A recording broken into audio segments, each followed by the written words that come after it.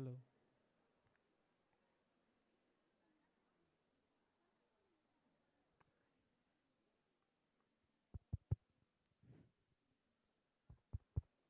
Hello, hello.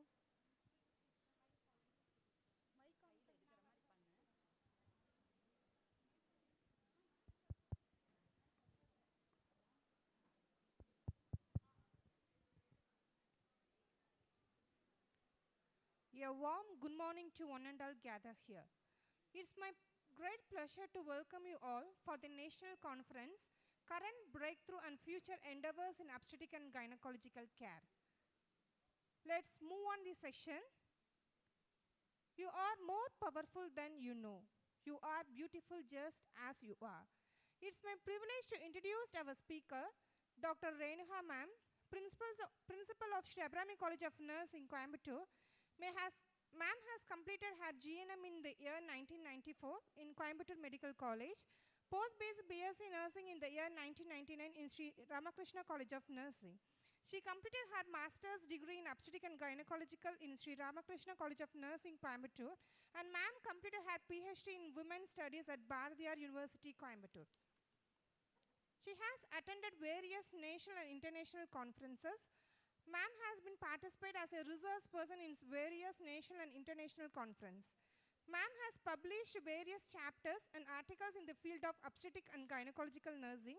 Ma'am organized various workshops and conferences, and she also a member of Society of Midwives India. Ma'am achieved many awards and rewards, best oral presentation and awarded third place in nursing discipline at International Conference on Health Science, JSS, Mysore, Karnataka. She secured first rank in post-basic nursing, first year and second rank in first year M.Sc nursing, and ma'am is the overall second rank in M.Sc nursing. Ma'am has 22 years of teaching experience. We cordially welcoming you take over this section, ma'am. I would like to call upon Dr. Arvind Babu sir, Professor of Sree Abirami College of Nursing, to welcome our speaker with flower bouquet.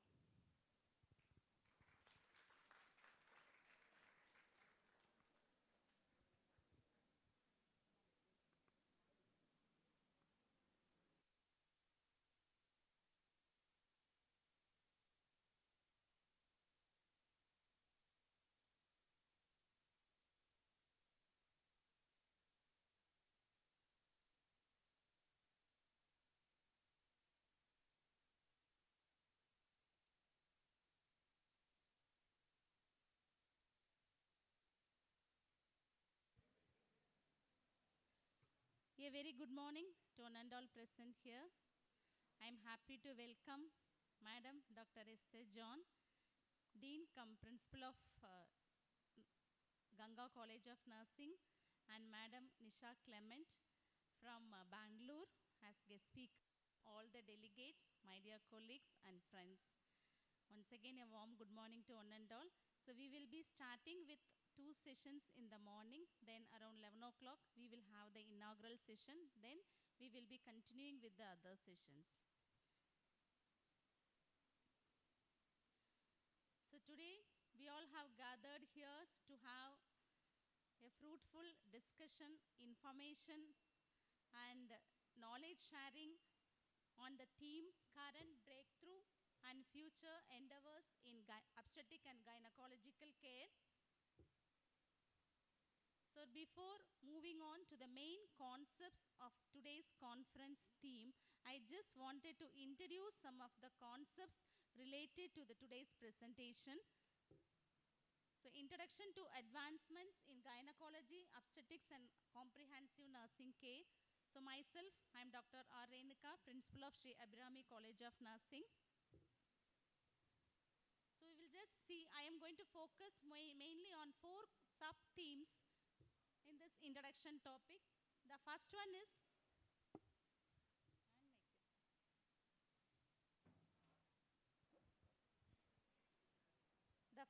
will be identify and discuss the latest advancements in gynecology and obstetrical nursing practices.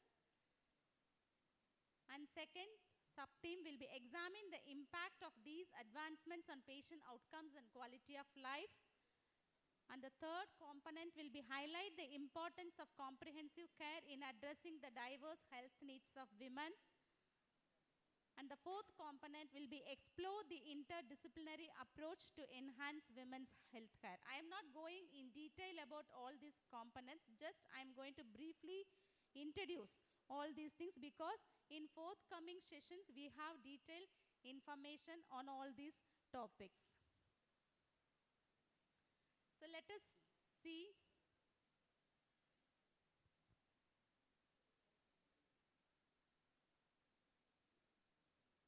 obstetric and gynecological nursing. So we all know that, I hope final year students are here, you are all studying about OBG now. So the OBG nursing mainly focuses on the comprehensive health care of the women during pregnancy, during childbirth, during postnatal period, and also we deals with the issues related to the female reproductive system. So in order to provide comprehensive health care to the women, we adapt to the revolutionary technological advancements for the better care of women, which aids in enhanced diagnostic accuracy, enhanced treatment outcomes, and enhanced patient safety. So before moving on to the nursing part, let us see what are all the latest advancements in obstetric and gynecological field. So I would like to focus on major 5 technological advances. So there are many technological advances are there, but on top I would like to discuss about 5 advances. The first one is 3D and 4D ultrasound imaging. Ma'am, I'm only going to just brief because all these informations are coming in the forthcoming sessions also. This is only introduction session, okay?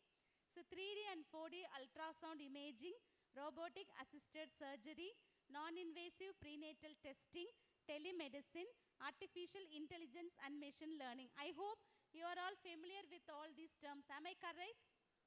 Yes or no? Okay. So just briefly we will see what is 3D and 4D ultrasound imaging. The first one is 2D fetal ultrasound. This already you all might have seen in the clinical area. Am I correct? The first images you are very familiar. The 3D fetal ultrasound, have you seen the images? Maybe few might have seen and many might not have seen. Okay. So now we have 3D and 4D ultrasound imaging, and when we see the major difference between the 3D and 4D and 2D ultrasound images, so the 2D what we are commonly seeing now will give you the flat images of the fetus, whereas the 3D ultrasound images will give detailed 3-dimensional images. You will have a more visualization of the fetal images, and 4D you can even see with the movements, video. Okay, that is the 3D images with the video is called as 4D ultrasound, where you can see the movements of the fetus. So as I told you, you can have a detailed visualization, complex structures, multiple angles, you can see the fetus, and 4D if you see, it is a real-time motion. That means you can see the movement like thumb sucking, limb movement, rolling of the fetus, everything you can see in the 4D imaging, and you can have a dynamic views of different expressions of the fetus, and it enhances the parental bonding. If a mother see or a parent see the movement of the fetus through the ultrasound, they will become more attached to the fetus. Okay, so it enhances the fetal bonding also. So these are all the some of the advantages in 3D and 4D fetal imaging. So next component will be robotic assisted surgery. So it is mainly used for surgeries like hysterectomies, myomectomies, and treatment of endometriosis among other procedures in obstetric and gynecological field. And if you see the major advantages, it is minimally invasive approach, and it has reduced trauma to tissues, results in less postoperative pain and faster recovery, enhanced visualization and precision, reduced blood loss and scarring after surgery, and it enhances shorter hospital stay and quicker recovery of the women after the surgery. Then we have the NIPT, which is called non-invasive prenatal testing. So you might have studied in the Datta. So So when you go for prenatal diagnostic procedures, amniocentesis, chorionic villus sampling, இதெல்லாம் படிச்சிருக்கீங்க, ஞாபகம் இருக்கா உங்களுக்கு? Isn't it? So now it is all okay outdated. We have advanced technology where with the blood serum of the women you can identify the common chromosomal abnormalities. So that procedure is called as non-invasive prenatal testing. Then we have telemedicine. I hope you are all familiar with this word. It is all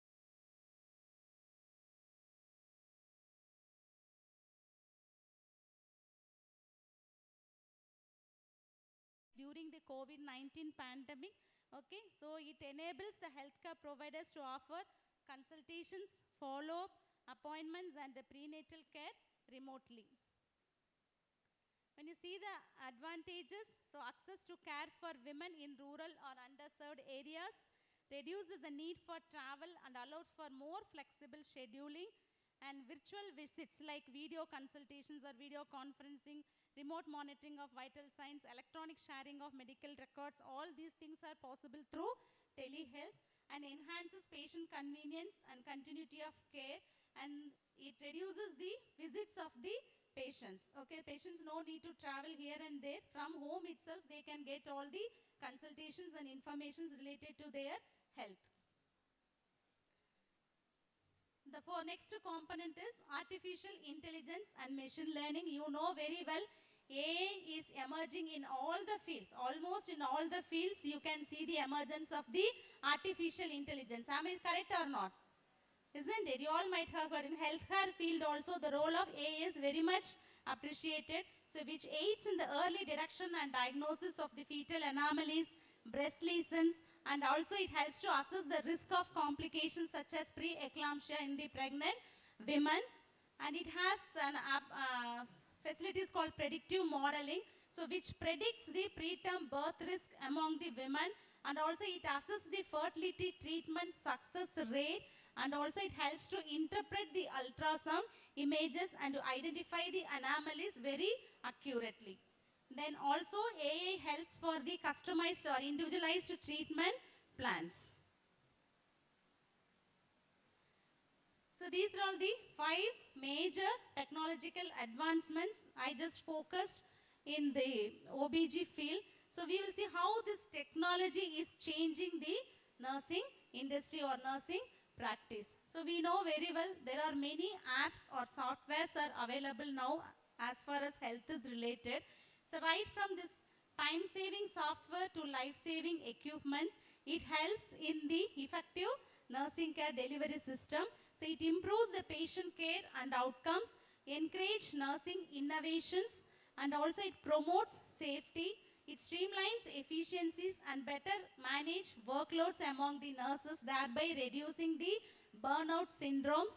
And also this technological advancements allows caregivers more quality time to interact with their patients and involve them in their direct care and treatment, thereby minimizing the other extra task for the nurses. They will have more time to interact with the patients because of this technological advancements. So we will see some of the new technologies which we adapt in nursing practice, OBG nursing practice.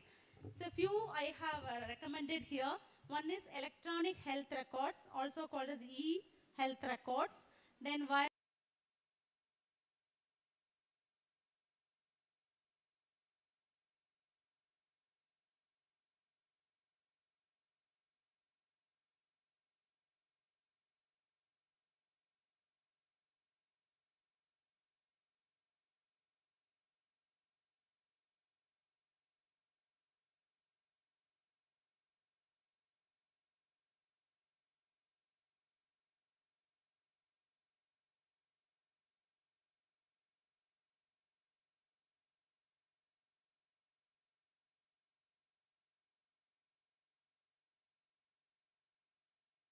report. But nowadays it is everything is digitalized. Okay, everything is available in the e-health record system.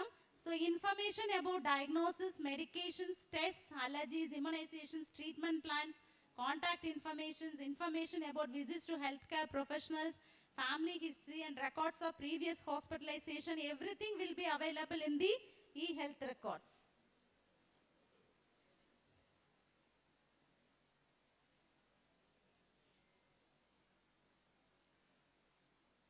So it helps in the real-time access to patient information for efficient data management, and it reduces errors, streamlines and documentation, enhances the documentation, enhances good communication among the healthcare team members.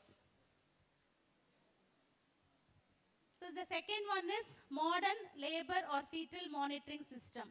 The first image, traditional system, you all might have seen. What is it? What is it?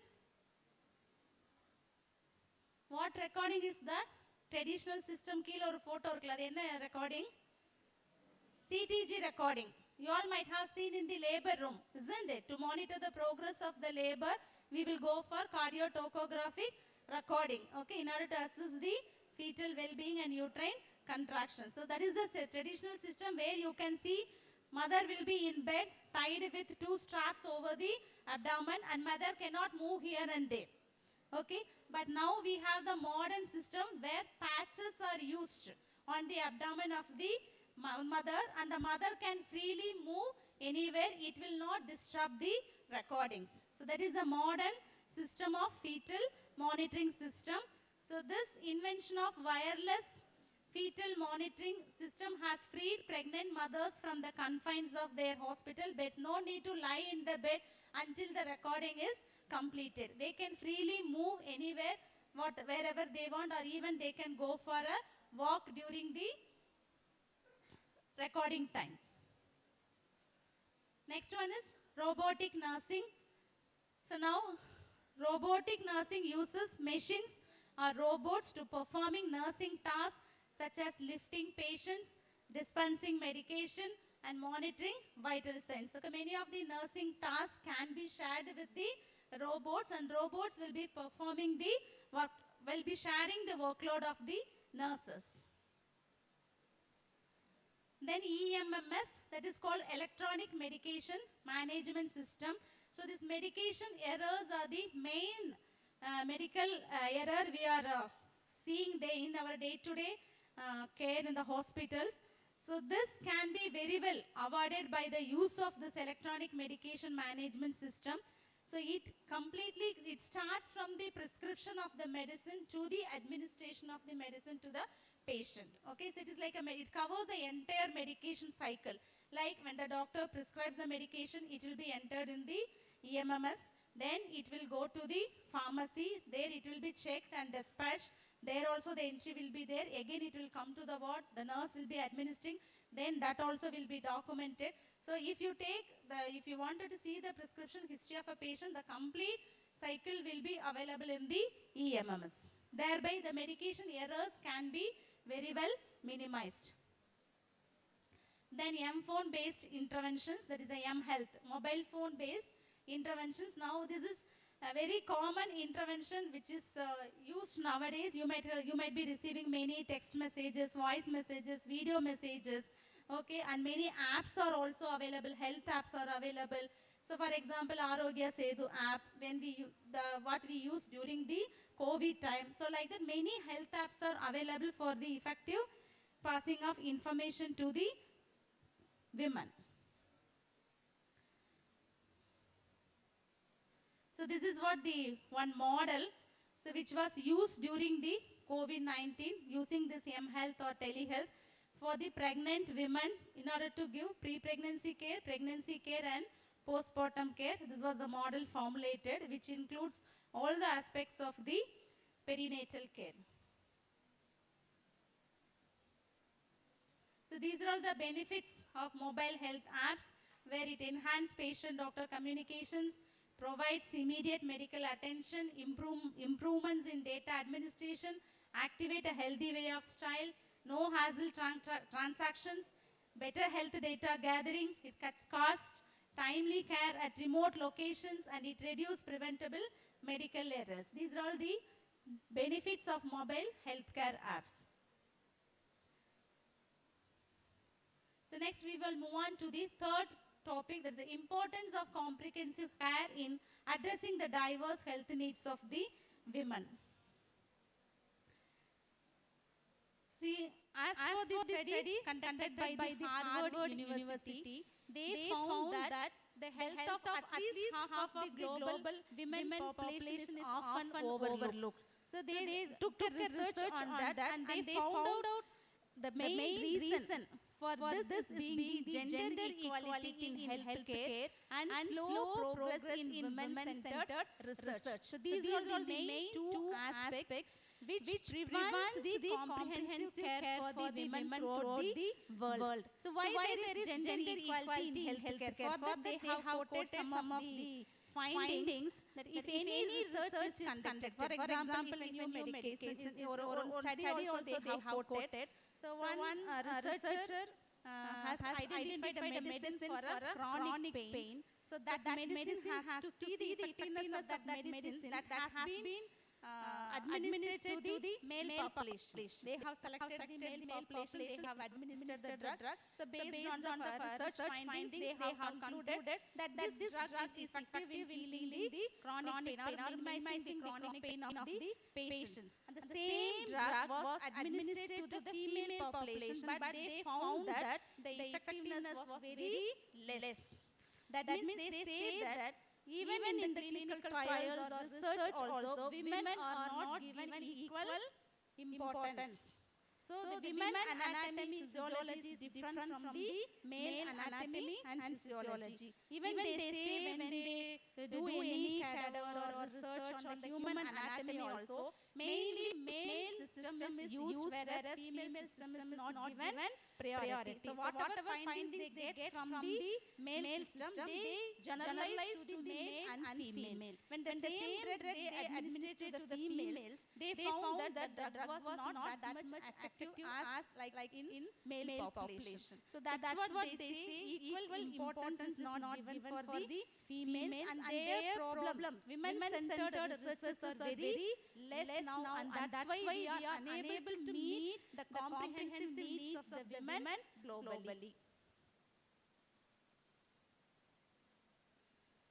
So further they suggest we should have an interdisciplinary approach to enhance the women's health care. That means many disciplines should join together to improve the health of the women. And they have quoted some examples like in India we have many interdisciplinary approaches formulated by the Health and Family Welfare Department, like reproductive and child health program. You all might be familiar with this. Then National Rural Health Mission.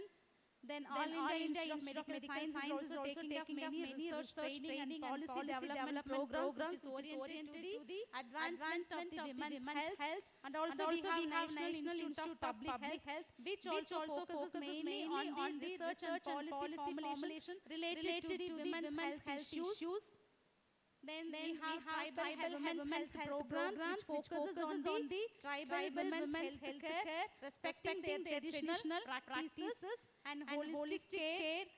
And the last component is holistic care. So many of the, whenever we think about women's health, we focuses mainly on the pregnancy, childbirth, postpartum and reproductive related issues. Only these issues are concentrated as far as women's health is considered. But here they say it should be the focus should be on the holistic care, which includes mental health, nutrition, hygiene and preventive aspects also. When we cover all these aspects in the women's health, then only it will be called as a comprehensive health care. And also we have many government initiatives like Pradhan Mantri Jan Arogya Yojana, Ayushman Bharat and Janani Suraksha Yojana, which will all support for the maternal and child health services. Then also we should have public-private partnership. So we should have collaboration between government agencies, NGOs and private healthcare providers in order to have the successful women health outcomes. So to summarize, technology empowers nurses, enhances patient care and opens new possibilities in the care of women. So it has transformed the healthcare industry, revolutionizing the way the health professionals diagnose, treat, and manage patient care. So the technological advancement is crucial for the successful integration of skills and resources for healthcare. So educational opportunities should expand and incorporate models of best practice to enhance working conditions and empower nurses to deliver optimal care. So now the technology is advancing and we are not in par with the technological advancement. So our educational opportunities should be expanded in such a way that in terms of like attending conferences like this or seminars or workshops or going for higher studies. Okay, so we should keep in touch with the educational advancement in order to go in par with the technological advancement so that we will be able to give comprehensive health care for the women using these technological advancements.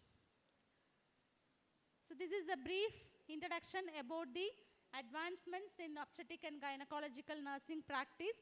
The further sessions you will get more information about all these sessions. Thank you all. Thank you very much, ma'am, for the informative lecture. Your points were thought-provoking. As a token of our love and appreciation, we would like to present a memento to Dr. Renuka, ma'am. I request Professor Manimehli, ma'am, Principal of Allied Health Nursing, to kindly come forward to present the memento.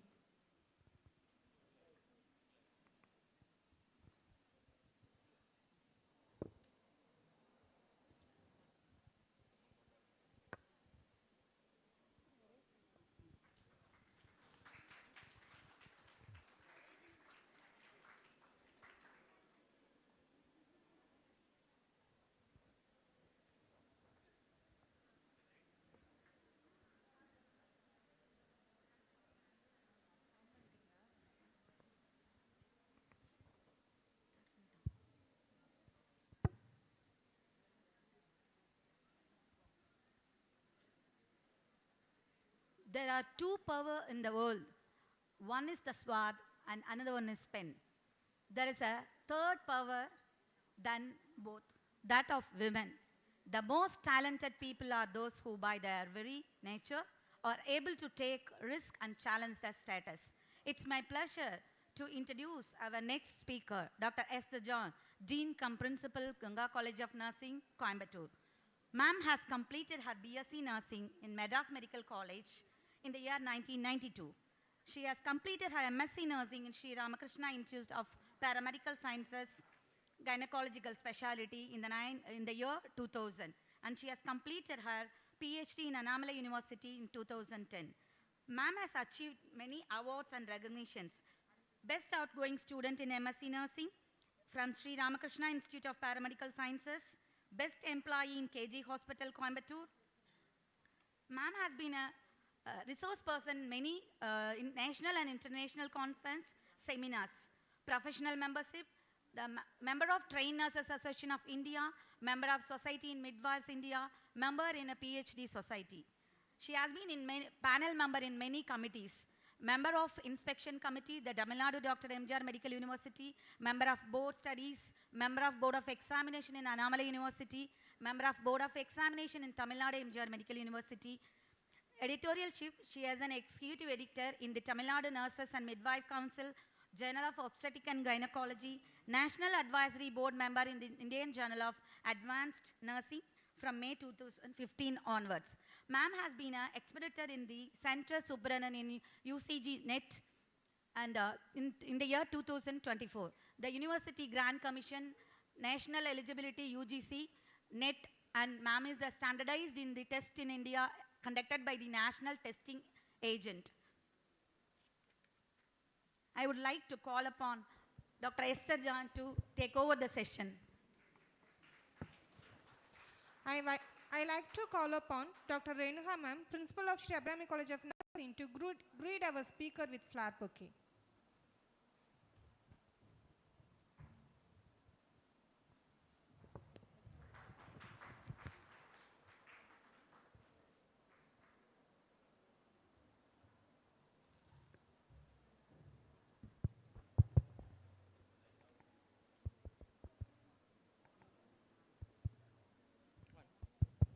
Hello. Good morning, students. I'm very happy that all delegates are very vibrant, active, alert. Okay. So today's all sessions topics are so good. At the outset, I would like to thank and congratulate principals of this institution, Dr. Renuka, and the organizing committee, all members, and organizing secretary, Tamilarisi. Okay, have done a very good job. Okay, they have selected the title of the conference itself is wonderful, and all the sessions titles are so good, topics are good. Okay, each moment is important. You are learning very new, different things. Okay, what is in the miles data? Okay, we are not going to discuss here. Okay, especially this revolutionized care in obstetrics and gynecology nursing is amazing. So that you have to understand. The topic given for me is related with AI, artificial intelligence. Everywhere who are conducting conference, immediately I'll see the title or topics with, on what they are going to organize. All the colleges, nursing, medicine, biotechnology, biochemistry, all are conducting conference on this topic only, artificial intelligence. As a nursing fraternity, we also should know what is that, how it works, what training I have to get to update myself. Okay, so it's a very need of the hour. So really I thank organizing committee once again for selecting this topic. So this exponential growth of AI, or AI means artificial intelligence. It's a long term occupying the space. That's the thing. Everywhere I am giving AI. Okay.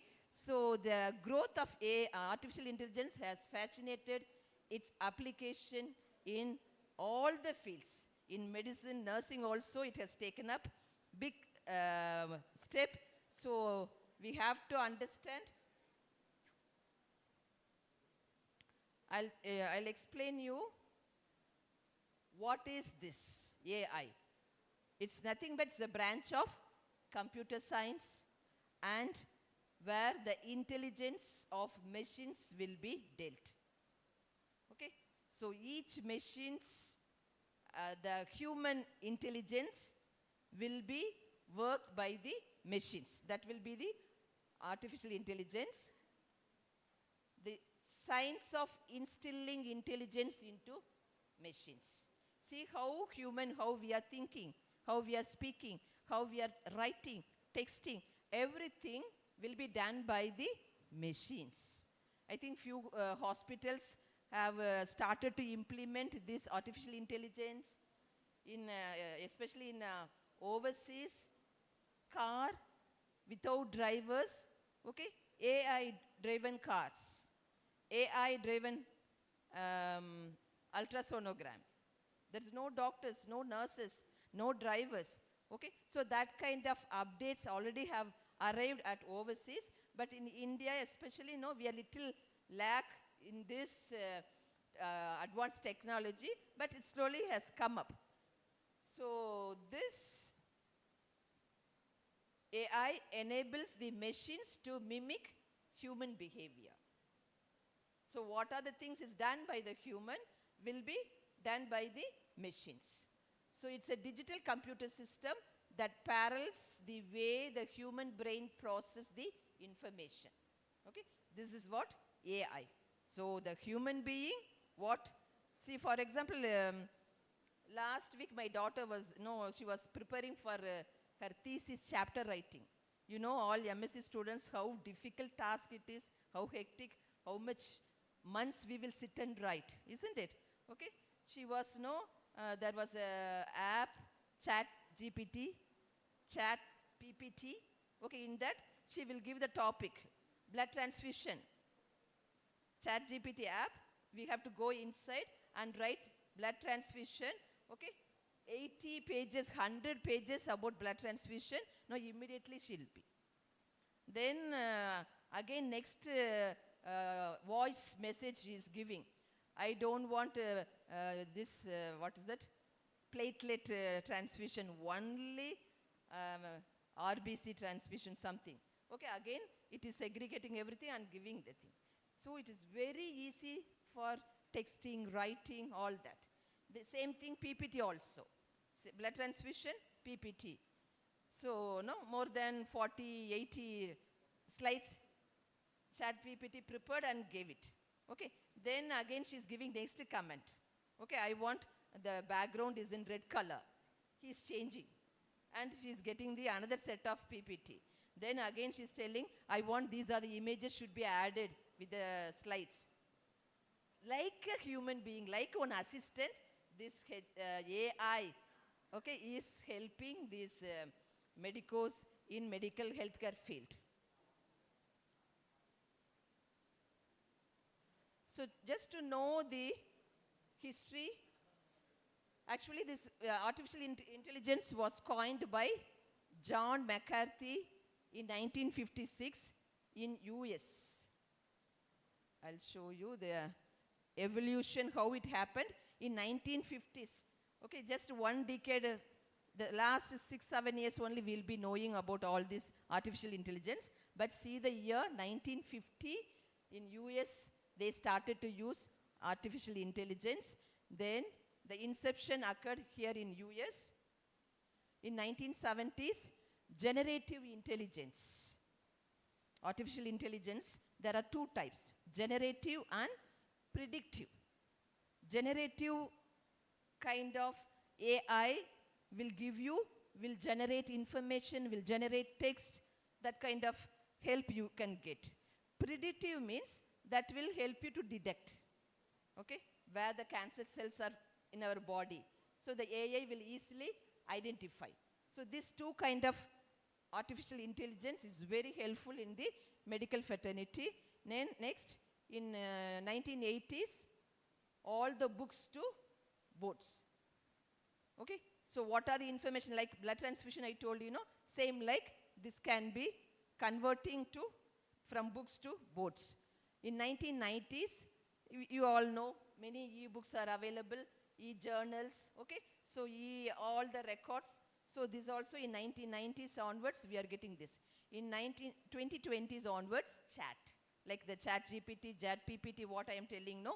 So this kind of AI devices are available to enhance the learning system, especially in medical fraternity.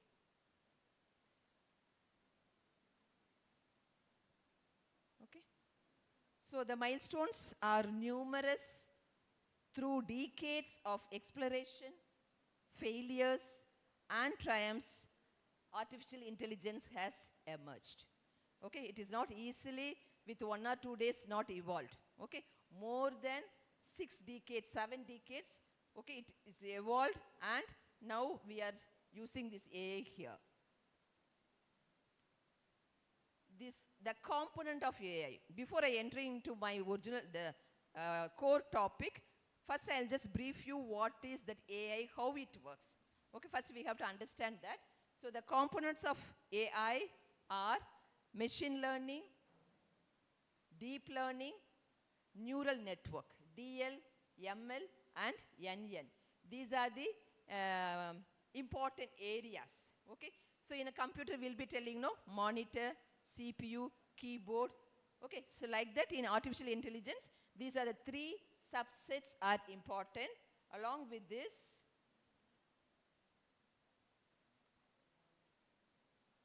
this, two more is there. In the later slides, I'll explain you. What is machine learning? Machine learning, the machine can learn and adapt to situations and undergoes self-driven data training. You are giving good training to the machines. See, like how 2 years old baby, how will be teaching? Will be sitting and teaching the colors, shape. Okay, now so many YouTube, TV channels are there, Cocomelon.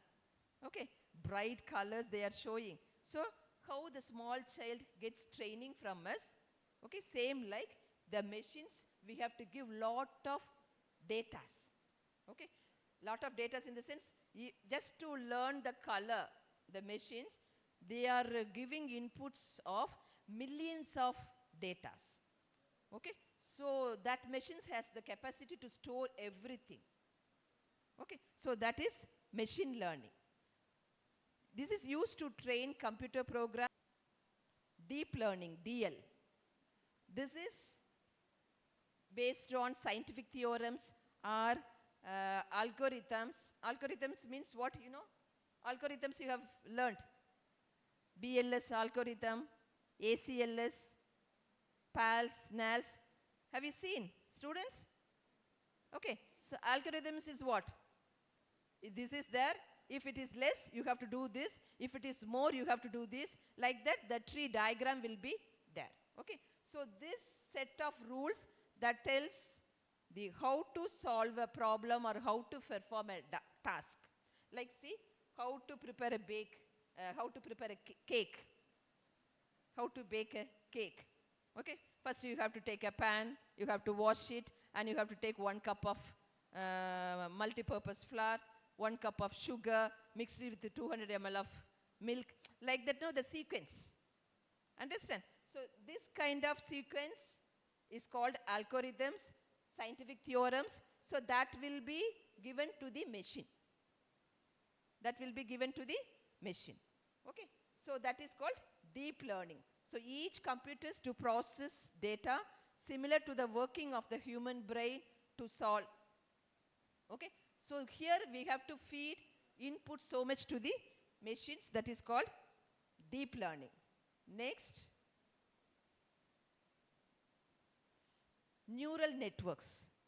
This is the third component of AI, neural networks.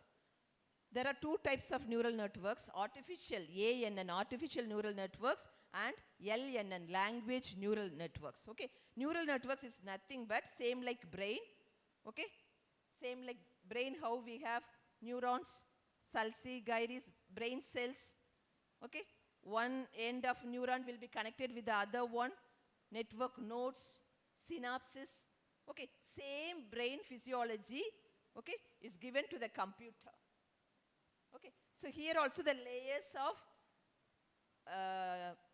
networks will be there. Okay, so the computation models inspired by how our work designed to recognize patterns and solve complex problems. So depending upon the network, layers of network, the problems will be solved or the task will be performed by the machines. Okay, so that is neural networks. How the brain neuron is arrayed with numerous neural nodes, the neural networks will be inside the machines. Next, the ANN, I told you, So this artificial network, neural networks, this is also same like neuron networks. Okay, this is artificially created. This is especially to perform the task and to solve the problems. Same thing, how does it works? It works through artificial neurons and scientific theorems. Scientific theorems is the deep learning.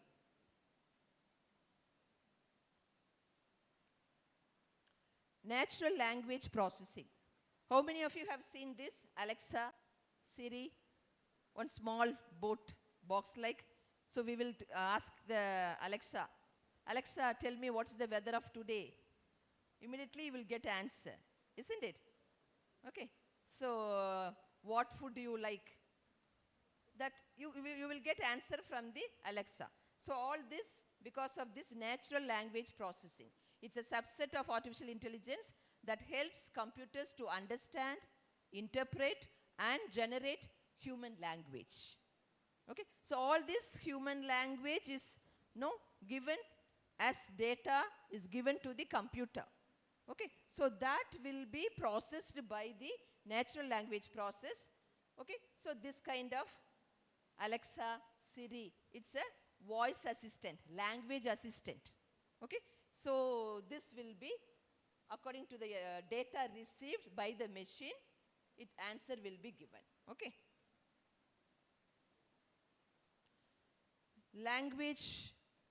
large language model. Small language model, large language model. With the help of this large language model, again I told you know the chat GPT, so text task like writing articles and answering questions. Chat GPT and chat PPT, okay? So this comes under large language model. Okay, so this kind of, I don't know how many of you have used chat GPT? Raise your hand. Oh, so many of you are here. Good.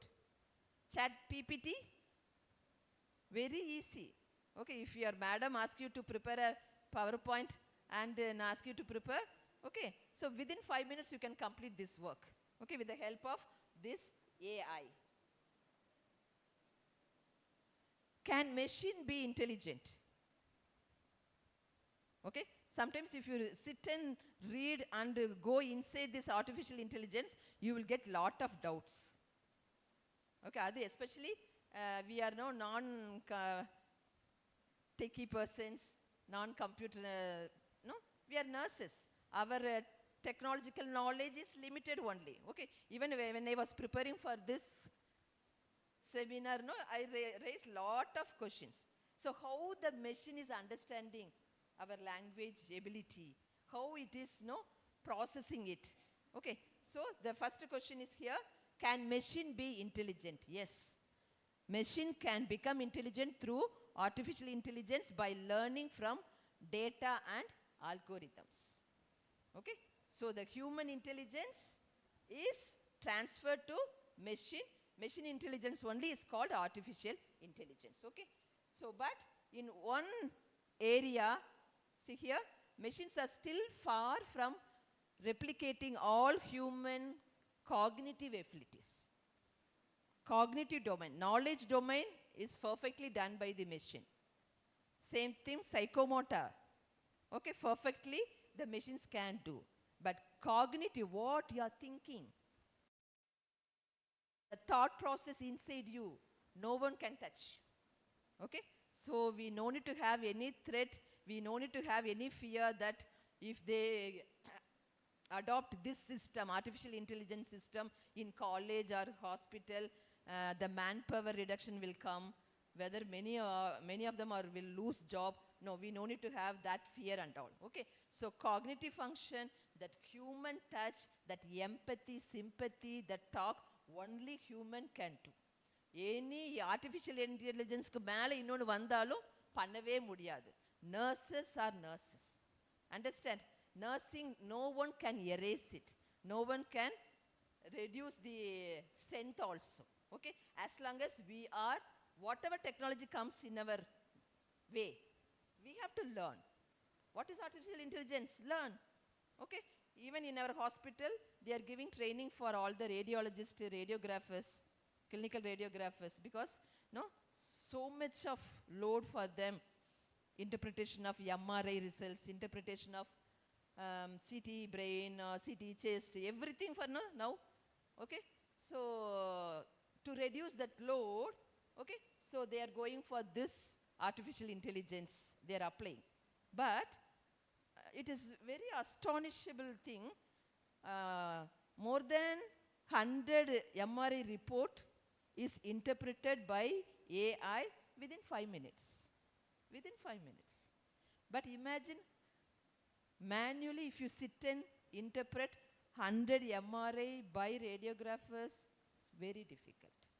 Okay, so in some places this utilization of AI is welcomeable thing. Okay, you can save time, you can save manpower, all that is there. Okay, so machine also will have intelligent. And see my next question. How much you can trust AI? How much you can trust? Okay, the trust, already I told you, machine learning is depending upon the input data, what you are loading. Okay, if the inputs are transparency, inputs data are genuine, logical, okay, so you can trust AI. In that case, you can trust AI. Clear? Then, is AI 100% reliable? Yeah, same again, the same answer. if the data are transparency and trustworthy, and you can rely 100% with AI. The dark side of AI,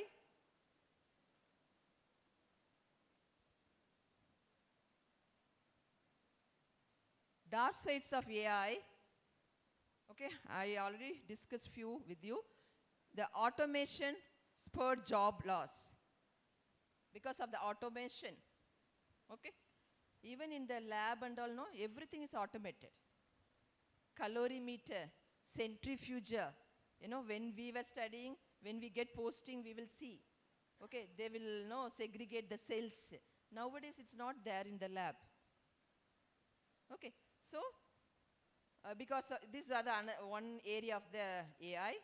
Then, deep fake information, privacy violations is there, algorithmic bias by bad data, market volatility, that is pricing market, okay. So because of the boom, no, the pricing will be more, okay. As the volatility is higher, the risk of security is also higher, okay. So if the demand is more, automatically the pricing, cost of the AI also will be more. Next, uncontrollable self-aware of AI, loss of human influence, less empathy and reasoning, this already I told you, less peer communication, and increased online predators, okay. One good thing is happening, one new area is emerging, means automatically the role of predators will be entering, okay. Predators means what? Okay, like this drug mafia, West Bengal, understand? Now the whole story is, you know, redirected, is going different way, okay. This drug mafia group of people, you know, they are called as predators, okay. So they will climb up and they will now do destructive activities against AI, and you know, they will try to defame it. They'll try to defame it. See, if you take publication, journal, okay, nowadays so many predator journals are there, okay. Some Scopus or elsewhere journals, no, they will have that, their license, their ISBN number, they will have their original impact number.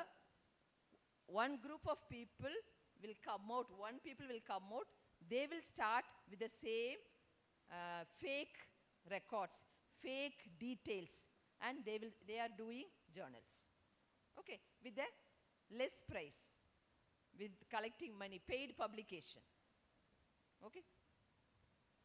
Nowadays it's very common, okay. If you want to publish something, okay, you have to pay 10,000, 20,000, okay, next month it will be published, okay. All this is because of the predators, okay. So this will be there in all the profession, in all the areas of field, so that is there in the AI also. Which is superior, AI or HI? Which is superior?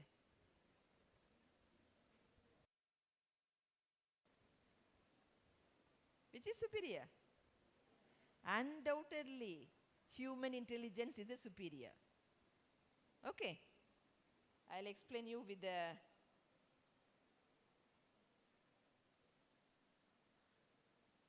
AI versus HI. Artificial intelligence, in point of energy efficiency, okay, here the machine learning uses 2 watts of energy only. But here, every time when we use human intelligence, we are using more energy, 25 watts. Multitasking, in view of multitasking, human intelligence can work on multiple nodal work. Multitasking, we are good at multitasking. But if you see the AI, the time required to teach machine is considerably high. To teach machine takes long time. Okay. Next, ethics.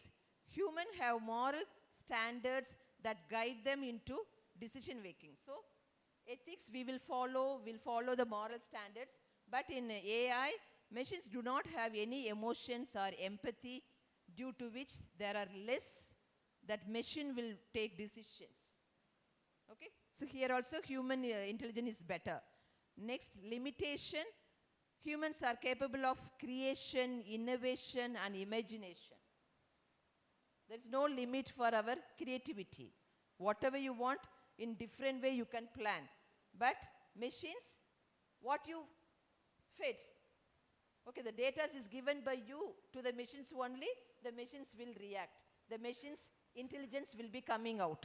Okay, so here, innovation, limitations, machines can limited ability to create something or think, they cannot think outside of the box.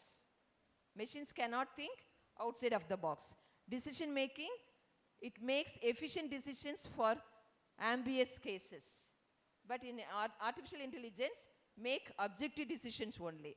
Calculation works better in novel situations. Artificial intelligence, it fast calculating. Voluminous work, where you have to count, where you have to detect. Okay, for all that kind of thing, artificial intelligence is good. Okay, I'll show you one video later. You will understand the importance of this. Next, the power. We use brain power. Here, artificial intelligence depends on data given to them. Adaptability, adapt to changes easily. Here, the machines cannot adapt, and the unusual changes it cannot accept. Errors, abstract thinking ability. Errors, human errors can occur. But here, errors are very less. In human intelligence, human error always we can expect. But with the artificial intelligence, errors are less. Okay, these are the difference is there between artificial intelligence and human intelligence. But human intelligence is best in everything. Technology versus teacher. Okay, technology won't replace teachers, but teachers who use the technology may replace the teachers who do not use technology. நீ இன்னைக்கு சரியா இன்னும் அந்த technology apply பண்ணாம learn பண்ணாம no still you are telling I don't know, I didn't learn, it is very difficult for me, oh AI I don't want. Okay, if you are not coming forward to grab the technology and earn the technology, the teacher who use technology will replace you. Understand? Okay, so these challenges we will face not only because of artificial intelligence. Okay, all technology we have to grab it. Okay, even in the hospital, you know, so many that day I went for rounds in the hospital for inspection purpose. Okay, in burns ICU there is a big instrument machine is there. Even I don't know what it is. So that day only I saw. So you know, fluid calculation, nothing, and the data they have to give.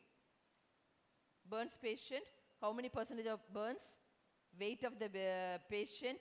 Okay, all the details they are loading it. Okay, the calculation, fluid calculation, protein, how much the patient has to take, everything. I was wondered. Okay, so the nurses, it is very easy. So this they have to learn. Understand? Otherwise, what is happening in current scenario, one side the technology ங்கிற பேர்ல உள்ள வர்றாங்க. Manimekalai sorry தப்பா நினைச்சுக்காதீங்க. Okay, critical care technology, respiratory care technology. Okay, so though technology ங்கிற பேர்ல other professions are coming and they are fragmenting the nursing job. Okay, then slowly we will be giving our job to dietitian half, physiotherapist, okay, technologist, எல்லாத்துக்கும் கொடுத்துட்டு then finally we don't have any place, any work, okay, to do separately. But when there is a problem, it will come to the nurse's head only. Okay. CEO போய் யார் பார்க்கணும்? Nurses. Understand? So this scenario we have to change means, okay, we have to come forward to learn all these advanced technologies. I think many of the things already I discussed, advantages of AI. Okay, as I told you, it is very high speed. Because of the high speed, it saves time, high reliability, more powerful, laborious repetitive task, high accuracy, augmenting innovations, chances of error are zero. Okay, so these kind of advantages are there with the AI. Again, improved data-based predictions, optimize products and services, enhance productivity and efficiency. It is very useful as a public utility. I told you, self-driving car.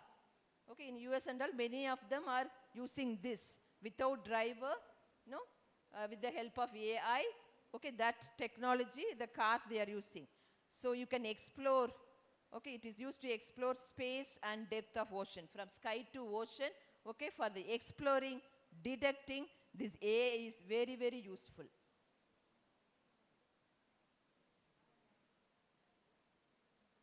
Okay, what are the AI technology we are using in our daily life?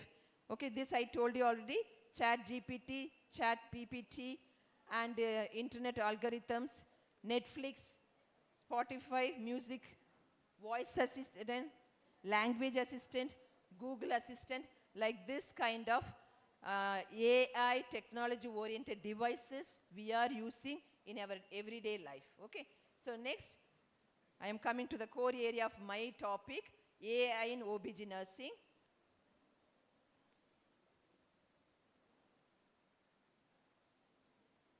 Here, okay, so already I told you this is a simulation of human intelligence in machines.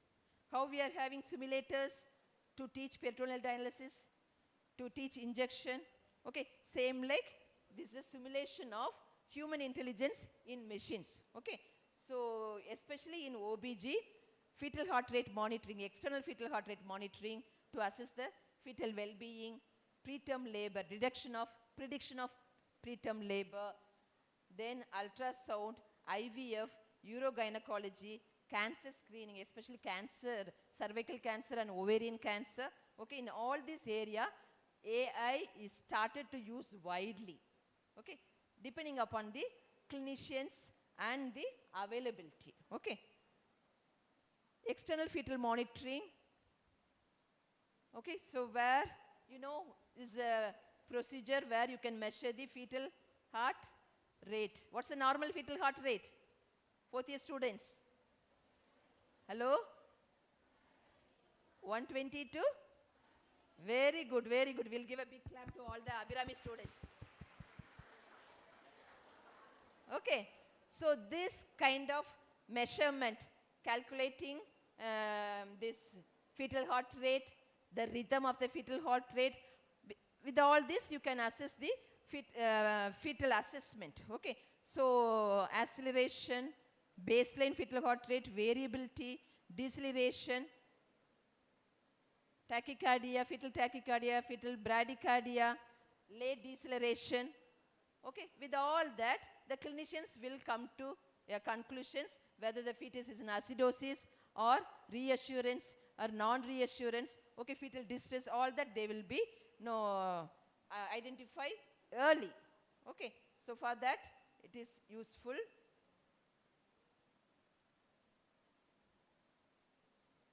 I'll show you on video.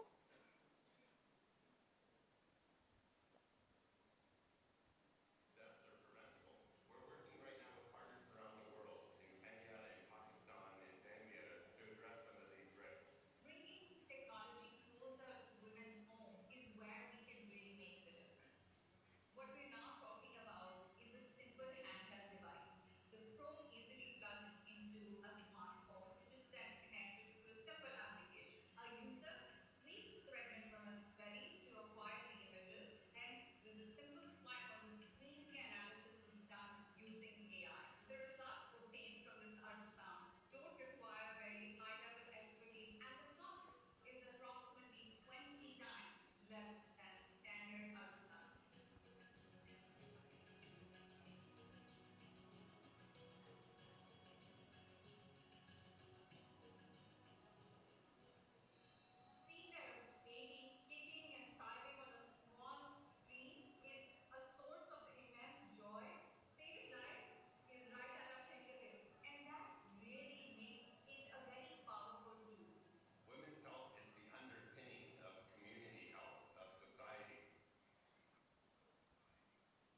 See, already in the previous session, your principal madam showed the 3D, 4D, now it is 5D. Okay. The image, what after birth, how we'll be seeing, the same we can see. I personally enjoyed this joy when my grandson, from 7th month onwards, we are seeing him from the womb. The same mouth. இப்போ அவனை பார்க்குறவங்கலாம் நீ 7th monthல எப்படி வாயை பழந்துட்டு இருந்தி அப்படியே தான் இருக்கிற. All this because of this advanced technology. Okay. So the mother will feel happy. Oh, this is the face of my son. Okay, the nose is like this. See the finger, how tiny it is. No? So they are with a good, positive mental health, they are carrying their pregnancy journey. Okay. So all this because of this artificial intelligence. Okay. I'll move to the next slide. Okay. So again, this external fetal monitoring, it helps find out the labor during the, fetal heart rate during labor via analyzing cardiotocography and estimating the possible outcome. Sometimes, with the help of this AI, this to decrease the discrepancies between different obstetricians interpreting intrapartum monitoring. Sometimes the cardiotocography interpretation, there will be discrepancy between the clinicians, obstetricians. But here with the AI, so AI itself will give interpretation. Okay, so you will get a more reliable and replicable output for each analysis. Okay, so perinatal asphyxia or any problem with the baby fetus, all will be detected early, and so that will bring a better outcome. This is another system, 8000, to monitor fetal heart rate. Okay, so this monitors changes fetal heart rate and detects amplitudes associated with hypoxemia by detecting decelerations and changes in variability. So this is, what the external system is available with this. When it occurs only, we can identify. Okay, when there is a late deceleration, short-term variability or tachycardia, all that with the babies. But with the help of AI, you can predict just 1 month before or 2 months before, that will give interpretation. This mother is going to have, that kind of interpretation is very helpful for the clinicians. AI technology is useful for home care in the form of home monitors that can adequately provide surveillance of high-risk patients. High-risk patients have to monitor regularly, they have to come to hospital. But that high-risk surveillance also with the help of home monitors. Okay, so the mothers will be at home with the fetal Doppler, or as madam told, many apps are available, biosensors are available. Okay, in the later slides I'll show you. Okay, so with the help of all that, they can monitor and they can see the pregnancy surveillance for the high risk. Even from low risk onwards, they are doing this. Possibility of guiding decision making and management using telecommunications. All this is already, in the first sessions, madam has dealt very deeply. Okay, so all this will be useful with the help of AI. Preterm labor. Here what they are doing, they are measuring the cervical canal length, cervix length. With the help of cervix length, during 2nd trimester itself, they are identifying, they are confirming this mother will go for preterm labor. Preterm labor is a very challenging thing. It's a leading cause of neonatal death, isn't it? Okay, so it's a very challenging thing. If they identified at 2nd trimester itself, okay, so the clinicians or obstetricians, they can give a proper care and they can prevent. Okay, so continuously they'll measure the cervical length. The short cervical length is the strongest risk factor of prematurity. So gradually every day, with the help of AI technology, they'll measure the cervix length. Okay, as it becomes shorter, that indicates the mother is going for preterm labor. Here also the same thing. preterm labor. Okay, so here they have done a study with the electrohysterography signals and used 3 distinct machines learning algorithms to classify these signals to help them identify true labor and accurately diagnose preterm labor. Okay, like ECG, electrohysterography. Okay, so with that signals, they are identifying the mother will go for preterm labor or not. Okay, the accuracy of 97% of predicting preterm labor. AI in vitro fertilization. Okay, here to help clinicians predict pregnancy success rates, and they created a hybrid intelligence model in 2011. So with that, they'll collect data and they will integrate genetic algorithms based on decision tree learning techniques that extracted information from the IVF patient records. So from all the IVF patient records, okay, with the help of hybrid intelligence model, okay, so they will combine, they will go for the in vitro fertilization.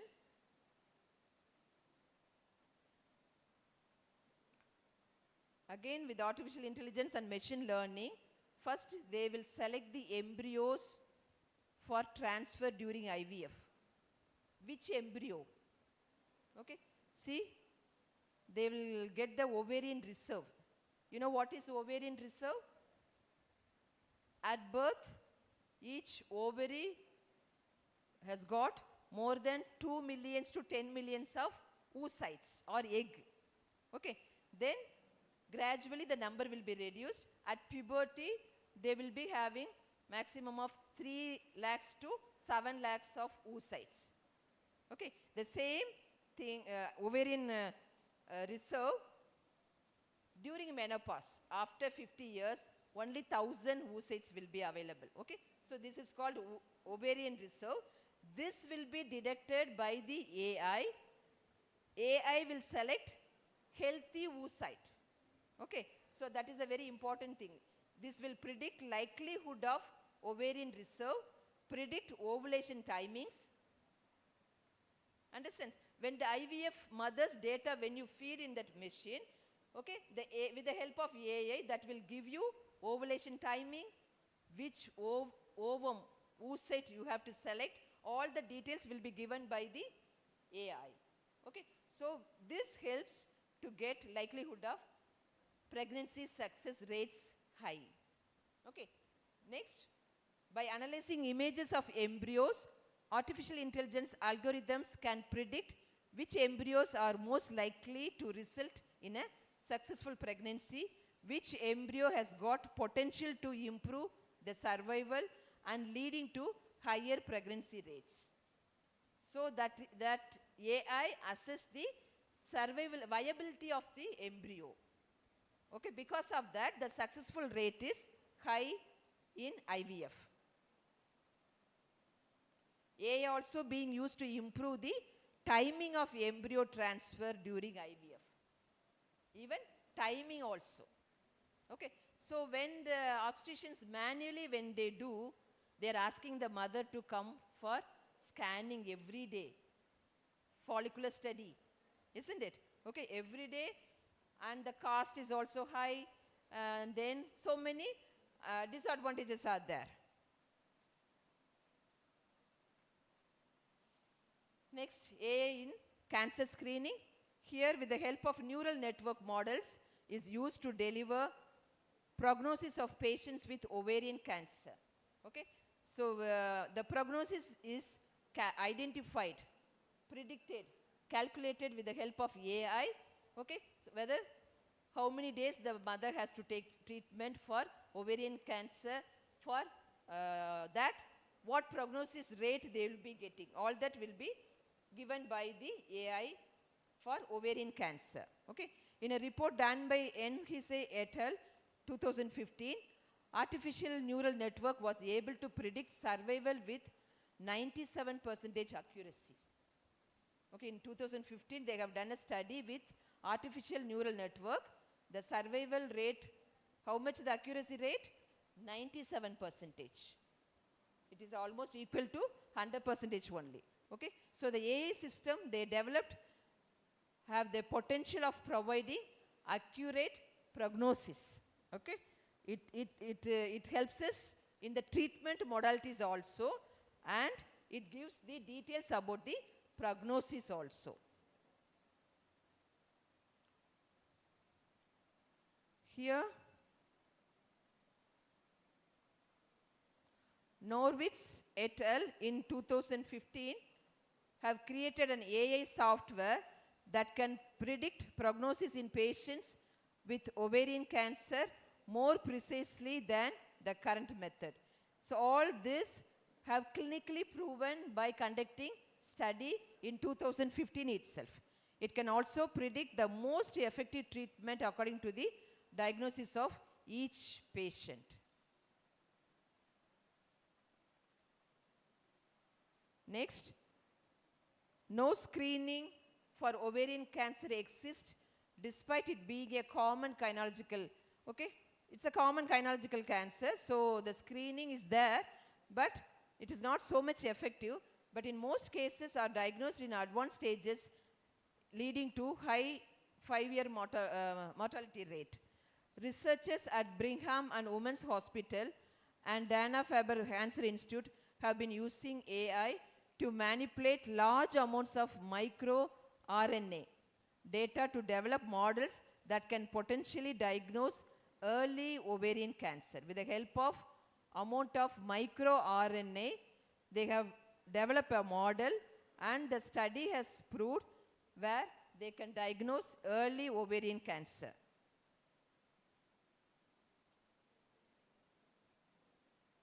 The artificial intelligence neural network was able to keep up with the complex interactions between microRNA and accurately identified almost 100% of abnormalities that represent ovarian cancer. So cancer screening, the AI role is much more important in cancer screening.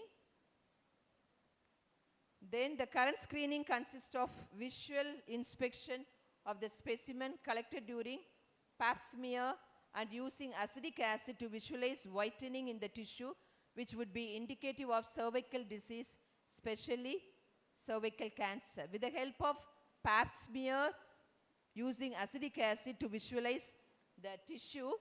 So actually, this is very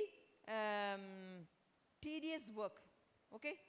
Doing pap smear for all the mothers, even UK, see how we are going, no?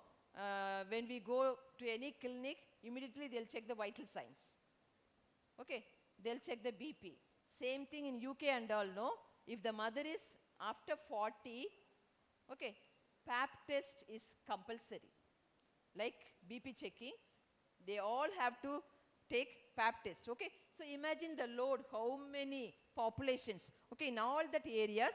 If they go with this AI, it is very low cost, and with the high accuracy, they can detect cervical cancer. But in a manual method, even though cost is low, it lacks accuracy. The manual method, what we are doing, is lack with accuracy, but the cost is low. But the voluminous, more number of mothers, it is very difficult to done by manual. So in that case, artificial intelligence is very helpful.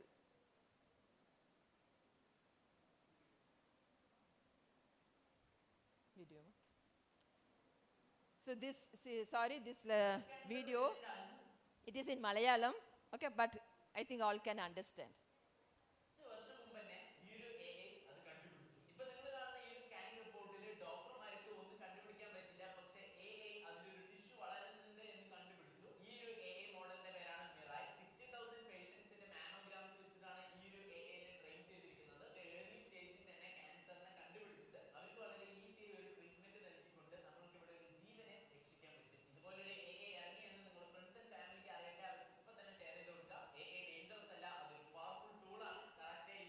Previous.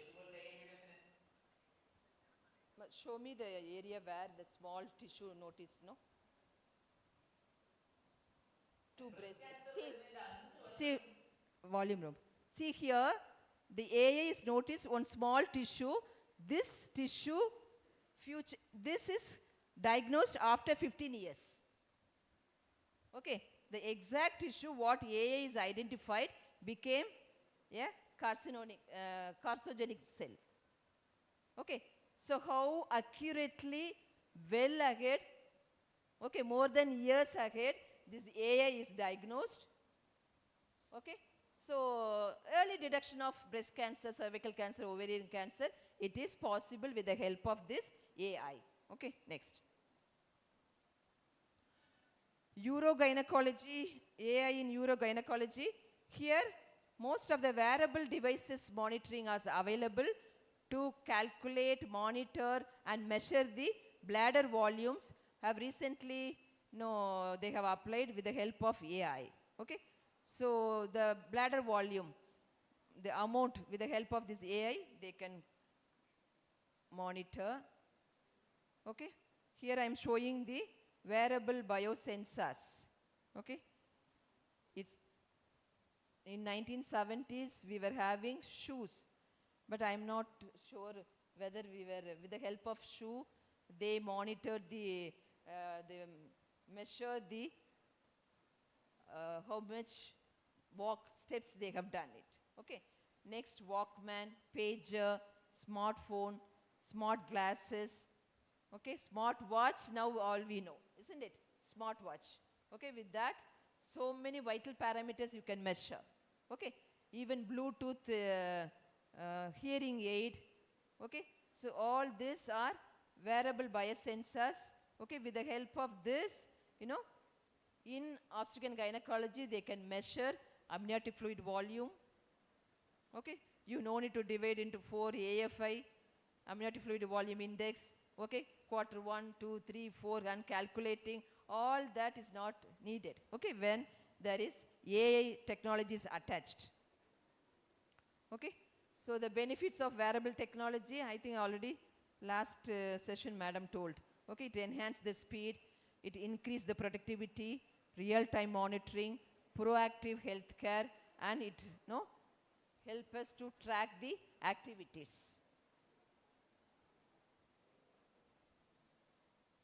Many biosensors are available to maintain the fetal movements. Okay, what's the conventional method? What's the conventional method? Kick chart. Okay, you will give a rope, at the time of examination. Without forget, everyone will bring a small nada, isn't it? Okay, so where there is a AI, all this is not required, but with the help of all these biosensors, even the physical assessment, whether the mother is having edema, pedal edema, how the blood pressure, everything will be monitored. These are the different apps for pregnant women: baby tracker, contraction app, Glow Nature artificial intelligence pregnancy app, Ovia pregnancy tracker app, the pump tracker and pregnancy app, Amma pregnancy and baby app. So many apps. Okay, all the pharmaceutical companies know, everyone started to develop app, okay, in a commercial way. Okay, but this is very useful for the mothers, especially 21 kids, they all are with the behind of all this technology. Okay, everybody will be having exactly the days they'll be telling. But if you see the older mothers, ma ipo ethana maasam nadakudhu theriyadu, kaada parunga. Okay, but the new moms, with the days, 240 days, 34 weeks plus 3 days, because they are following their thing, everything with the help of this tracker. Okay, so all this with the advanced technology we are getting.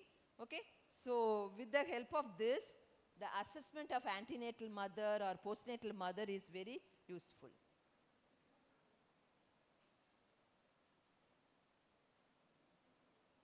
Okay, next. This is also already Renuka madam explained in her thing. Okay, AI in assisted ultrasound, 93.93 accuracy in detecting fetal morphology defects. For example, heart defects, missing digitals, or sometimes digitals will be clubbed together, cleft lip and cleft palate, bifida, all this kind of anomalies can know. All this in a well ahead with the help of AI you can detect. Okay. Next, it's the best alternative screening method for central nervous system malformations. Okay. Some with the help of this, no, the fetal anomalies, you can measure the fetal growth and you can predict preterm birth. Okay. Then with the help of AI, okay, it enables rapid and precise identification of sperm parameters including sperm count, sperm motility, and sperm vitality and morphology with unparalleled accuracy and consistency. Okay, how this AI, with the help of that, how it selects the healthy oocyte. Same thing in sperm also, healthy sperm will be selected. Okay, so even the morphology, the structure is also monitored by AI. Okay, so in all this area, otherwise this manual semen analysis is very cost effective. Many fathers are not coming forward for semen analysis. Okay, if there is a IVF, in that clinic you can notice only mothers will be coming. Okay, so with the help of AI, it is very easily they can follow all this.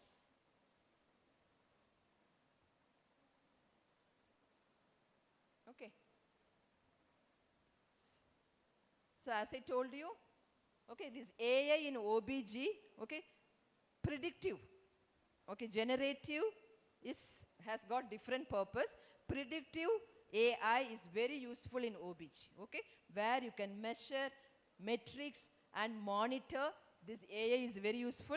Okay, again I am telling, okay, because of AI, okay, there is no threat to human, there is no threat for nurses, okay, no manpower reduction. Only thing, okay, you can save time, you can do voluminous of work at a time with the help of all this advancement of technology. So clearly it has told here, AI is not meant to replace practitioners, but rather to serve as an adjunct in decision making. AI is not a harbinger of job displacement, but a catalyst for job transformation. Okay, so we have to take the last thing. Okay, advancement of technology all helps us to make a job transformation. Okay, so what you are doing now, with the help of technology, you will do more better and best way. Okay, so with this, I think I'll conclude my session. As a nurse, okay, we should not stop our learning today. Okay, let us never consider ourselves finished nurses. We must be learning till end of our life. Okay, every day we have to learn. Today if you are not learning, you are uneducated. Okay, especially when we have this kind of challenges because of technology.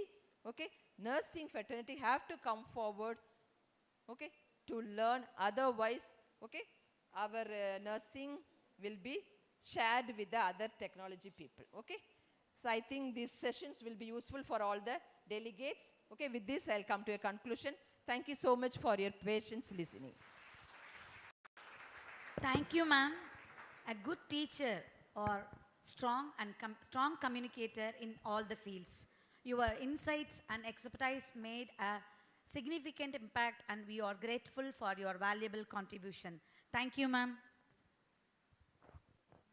As a token of our love and appreciation, we would like to present a memento to Dr. Esther John, ma'am. I request our Vice Principal, ma'am, Gandhimati, ma'am, to come forward to present the memento to ma'am.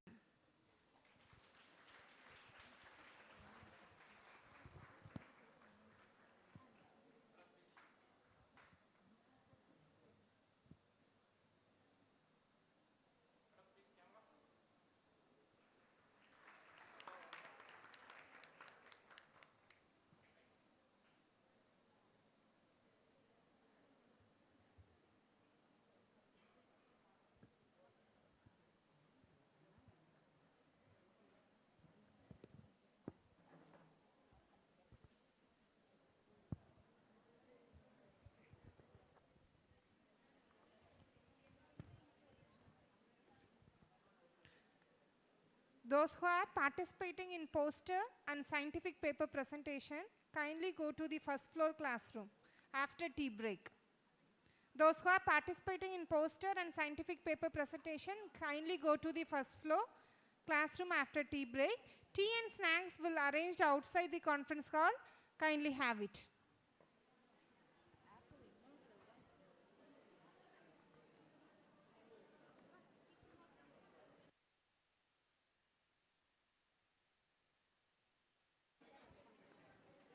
வேண்டாம் விட்டுரு வேண்டாம் சொன்னோம்னா அப்புறம் எந்திரிச்சிட்டு சொல்ல வேண்டாம்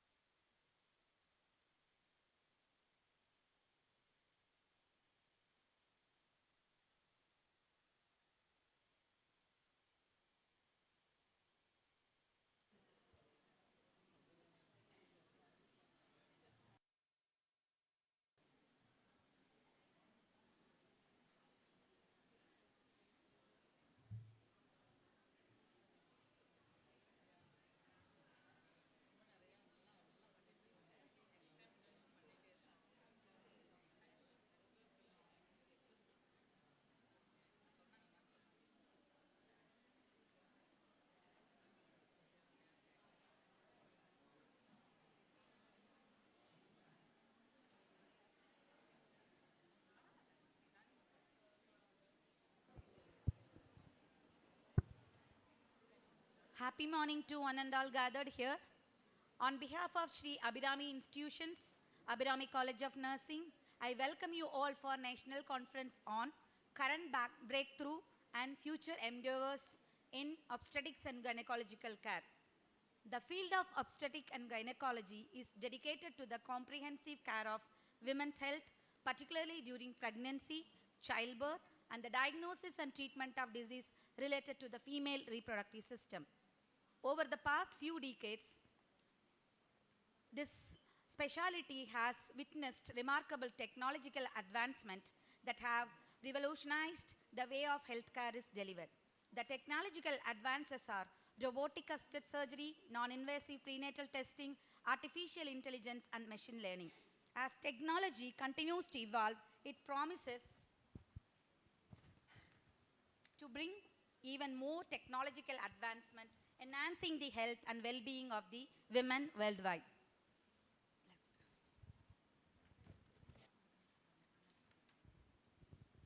At this moment, we will honor our rich Tamil heritage too, reciting the Tamil Thai Valthu. Please rise and join us in this special tribute to our mother tongue and culture. Now, I request a college choir to sing the Tamil Thai Valthu.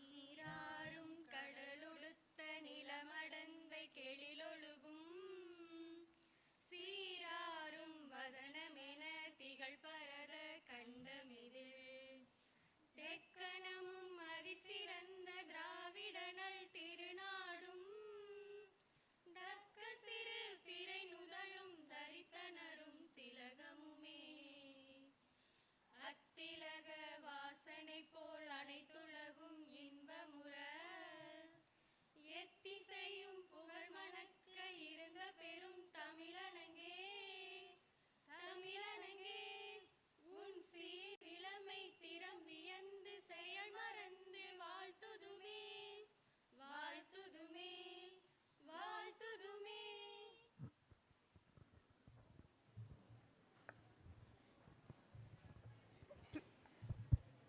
Thank you. Please be seated.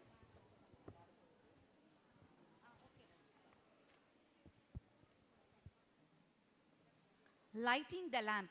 We are about to commence our program by lighting the lamp of knowledge and wisdom. This is a symbolic movement that signifies dispelling of darkness and igniting of the thought and enlightenment. It's our honor to invite our beloved Chairman, Dr. Kunthavi Devi ma'am, in her absence. I would like to call upon Dr. Umadevi ma'am, MD/DGO, Managing Director of Sree Abirami Institution, to light the lamp.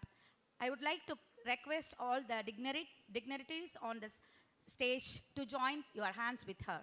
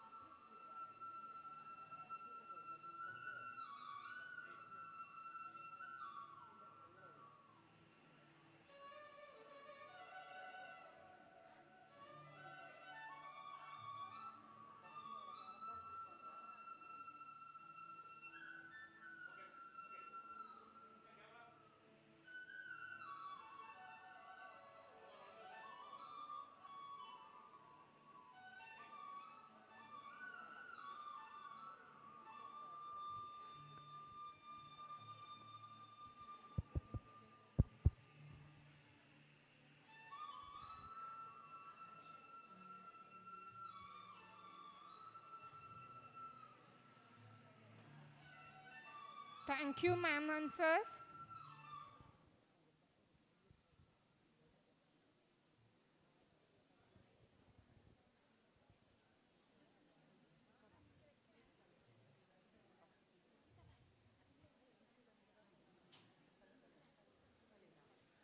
It gives me an immense pleasure to welcome you all to this special event.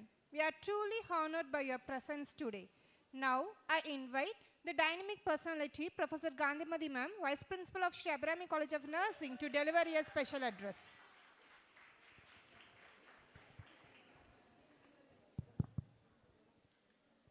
Good morning, everyone.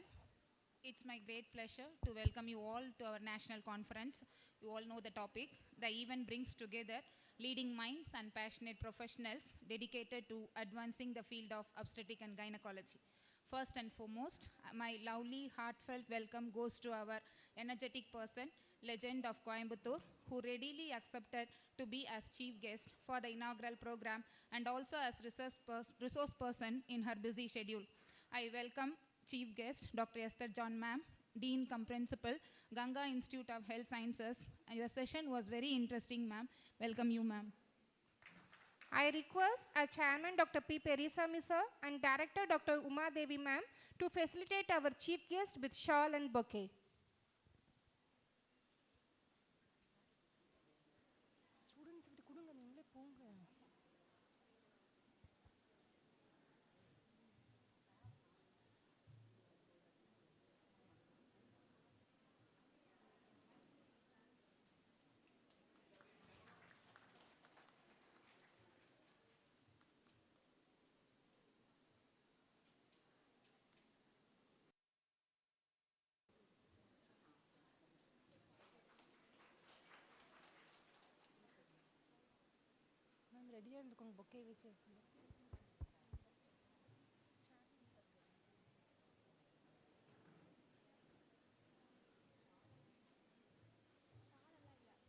My warm greetings goes to the representative from Tamil Nadu Nurses and Midwifery Council, our conference observer, Professor Senthilkumar ma'am from Karpagam College of Nursing, Coimbatore. Welcome you, ma'am.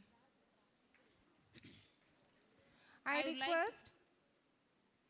request Dr. Renuha ma'am, Principal of Sri Abirami College of Nursing, to greet the observer and representative of TN and M.Sc, Associate Professor Senthilkumar ma'am, with flower bouquet.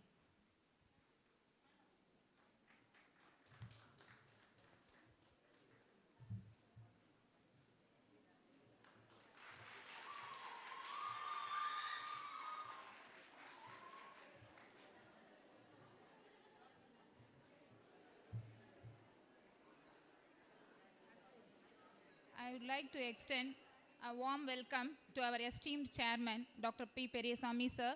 Your guidance and leadership have been invaluable in steering our institution towards excellence, sir. Welcome you, sir. I request our Dean, Dr. Jaibardi ma'am, to honor our chairman.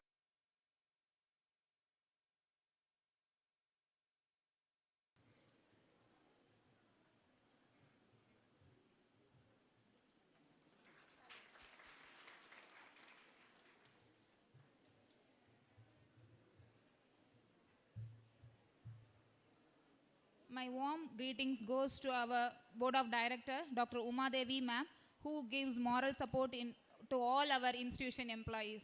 Welcome you, ma'am. I request Professor Tamilarisi ma'am from Sri Abirami College of Nursing to greet our director with flower bouquet.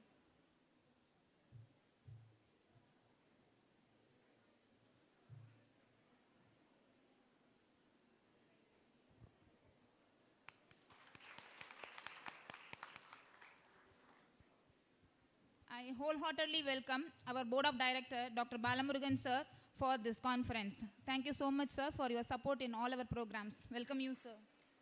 I request Dr. Arvind Babu sir, Professor of Sri Abirami College of Nursing, to greet our director with flower bouquet.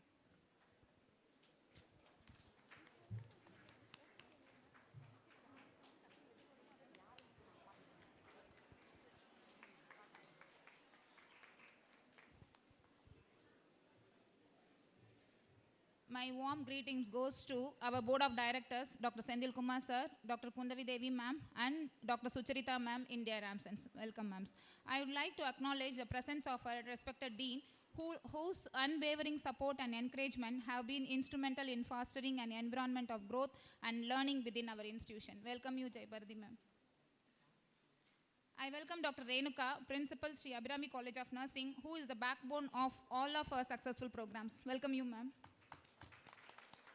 I would like to express my sincere appreciation to our distinguished resource persons whose expertise and knowledge will undoubtedly enrich our discussions today.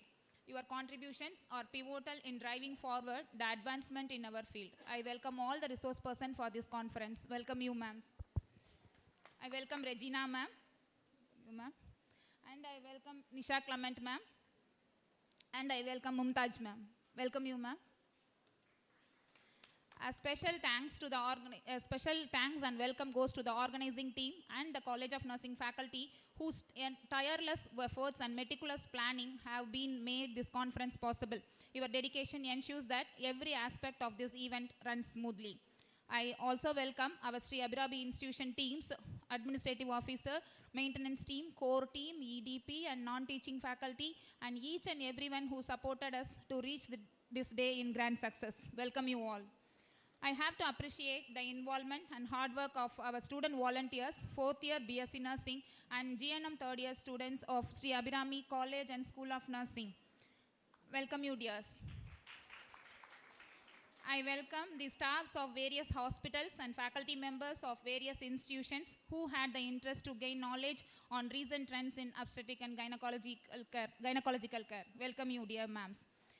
And finally, to all the participants who have joined us today, your enthusiasm and commitment in improving the obstetric and gynecological care are truly inspiring. We look forward to your active participation and the insights you will bring to our discussions. Let us make most of this opportunity to learn, share, collaborate as we explore the current breakthroughs and envision the future of obstetric and gynecological care. We had 2 sessions. Both the 2 sessions were very interesting and very informative. Thank you, ma'am. And once again, welcome you all to our conference. And thanks for the opportunity. Thank you, ma'am, for your warm welcome. Unveiling the theme. The theme is a silent partner in every tale, guiding the story's flow and shaping the meaning. I would like to invite our beloved principal, Dr. Renuka ma'am, who will reveal the theme that will guide us through today's activities. I welcome you, ma'am.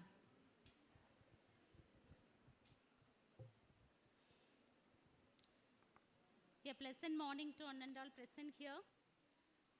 A warm welcome to each one of you as we gather here today for a momentous occasion, and it is a proud moment for me to unveil the theme for our national conference on current breakthrough and future endeavors in obstetrics and gynecological care.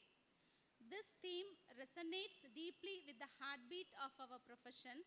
Obstetrics and gynecology, the very essence of caring for women, is a field that thrives on innovation, compassion, and tireless dedication. It's about more than medical practice. It is about shaping lives, nurturing families, and safeguarding the future. So what does this theme signify? At first, the concept current breakthrough. So we stand at the precipice of remarkable advancements. Think about it, the groundbreaking research that unravels mysteries, the cutting-edge technologies that redefine diagnostics, and the surgical techniques that restore hope. These breakthroughs are not mere milestones. They are the stepping stones toward better health for women everywhere. Our commitment to staying abreast of these breakthroughs ensures that our care remains relevant, evidence-based, and transformative. And the second concept, future endeavors, denotes that the future beckons, a canvas waiting for our strokes of innovation. What lies ahead? Perhaps it is personalized medicine tailored to each woman's unique needs. Maybe it is preventive strategies that empower generations, or it could be the seamless integration of digital health, telemedicine, and compassionate bedside care. Our endeavors, either big and small, will shape this future. We will explore uncharted territories, challenge norms and pioneer solutions because women deserve nothing less. The third concept is our collective journey. As we delve into this conference, we are not just attendees. We are active participants in a collective journey. We will engage in spirited discussions, share insights, and learn from one another. Let's celebrate our success, the lives saved, the families rejoined, the moments of triumph. But let's also acknowledge the gaps, the maternal mortality rates that haunt us, the health disparities that persist, and the barriers we must dismantle. Obstetrics and gynecology thrive on collaboration. So it is the synergy of diverse minds, that's the obstetrician, the nurse, the researcher, the advocate that propels us forward. So let's connect, let's bridge disciplines, break silos, and ignite conversations. Let's learn from the midwife's wisdom, the surgeon's precision, and the patient's resilience. So in conclusion, I extend my gratitude to you, the torchbearers of women's health, and thank you for being here, for your unwavering patience, and for your commitment to this noble calling. Together, let's embark on this transformative journey, one breakthrough, one endeavor at a time. So welcome to not just knowledge. Let's paint the future with hope, compassion, and resilience. Thank you for joining with us and have a nice day. Thank you. Without future ado, I take great pride and honor in inviting our chairman, Dr. P. Periyaswamy sir, to grace us with their words of wisdom and share the strategic direction, the invention of for us. As we look forward to their illuminating insights, let's extend a warm welcome with a tender of rounds of applause. Welcome you, sir. Dear esteemed guests, distinguished resource persons, respected colleagues, and dedicated participants, good morning to all of you. It is both an honor and a privilege to stand before you today as we gather for this national level conference on current breakthroughs and future endeavors in obstetric and gynecological care. On behalf of Sree Abirami College of Nursing, I extend a warm welcome to each one of you, and I am particularly grateful to Dr. Esther John, Dean cum Principal of Ganga Institute of Health Sciences, for gracing us with her presence. Your expertise and leadership in the field are truly inspiring, and we are eager to learn from your insights. I also want to express my sincere appreciation to all the other distinguished resource persons who have joined us. Your knowledge and experience are invaluable to the success of this conference, and we are fortunate to have such a diverse and accomplished group of experts to guide our discussions. As we convene today, we are reminded of the profound impact on the obstetric and gynecological care has on the lives of women, families, and communities around the world. The advancements we have witnessed in recent years, from the innovative surgical techniques to personalized care approaches, have transformed the landscape to women's health. These breakthroughs have not only improved patient outcomes, but have also set new standards of care.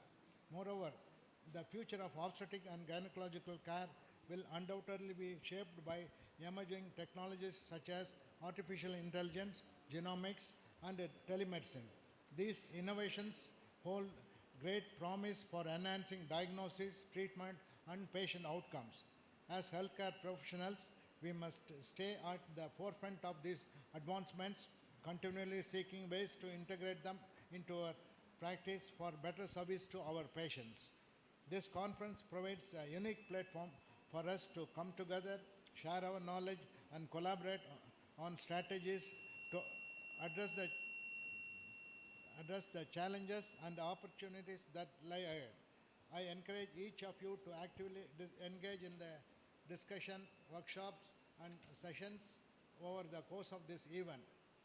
Let us challenge ourselves to think critically, to question established norms, and to explore new possibilities for improving obstetric and gynecological care. In conclusion, I'd like once again to express my heartfelt thanks to Dr. Esther John and all our esteemed resource persons for their valuable contributions to this conference. I also wish to thank Dr. Renuka, Principal and her organizing committee for their tireless efforts in making this event possible. To all the participants, I wish you a productive and enlightening conference filled with meaningful exchange and new insights. Together, let us continue to advance the field of obstetric and gynecological care, ensuring that we not only meet the challenges of today, but also pave the way for a healthier future for the women. Thank you. Thank you, sir. Be strong enough to stand alone, smart enough to know when you need to help, and brave enough to ask for it. I would like to call upon such a beautiful, brave and kind-hearted personality, Dr. Umadevi ma'am, Managing Director of Sree Abirami Institution, to deliver a special address.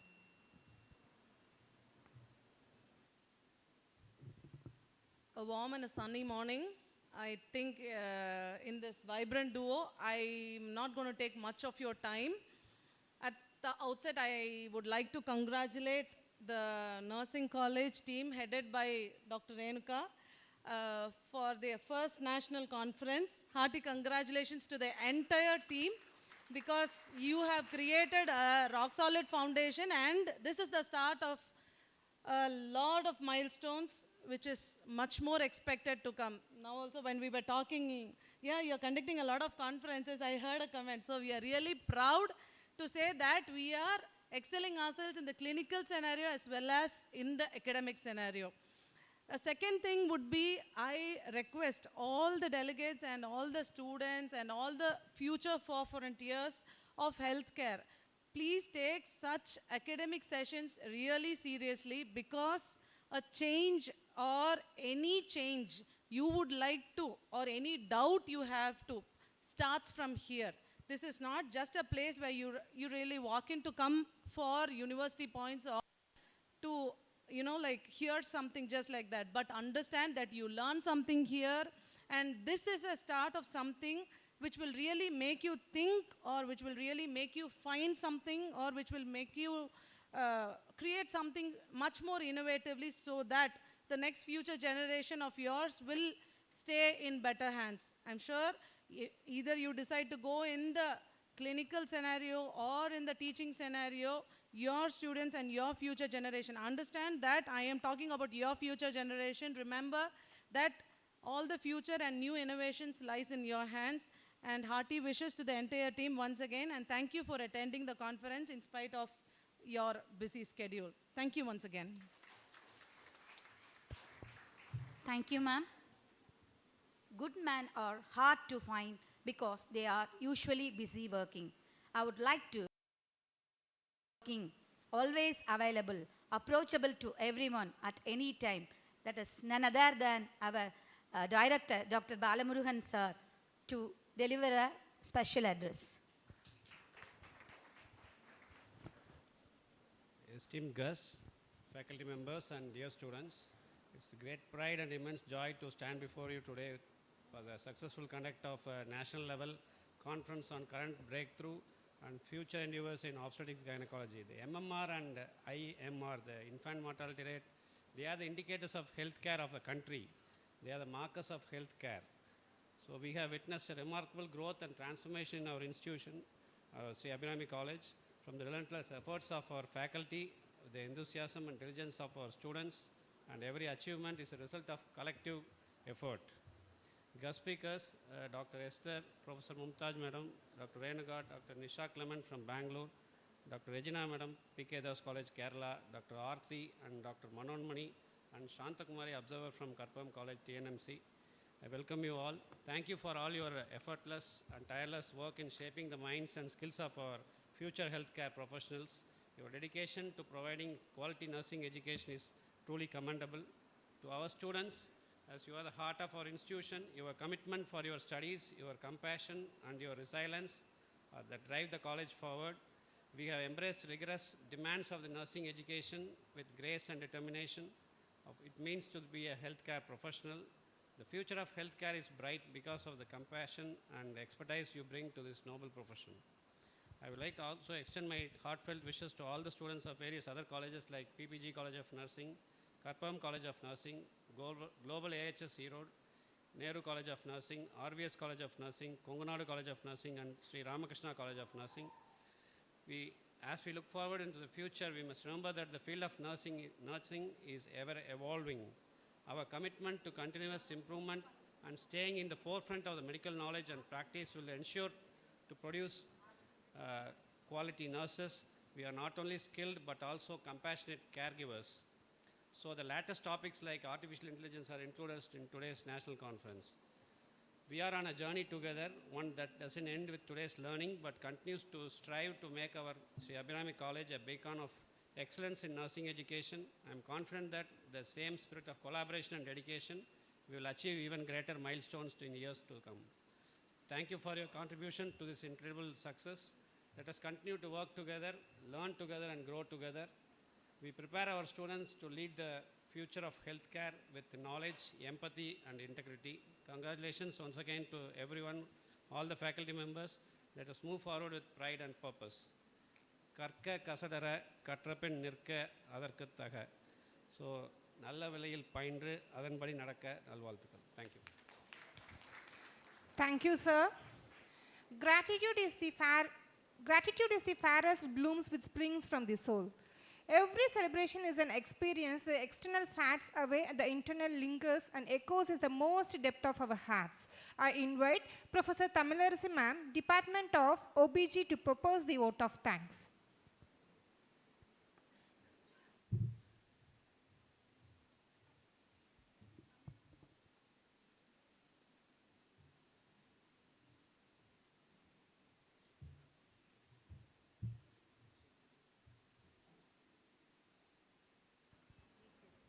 Sorry, ma'am. The fragrance of flowers spread only in the direction of wind, but the goodness of a person spreads in all directions. Now I invite our Honorable Chief Guest, Dr. Esther John ma'am, Dean cum Principal of Ganga Institution of Health Sciences, Coimbatore, to address the gathering.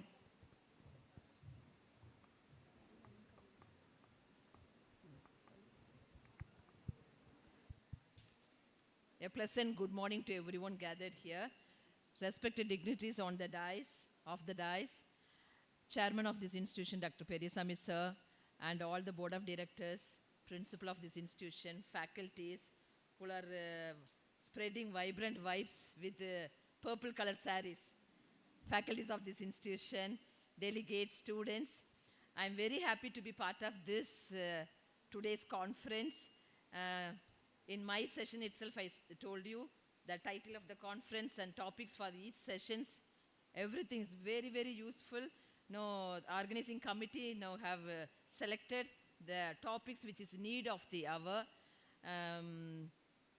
To tell, I should not say this in front of students. To teach in OBG nursing, we have lot of limitations. I think few faculties, OBG faculties will accept with me. Okay, in our days when we were doing UG at Madras Medical College, in a labor room, more than 20-25 labor cots will be there.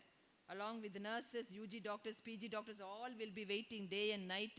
Okay, continuously we'll be conducting deliveries, so that skill will be developing, the clinical skill. So nowadays, lot of limitations is there.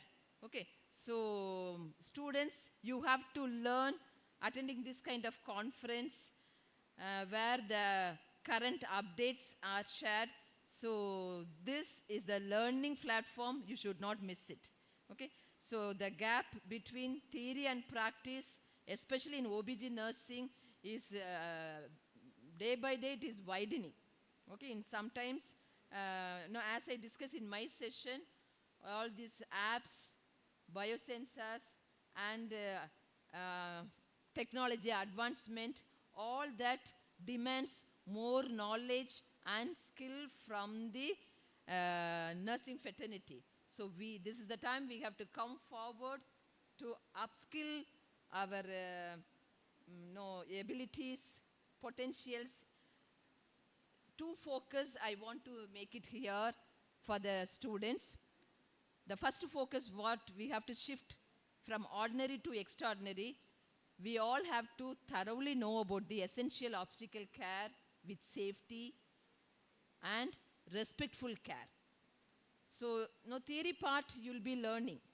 Okay, if they ask these questions for 3 marks and 5 marks, definitely you will write something and you will get marks.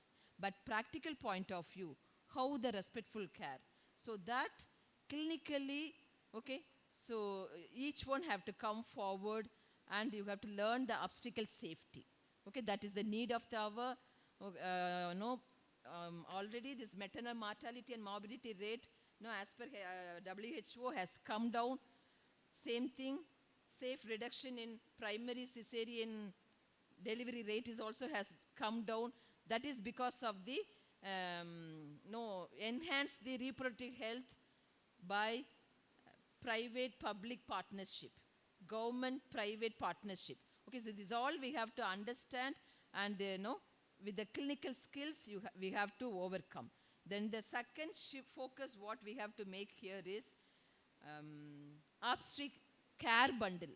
Okay, actually this is missed in our curriculum. The care bundle is what?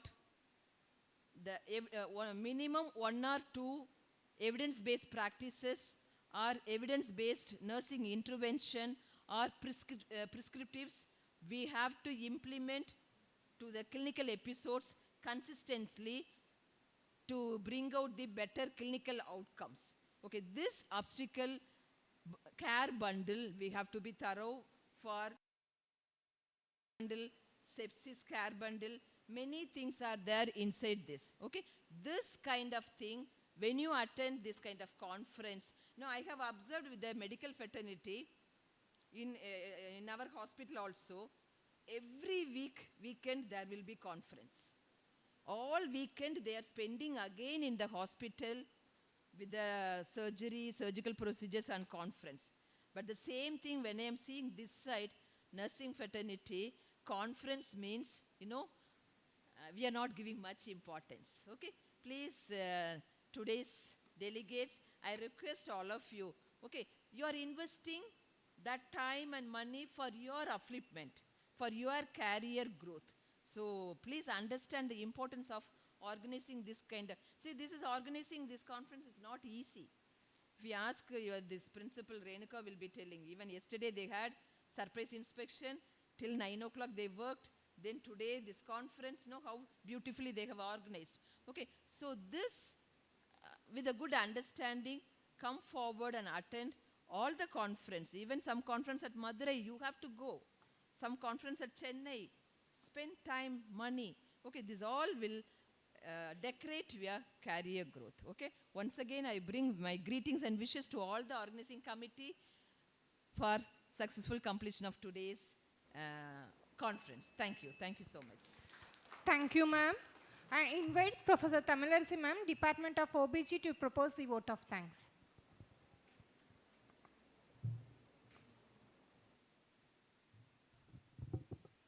A very good morning to one and all gathered in this ceremony. It's my privilege and honor to extend a vote of thanks on behalf of Sree Abirami College of Nursing. We are immensely grateful to everyone who has contributed to making the inaugural function of our national conference. Let me first of all start by giving glory to the Almighty for making today's occasion of a success. First and foremost, I would like to express our deep gratitude to our Chief Patron, Dr. P. Periyaswamy sir, Chairman of Sree Abirami Institution, for his invaluable guidance and unwavering support. His visionary and leadership continues to inspire us all. Thank you, sir. And a special thanks to our chief guest, Dr. Esther John, a dean cum principal of Ganga Institute of Health and Science. We are truly honored by your presence today and enlightening the words you shared with us. Your contribution has set a perfect tone for this conference. Thank you, ma'am. And next, I would like to extend our vote of thanks to our beloved resource person, Dr. Nisha Clement ma'am, Dr. Regina ma'am, and Professor Mumtaj ma'am for your presence of this occasion. Thank you, ma'am. We are also deeply thankful to our patrons of this conference, Dr. P. Kunthavi ma'am, Kunthavi Devi ma'am, Director of Sree Abirami Institution, Dr. R. Senthilkumar sir, Director of Sree Abirami Institution, Dr. P. Umadevi ma'am, Director of Sree Abirami Institution, Dr. Balamurugan sir, Director of Sree Abirami Institution, Dr. Sucharitha ma'am, Director of Sree Abirami Institution. Your continuous encouragement and support has been instrumental in success of this event. Thank you, sir, ma'am. A special vote of thanks to our Dean, Dr. Jayabharti ma'am, for her leadership and vision. Your dedication to our institution is a success for this event. Thank you, ma'am. Our heartfelt thanks to our organizing chairperson, Dr. Renuha ma'am, principal of Sree Abirami College of Nursing, for her tireless effort in planning and organizing this conference. Your dedication and guidance has ensured that every detail was taken care of, making this event remarkable experience. Thank you, ma'am. I would like to take this opportunity to place a record of our hearty thanks to Professor Gandhimati ma'am, Vice Principal, for her perfect logistic support and guidance she has extended to all of us this occasion. Thank you, ma'am. A sincere thanks to all the faculty and staff of Sree Abirami College of Nursing for their active participation and cooperation of this event. Thank you. And a special thanks to our TNMC observer, Mrs. Shantakumari ma'am, from Karpam College of Nursing, and all the delegates from the various College of Nursing. Your presence and involvement have added great valuable to this conference. Last but not least, we extend our gratitude to our student volunteer of Sree Abirami College of Nursing, whose hard work behind the scene has made this event run smoothly. Thank you all the students. Thank you everyone for making this conference success. We look forward to continued sharing of the knowledge and insight this session ahead. Thank you, Anand sir. Gathered here.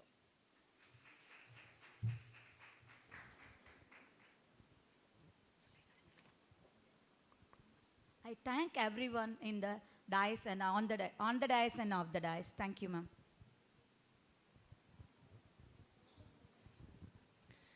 We are planning to have a parallel presentation. In this regard, we are going to have a scientific paper presentation. So kindly request the candidate, Professor Christy, Sree Abirami College of Nursing, Professor Uma, Nehru College of Nursing, Professor Ramani,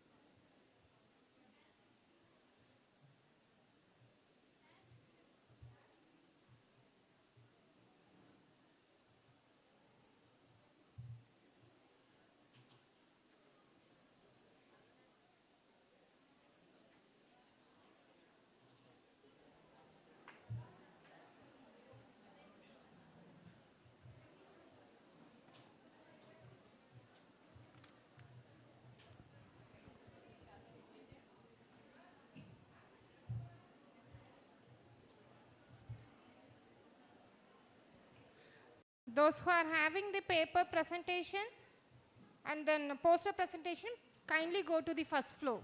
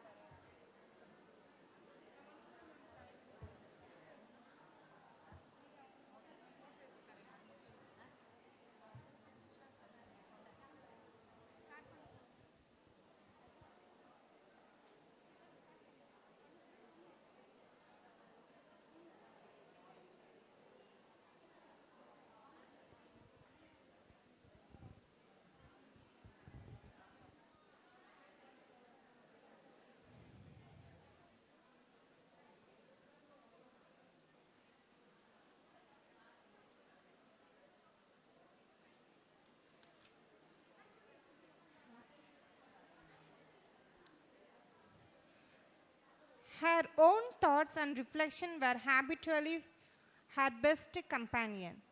I'm honored to introduce our next speaker, Dr. Nisha Kliman ma'am, Associate Professor in ESIC College of Nursing, Bangalore. Ma'am has completed her BSc Nursing in the year 2000 in Bishop College of Nursing, M.Sc in Samburani Annamal College of Nursing, and her Ph.D. in the year 2019 in Sri Ramakrishna Institute of Higher Studies and Research, Chennai. Ma'am is one of the member of Trained Nurses Association of India, Indian Society of Psychiatric Nurses, Society of Midwives India, and also membership in Journal of Nightingale Nurses Times, Christian Medical Association of India, Nurses of India, Asian Journal of Cardiac Nursing, Kolkata. Nearly she presented 44 papers and published 18 books. She actively participated in scientific paper publication. Nearly 7 scientific papers she published. She achieved many rewards. Women Researcher Award from VD Good Technological Factory. It is organized in Chennai. Ma'am has 20 years of teaching experience. We heartily welcome you to take over this section, ma'am. I would like to invite Professor Geeta Chitramam of Abirami College of Nursing to welcome our speaker with flower bouquet.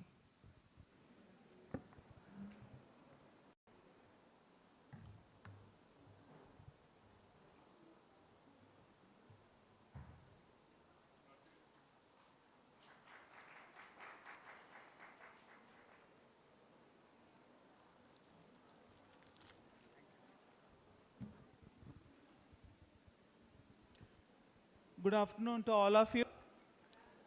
All are hungry. Soon I will finish the session. Soon I will finish. I will take you only the 30 minutes of your time. Okay. First of all, I thank my Lord Almighty for this wonderful blessings for my journey throughout here. I thank my parents, I thank my husband, my kids who have supported me throughout the journey. And I congratulate the entire Abirami institution for organizing such a wonderful conference. I request the principal to continue the journey like this so that I also can come and participate. Okay, so today's topic is innovation in obstetrical care. Already the first two sessions have been taken.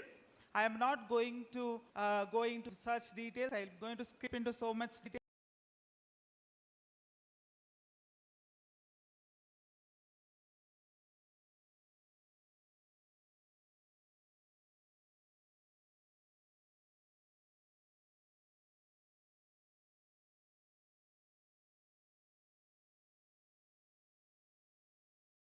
In the MCH care. Okay. So lot of things we are talking about innovations. What is innovations? And innovations in health means what? We need always something which is improved. Even the mobile, every time it is improved, isn't it? You want to go for a recent mobile only. Why? The advantages are more. The same thing you have here. The WHO says that health innovation means is a improved solution, going to give a improved, accelerate the positive health outcome, the life using the innovative technologies. So here innovations in mental health means what? It is directed towards improving the maternal and child health care. Okay, all the interventions that you do which will cover the utilization of quality services, thereby you are improving the MCH care. Okay, why innovations? Why we should have? Why innovations is, first thing is to provide the respectful maternity care. You improve the economic growth by optimizing the patient outcomes and by reducing the death rate of the mother and the children. Okay, we are going to reduce the maternal mortality and also the neonatal mortality rate. How? By tackling the emergency conditions. When you receive mother in emergency conditions, you need to be upgraded with what is new interventions. Okay. So we have seen that the statistic shows that MMR was 384. It has come to 103. It has come to 103. There's a drastic decline. Okay. Why? We are embracing new interventions. Okay. And then it will be targeting towards the high risk population, and also it will be easy to reach the people who can't receive the care. Poorest and the remote populations we are reaching, and also we will be able to evaluate that the documenting equality of care among people. Okay. So all these are the purposes, and mainly to save mother during pregnancy, before, after and childbirth also. So globally we are able to cover them. Perinatal care we could be able to give, because all those causes leading to MMR are preventable. Always remember, prevention is better than cure.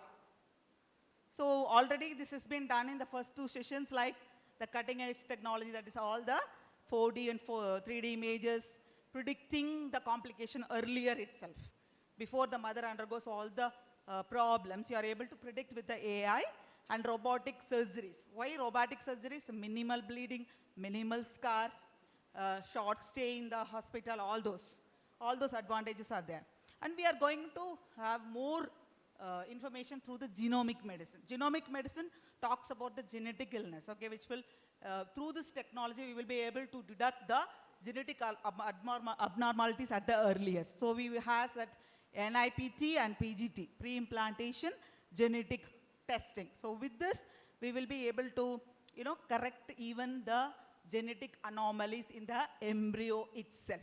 That much the technology has been developed. We might be coming to know a lot of genetic anomalies after the baby born. With anomalies, it is very difficult to survive. So we don't want to go to that extent. So we have the current cutting edge technology like using Herabate, Pulse No More. See, this Herabate and Pulse No More, already it has been told to you. So this can detect everything about the baby right from the beginning. It can easily connect it to the smart app, and it can send all the images to the physician directly. Need not the mother travel long distance and reach the hospital, that and all not required. So there itself, but the thing here, the challenge is mother should know how to operate the devices. That is very important. So initially you have to give the training in how to handle these smart apps, smart devices. So we have the Hirabit and the Pulse No More, which will, everything it will detect, heart position, I mean fetal position, cardiac activity, okay, everything, amniotic fluid, everything. So again, the lioness protect, most of the neonatal death is because of preterm labor. We are not able to detect how it happens.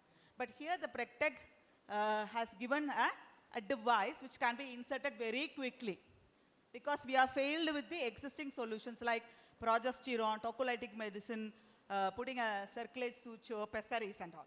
So they have come with a lioness Protect. It is a 2 to 3 minute procedure. It will nicely enter into the into the cervix, and it will hold the baby for longer time. So it prevents the early shortening or the dilatation of the cervix. This is the latest cutting edge technology by the lioness Protect. Okay, and we have Nuvo's Inaugural remote. Mother can wear this and she can monitor her baby's health at home or at clinic. Okay, all the details can be sent to the physician. Okay, and telemedicine and telenursing, which has boomed in the COVID pandemic. So that also is available for the mothers. So which is helpful in doing the electronic medical record consultation, genetic counseling, video conferencing, and even the virtual round. Okay. And multiple applications of AI is there. I am not going to tell everything in detail because already it is done in the previous session. And we have something called as a safe delivery app. I think the 4th years might be knowing about that. You will be downloading the safe delivery app module, isn't it? So which will help everyone to know the details about the safe delivery. Okay, and also the Dakshata guidelines also will be knowing. Okay. Next is a precision obstetric. Precision of individualized care. Individualized. Every person has a unique needs. So you cannot give a common antibiotic just before, okay, common cold, take this antibiotic. You cannot give like that. So each person is unique. So nowadays, the obstetric medicine is going towards the individualized care. You cannot generalize one person's intervention to all of them. So this has been gaining a lot of, the attention. So Bertuzzi has done this research and has found to be effective. Okay, individualized care for individualized women. Okay. We have advancement in the maternal fetal medicine, like fetal surgery technique. Inside the womb itself, the baby will undergo the correction of the anomalies, okay? All those things, fetal shunting procedures, intrauterine transfusion, okay? So all this has improved the, enhanced the life of the high-risk pregnancy mothers and the child, okay? And we have the multidisciplinary collaboration by the genetics, neonatology, and biomedical information, because alone you cannot succeed anything. You need an interdisciplinary collaboration so that you will be able to, overcome all the challenges. And there are some life-saving innovative products prescribed by USAID, and they are funding by UNICEF. We have this life-saving vest, non-pneumatic anti-shock garment. Actually, this has been inspired from NASA. The people in the space, like it will, this device will enhance the venous flow towards the heart. In space, the gravity is not there. So this device is being weared so that it will be giving some time for you until the mother reaches the, emergency obstetric care. So it will improve the blood, for a PPH woman, postpartum hemorrhage woman. So when you are wearing this garment, it will stabilize her homeostasis. Homeostasis will be there. Okay, the mother will not go for a shock. Okay, around 4,000 units of this equipment has been developed, given and delivered all around the world. So this is one of the important vest. Okay, that is non-pneumatic anti-shock garment to prevent PPH, death from PPH. Uterine balloon tamponade. This is also a device advised by UNICEF, so which will, will prevent the bleeding, especially the pregnant mother. You can see a mother over there. Her name is Fatumata.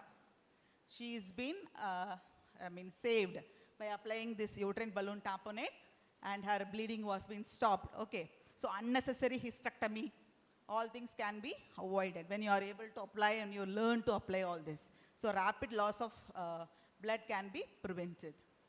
And you have this Pumani BiPAP. This is a low-cost device to help the babies breathe. Most of the babies die from the respiratory distress. So because of the low cost, it can be used vividly. And you have a smartphone app to identify the silent killer. That is the, the smartphone app allows to detect your BP. And also you have handheld device to detect the jaundice. Okay, it can diagnose jaundice within 2 minutes using the paper strip, and a drop of blood is enough. So immediately you can start the treatment for the babies. And also neonatal temperature monitor, the simple affordable device. Everywhere affordability is a question mark. So simple affordable device for a newborn, it will display the temperature, alerting the staff if it go for hypothermia. You have a neobit, like many healthcare providers are mistaken for the non-breathing newborns as stillbirths. So by wearing this neobit, we were able to monitor the newborn's heart rate. It is a low-cost belt-like device that takes only seconds to give the digital information. And there is something called Sanaria vaccine.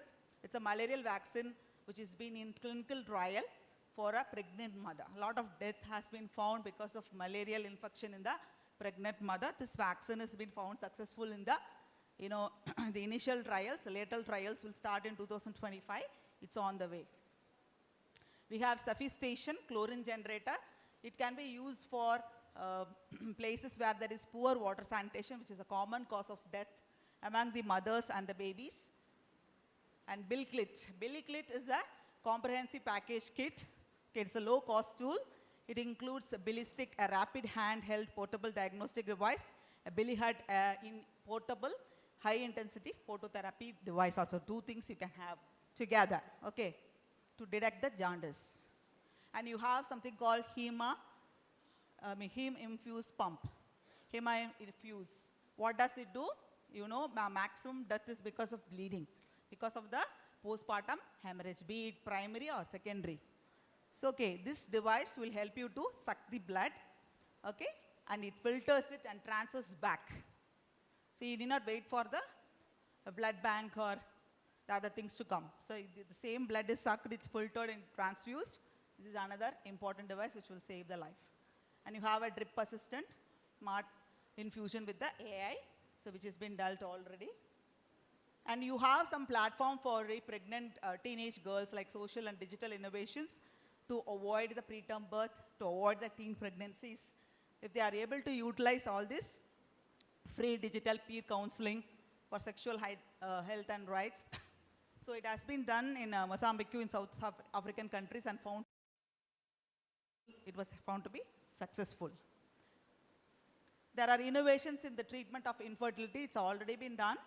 The AI plays a lot of role, and a time-lapse embryoscope. So in that embryoscope, you will be coming to know which embryo is healthier and which is good, which you can transfer like that. Before, blindly we used to transfer. Now we have a time-lapse imaging embryoscope.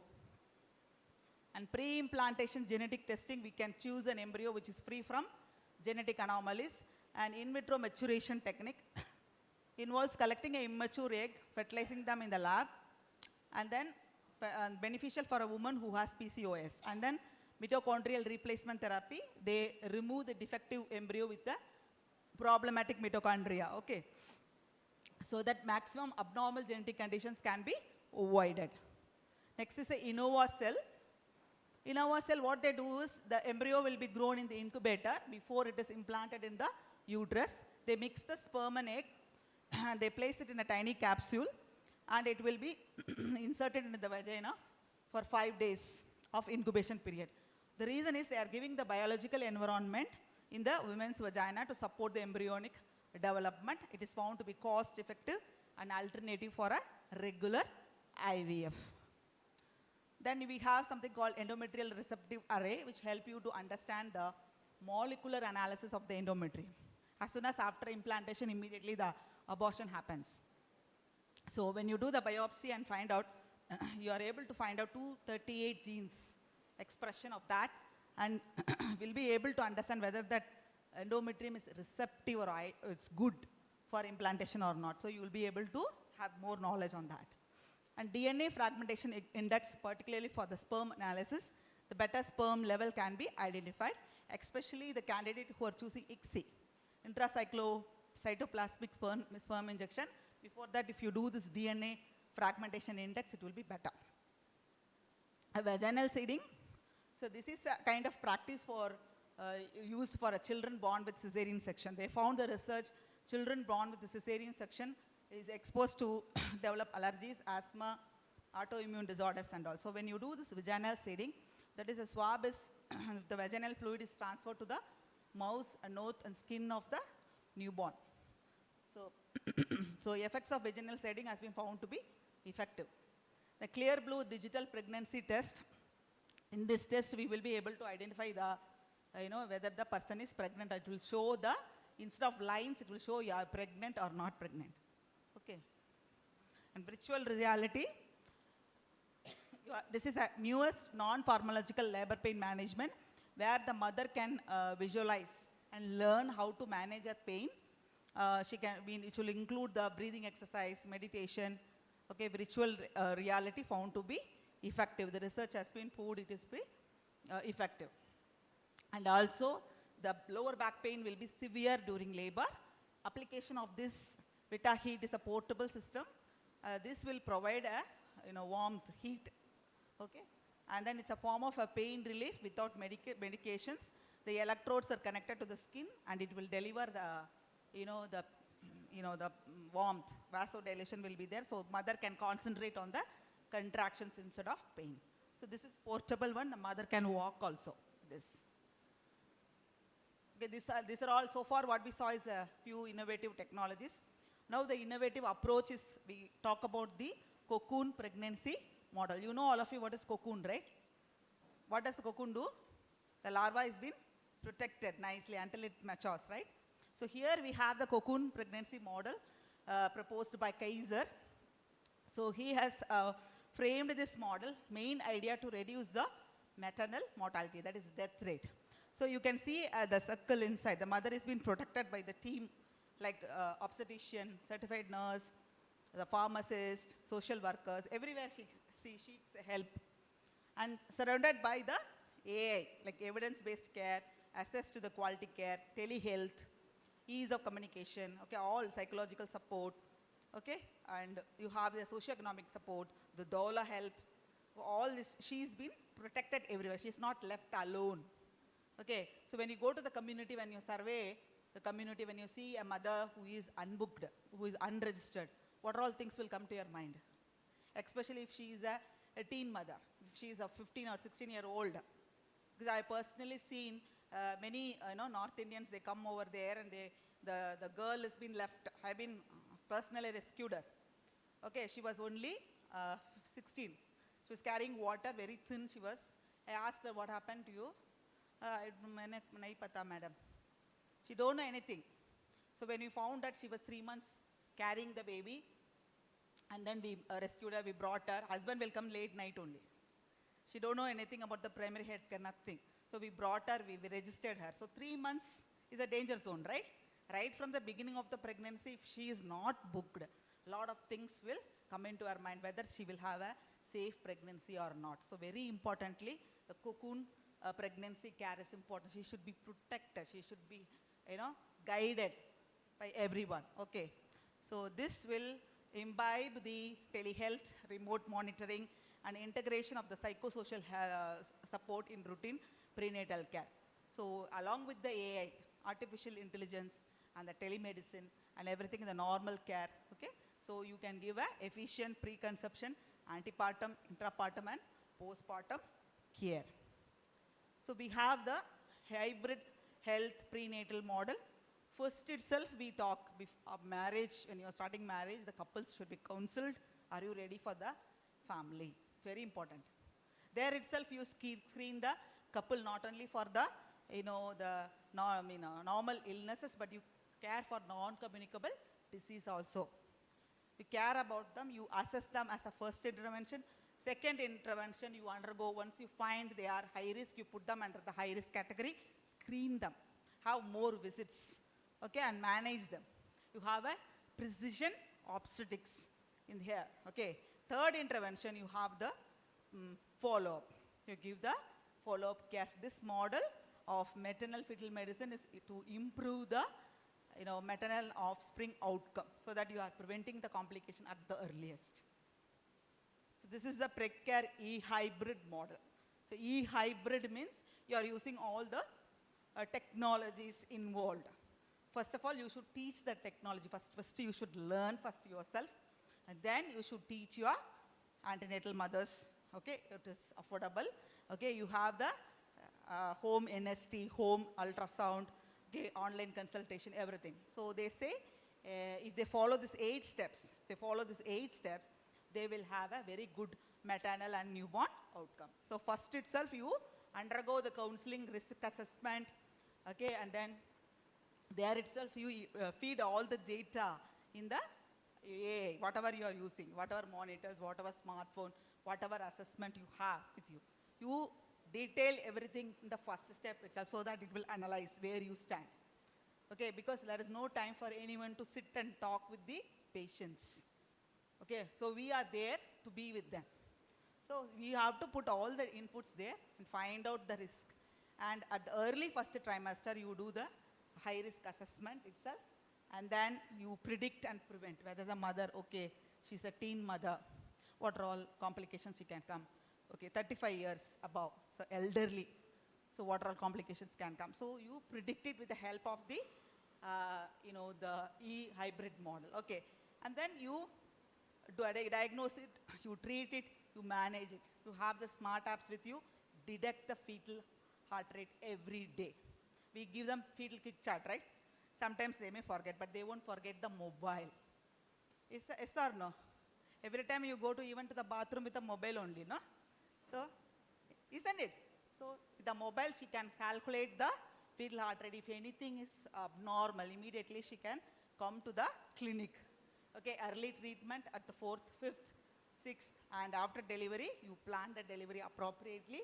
And even the 4th semester also, trimester also we call this, that is postpartum counseling and prevention of a future non-communicable diseases. So if you follow this E-hybrid model, this is the future nursing interventions involving all the smart apps with you, okay, so directed to improve the maternal and newborn outcome, okay.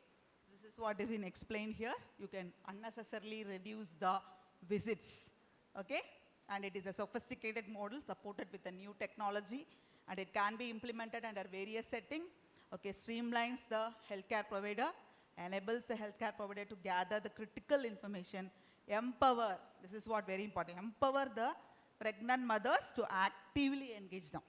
So here the pregnant mothers will become active person. So far they are very passive. You tell them to come, they will come. I am coming to the visit. Doctor told me to come. That much only they will know. Yes or no? That much only they will know. But if you are allowing them to understand the new technology, okay, your baby is growing this much, you need to take this much, your folic acid you should take this much. So you are explaining everything in the initial period itself. So you are empowering the pregnant mother to actively engage in the pre and postnatal activities, provide individualized care. Okay, so that will result in the healthier outcome. And we have the new partograph coming up, the old one. This is the next generation partograph, so which will include the second stage also. There are few changes made in the new partograph. That is new partograph. It talks about the active phase starts from the cervical dilation 5 centimeter. Here the old one we mark from 4 centimeter. Here the alert line starts fixed 1 centimeter per hour, but that is proof-based restrictions on cervical dilation at each centimeter, okay. It tracks about the repetition of uterine sinking. It has enhanced surveillance checking in the second stage also. But here we stop there. Old partograph we stop with the first stage itself. And second partograph talks about entering the companion, you have to record there. Birth companionship in the labor, what are all measures taken for pain alleviation, how much I input and output, all these things will be recorded, okay. And cervical dilation will be observed and noted, accordingly the care will be given. So there are differences in the new photograph, okay, which will be for the better outcome. Similarity will be the graphical representations we do for cervical dilation, the descent of the uterus, descent of the fetus, presenting part and all will be same. A formal recording of the important clinical parameters and all will be same. But there are few differences which we are supposed to follow. We will enter in the G.J. Homemeyer has done the research and has found it is found to be more effective. It gives better new picture, okay, for the new photograph. And there is something we might be known about the forceps and vacuum extraction you might have studied. Now there is something, a device called Odon assist. Odon assist will not harm the head of the baby or the face of the baby, okay? So only thing is you should know how to, use it.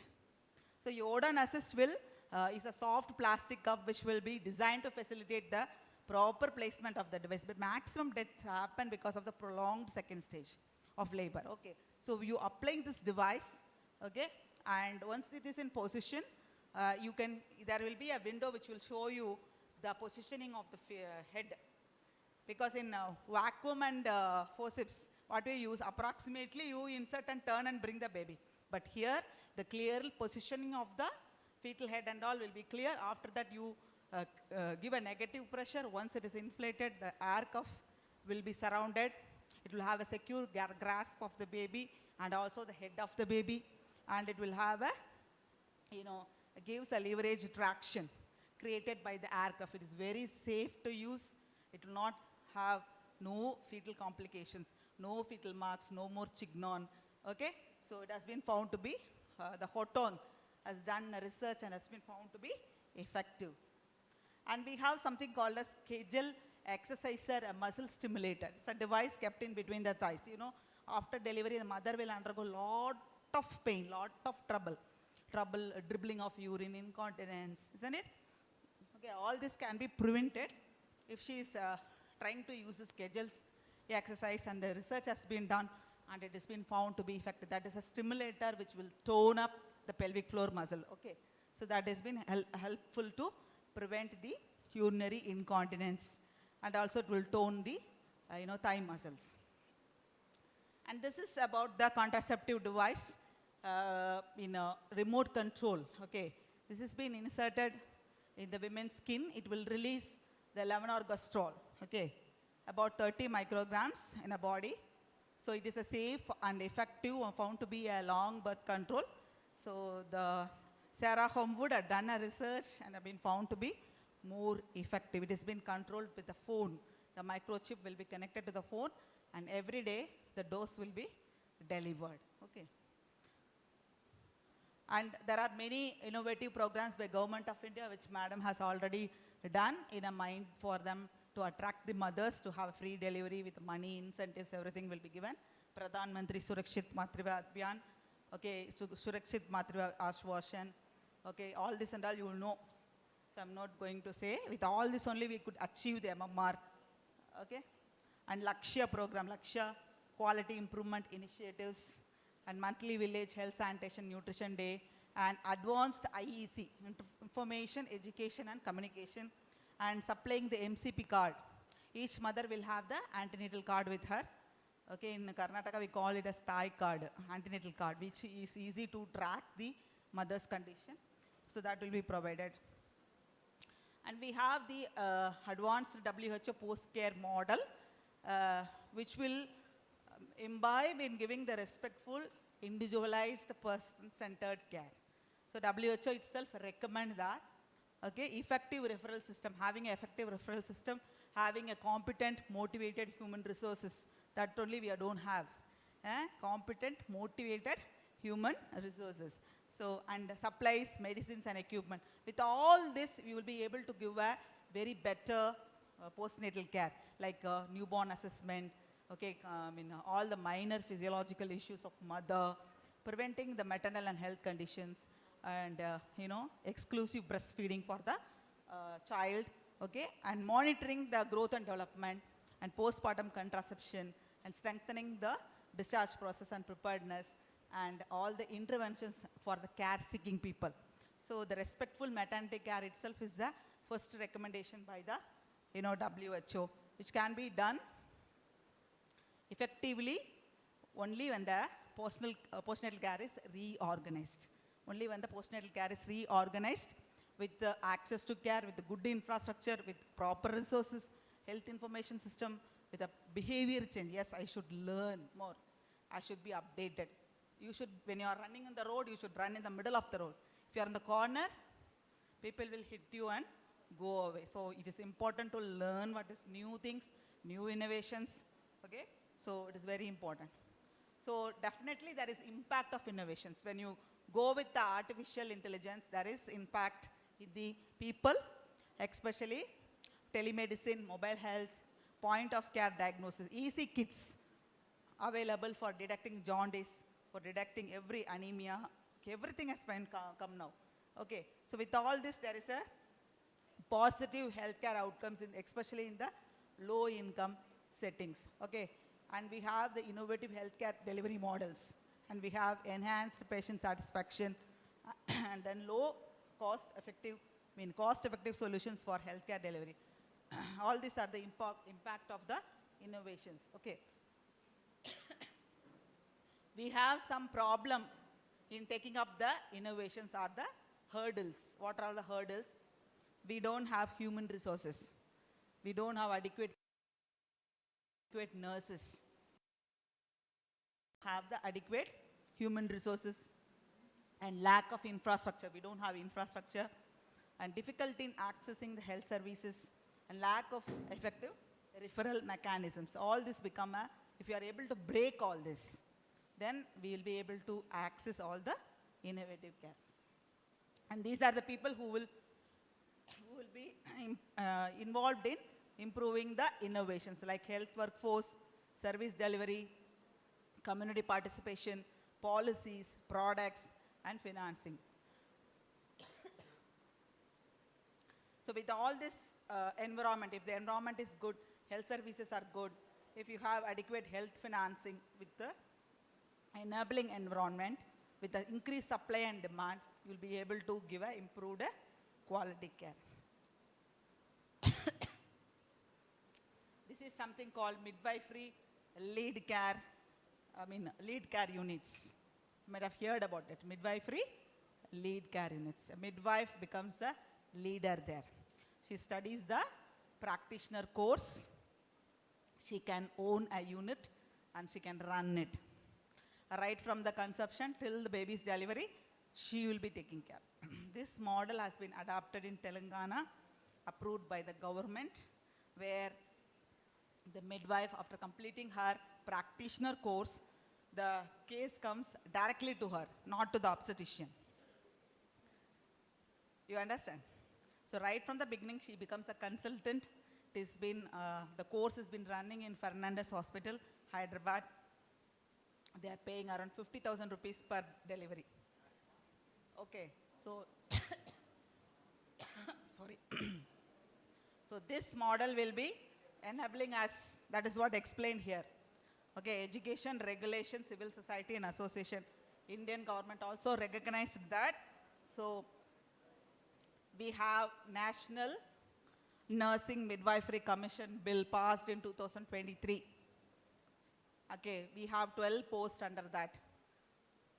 So they will be regulating the midwifery educations, and future they will be having the, NMP, that is Nurse Midwife Practitioner leading the midwifery lead care units in Karnataka, in Victoria Hospital. We have started this MLICU. Sorry. All the low risk cases will be coming to the MLICU. There will be obstetric LICU also. Once the risk is more, the obstetrician will be giving hand. It is not like you obey to the physician and do. Sorry. So this has been, soon we are going to have lot of hospitals run by, the midwife nurse practitioner. After BSc nursing, you can do this course, okay, and complete it, and you can lead a role here. Okay, so involving the training and integrating the digital technology along with MLICU will definitely lead into the better maternal and newborn outcome.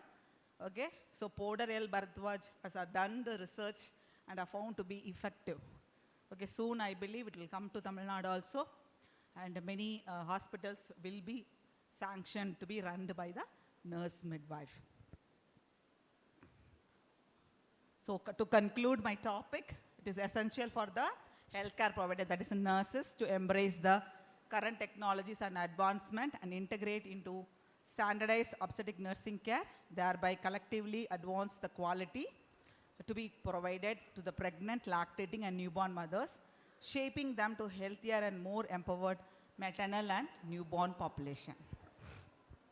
Thank you very much. Thank you, ma'am, for your insightful and engaging speech. Your knowledge were incredibly valuable.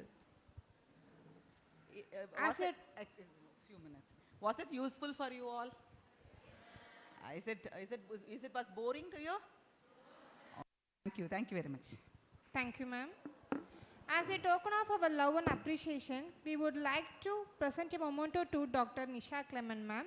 I request our of Abirami College of Nursing to kindly come forward to present the memento.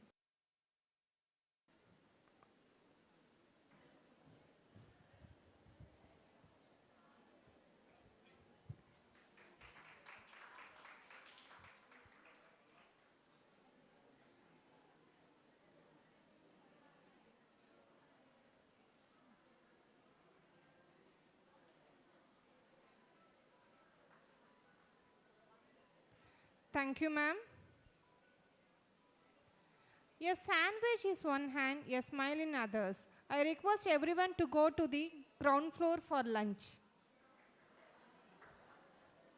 After 30 minutes, the section will be started.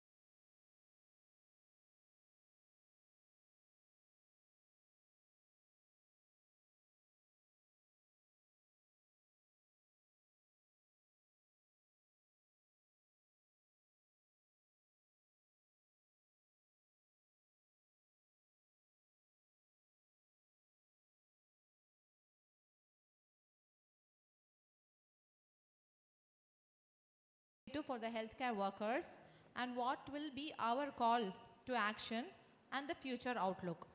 So what is reproductive health? See, basically reproductive health is a state of complete physical, mental and social well-being, and not only merely the absence of disease or infirmity in all matters related to the reproductive system and to its function and process. So reproductive health implies that people are able to have a satisfying and safe sex life, and that they have the capability to reproduce and the freedom to decide if, when and how often to do so. So what is the crucial thing is, what is crucial for the well-being is, it's not easily available everywhere because there are a significant number of barriers that exist that impede access to the essential services. These barriers are multifaceted, including cultural, economical, geographical and educational challenges. So moving on to the cultural and social barriers, in many regions, traditional beliefs and gender norms restrict women's access to reproductive health services. Stigmatization of sexual health discussion, especially for the women and the girls, further exacerbates this issue. Moving on to the economical barriers. A high cost of healthcare services and medications coupled with poverty prevent many from accessing necessary reproductive health services. This is especially true in low-income countries where healthcare infrastructure is weak. And geographical barriers will be in rural and remote area, the lack of healthcare facilities and trained professionals make it difficult for the individuals to obtain reproductive healthcare service. And transportation and cost, time constraint, everything further hinders the access. Educational barrier. A lack of comprehensive sexual education leads to misinformation and unawareness of the reproductive health rights and services. The lack of knowledge contributes to the poor health outcome, including unintended pregnancy and sexually transmitted infections.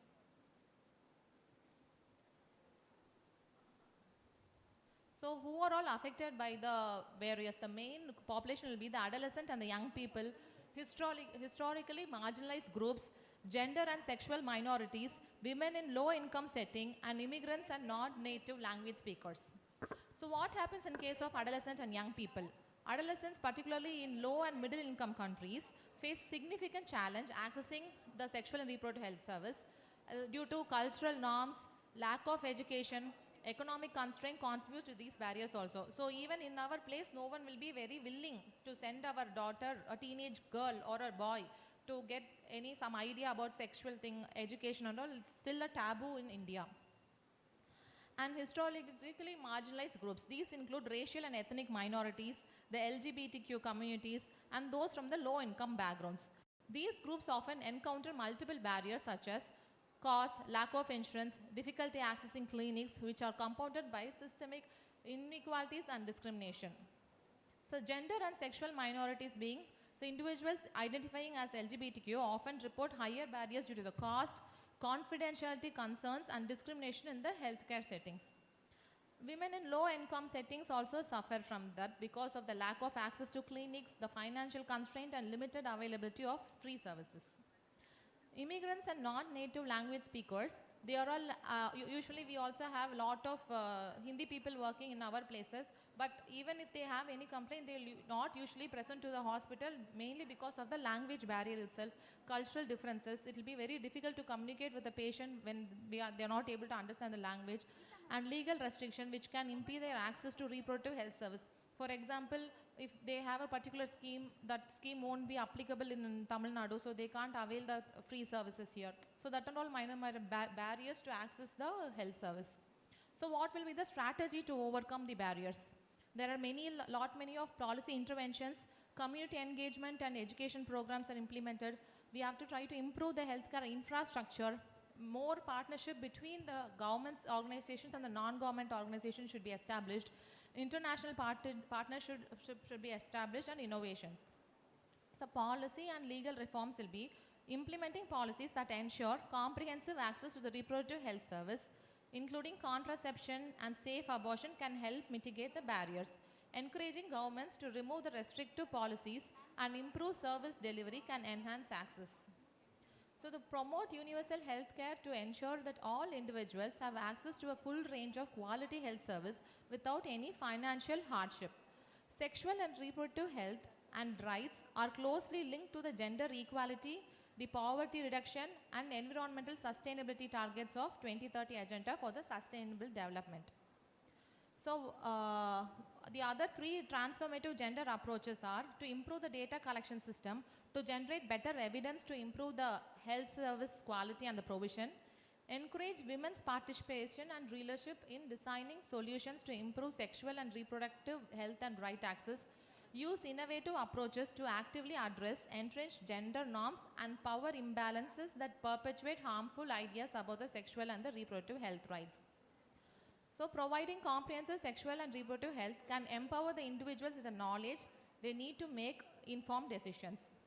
And we have to conduct informational, educational and communicative activities, that is the IEC activities, to motivate the health-seeking behavior among the client population. So community engagement and educational campaigns can reduce the stigma. So you have to go and reach the, mainly as health workers, we have to try to go and reach the community directly and to reduce the stigma and promote the understanding of reproductive health issues. So improving and accessing the infrastructure will be expanding the healthcare infrastructure in under-reserved areas, and training healthcare providers to offer non-judgmental services can improve the access. Initiatives like mobile clinics and telehealth services can help reach remote population. Engage community leaders and influencers to promote positive attitudes towards reproductive health and reduce cultural barriers. Develop programs specifically tailored to the needs of adolescents, the marginalized groups, gender and sexual minority groups, and providing legal and social support for the vulnerable population can help them access necessary services without the fear of stigma. So as we have already discussed, the cultural and the social barrier, how to overcome it by bringing in many community-based education and awareness programs are crucial to changing the perceptions. Engaging local leaders and using culturally appropriate communication strategies can foster the acceptance of reproductive health services.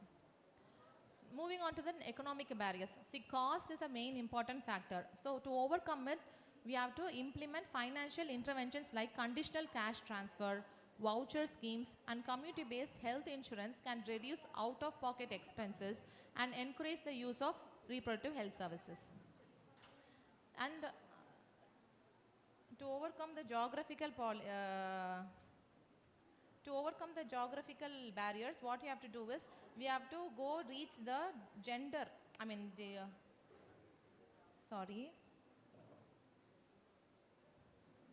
by implementing mobile clinics, yes, as I told you, we have to go and reach the community. So we have to implement mobile clinics and telemedicine services can bridge the gap, bringing essential services to the remote areas. Additionally, enhancing the infrastructure and transportation system in case of emergencies can also ensure timely access to the healthcare.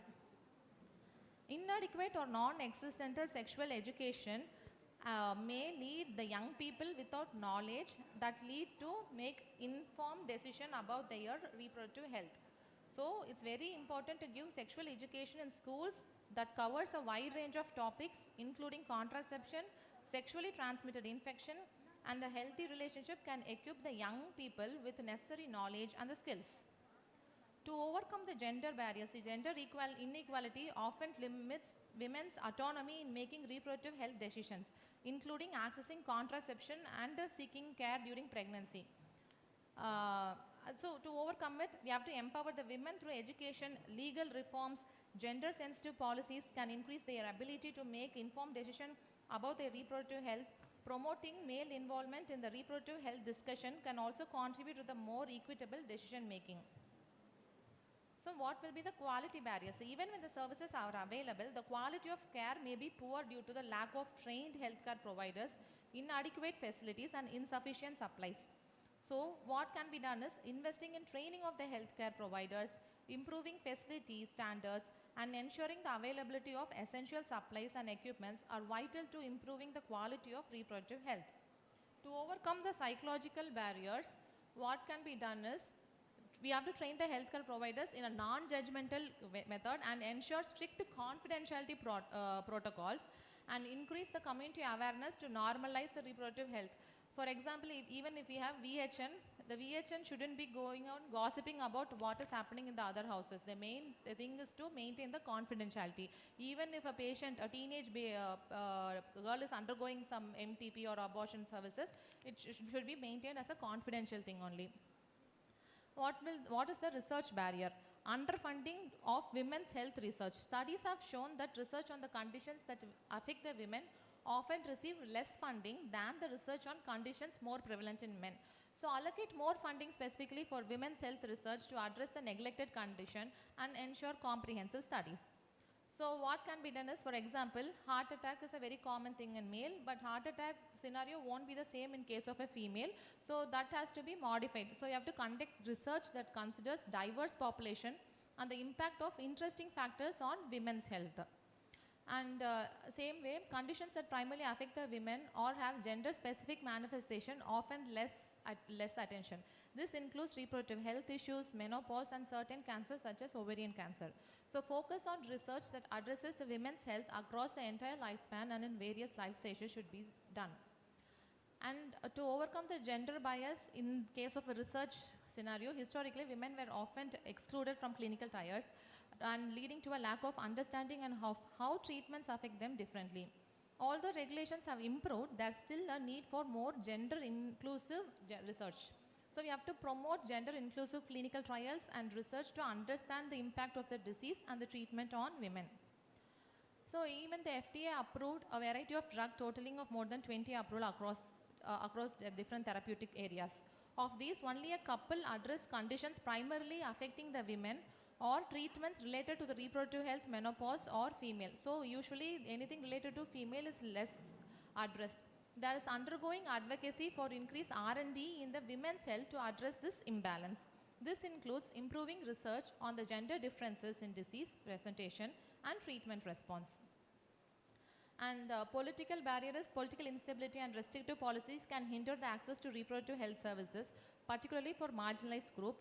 Advocacy and international partnerships can play a crucial role in shaping the policies that promote reproductive health. Engaging the governments to create and enforce laws that support reproductive rights is essential.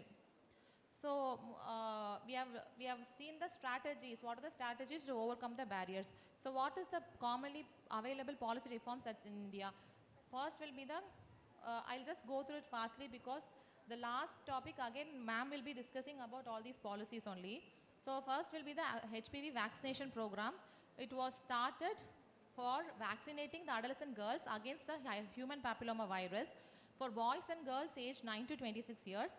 This program also included awareness campaign and vaccine drives in the schools and community settings. National Deworming Day started from 2015 biannually, that is on 10th February and 10th August, to improve the overall health of the adolescent girls and the boys by addressing the parasitic worm infections which can have adverse effects on the nutrition and reproductive health. This initiative indirectly contributes to the reproductive health outcomes. The RCH2 was started in 2005, but that was converted as Adolescent Reproductive and Sexual Health. This aims to provide adolescents with the accurate information, counseling, and healthcare services related to sexual and reproductive health. The strategy includes setting up an adolescent-friendly health clinic, peer education programs, and school-based interviews. Menstrual hygiene scheme has been conducted from 2011. The aim is to promote menstrual hygiene among the adolescent girls between 10 to 19 years in the rural areas. Under this scheme, sanitary napkins are provided at a subsidiary rate to the adolescent girls, and awareness programs are conducted to educate them about the menstrual health. And RKSK was started in 2014. This addresses the health needs of adolescents, focusing on the nutrition, the sexual and reproductive health, mental illness, injuries, and substance abuse. It emphasizes peer education and community-based intervention. So, National Health Mission was started in 2005. This includes two submissions, the National Rural Health Mission and the National Urban Health Mission. See, basically, they try to combine both the rural and the urban area together. This focuses on strengthening the healthcare system, improving access to essential services, and addressing the maternal and child health, adolescent health, and family planning. This also will not discuss into depth. And Janani Suraksha Yojana, JSY, was started in 2005. and it is a cash initiative aimed at reducing the maternal neonatal mortality by encouraging the institutional deliveries among the poor pregnant women. It provides financial assistance to the pregnant women who deliver in a healthcare facility. And Janani Sishu Suraksha Karyakaram JSSK has been launched with the objective to eliminate out-of-pocket expenses for both the pregnant women and the sick infants accessing public health institutions for treatment. The initiative was estimated to benefit more than 1 crore pregnant women accessing the public health institutions every year in both urban and the rural areas. So we all know they need not pay for anything, zero delivery expense, cesarean expense, zero drug expenses. And then next is Pradhana Mantri Surakshit Matrivata Abhiyan. So it was started in 2016.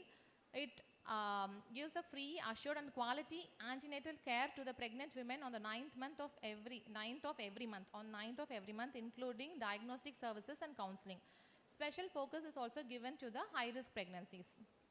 And Mission Parivar Vikas started from 2016. This mission targets 146 high fertility districts across 7 states. It provides increased access to the contraceptive, family planning, counseling and reproductive health services, aiming to reduce the fertility rate. See, as we know, our population is increasing at a very exponential rate. So to overcome it, this scheme was introduced. National Family Planning Program again is the same idea to prevent the family explosion, population explosion. And this is also another maternity scheme program. MTP Act, it was enacted in 1971, was amended in 2021. There are lot of amendments in 2021. You have to understand one thing is, anyone above 18 years is eligible to undergo any MTP services with only her consent. So her body, her decision making only.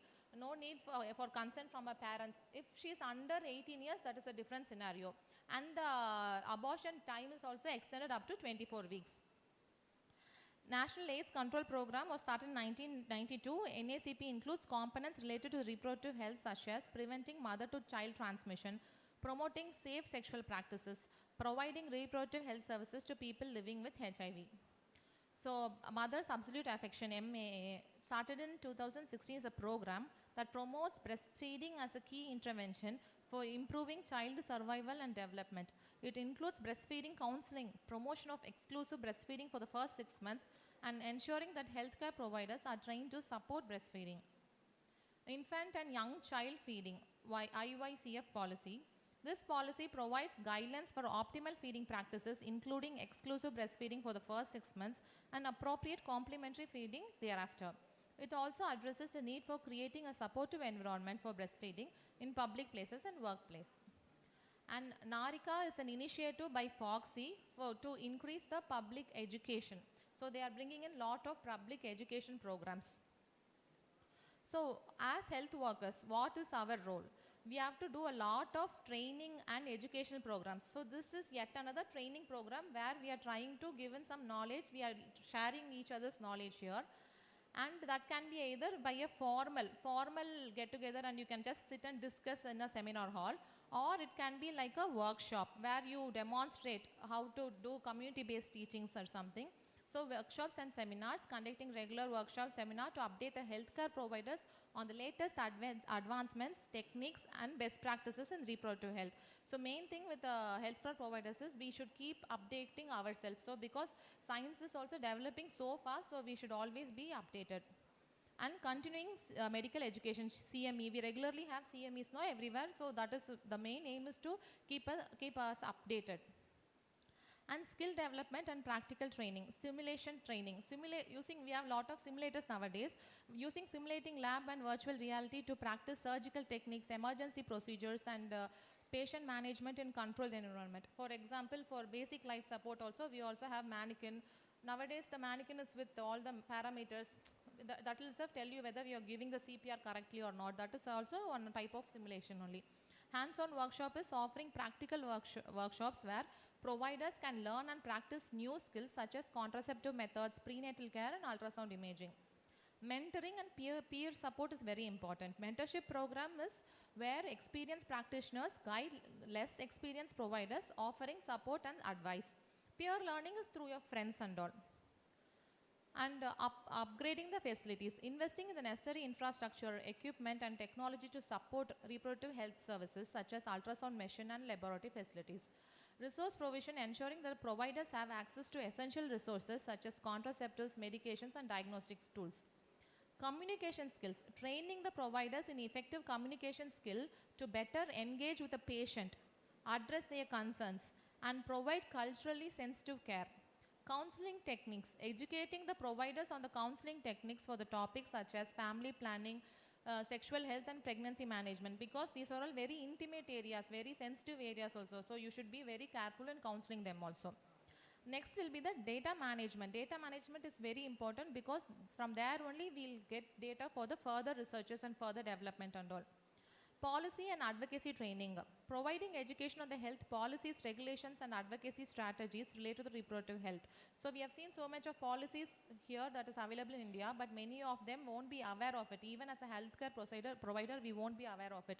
So first we should be aware, and we should training the providers to advocate for reproductive health issues and contribute to policy development and implementation.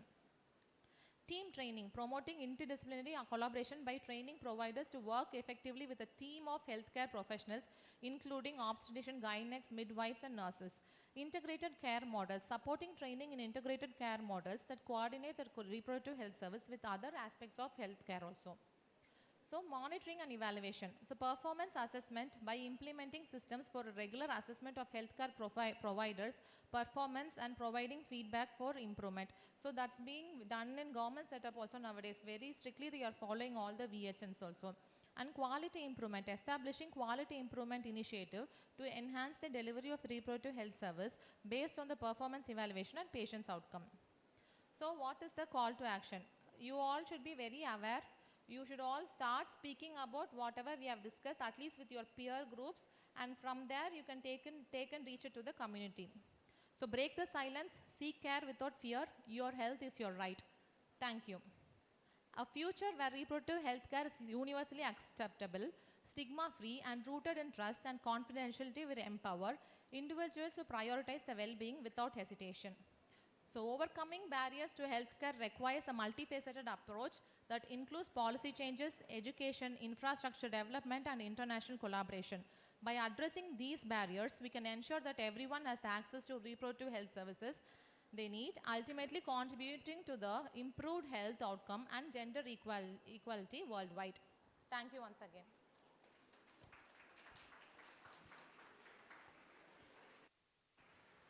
Thank you, ma'am, for your insightful speech. As a token of our love and appreciation, we would like to present a memento to Dr. Aarti Sulta ma'am. I request Dr. Renuga, Principal of Abirami College of Nursing, to kindly come forward to present the memento.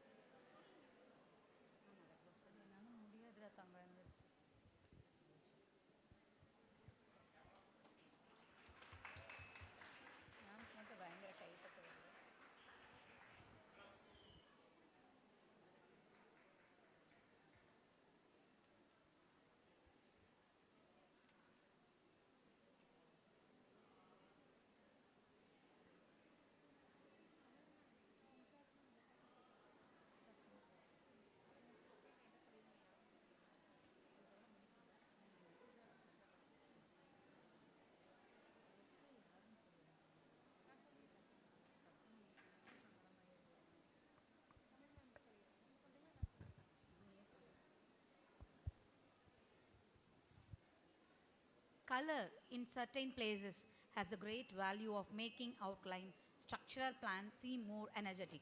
It's my pleasure for introducing our next speaker, Professor Mumtaz ma'am, Principal of Annai Meenakshi College of Nursing. Ma'am has completed her Bachelor of Science in the year 1998 at KMCH College of Nursing, Masters of Science at KG College of Nursing in the year 2003, and ma'am has completed her MPhil in Women's Studies. Ma'am organized many workshops, conferences, and participated as a resource person in workshop and conferences. She achieved many awards, Best Clinical Student in KMCH College of Nursing, scored first mark in the clinical sector. And ma'am she had a 20 years of teaching experience. We cordially welcome you to take over the session. I would like to invite Dr. Renuka ma'am, Principal of Sree Abirami College of Nursing, to welcome our speaker with flower bouquet.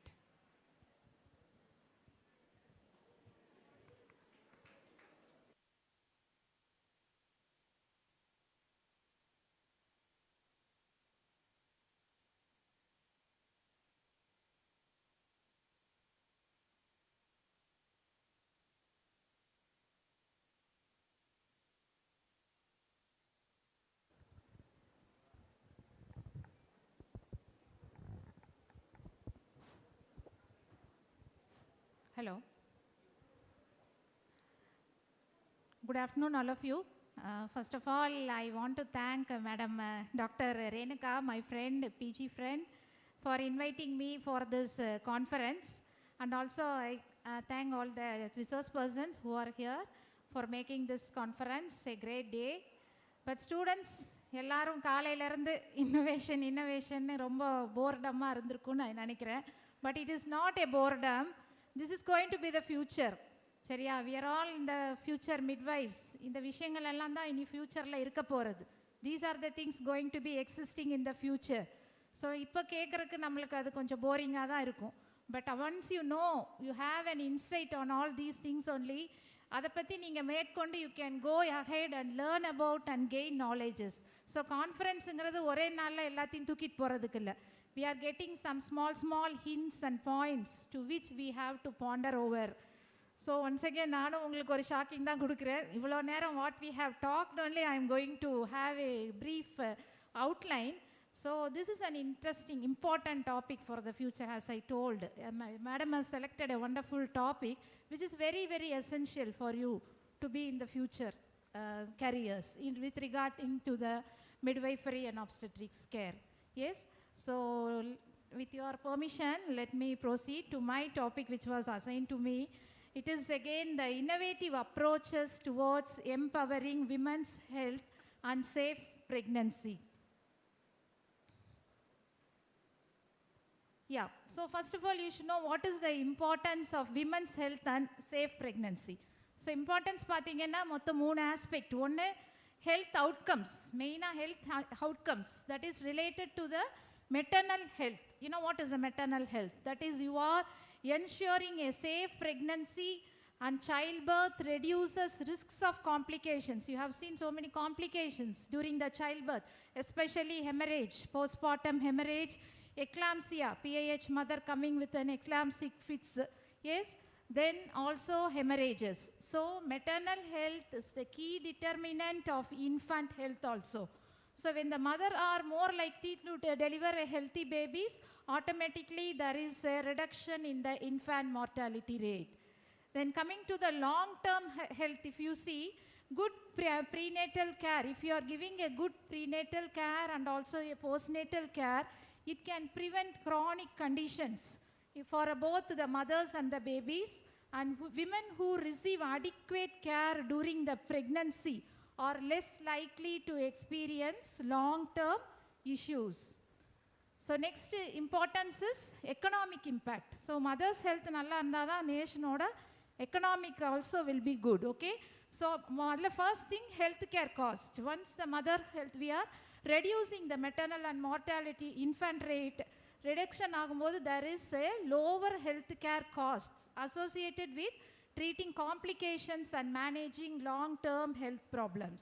Then another aspect is workforce participation. When the mothers are when they are recovering from their thing, immediately they can go for the job and they can be productive to their family also. So healthy mothers are more likely to return to work and contribute economically, which benefits families and in turn the national economy. Investing in women's health can thus lead a broader economic gain. So it has an economic impact also. The next aspect will be the social stability.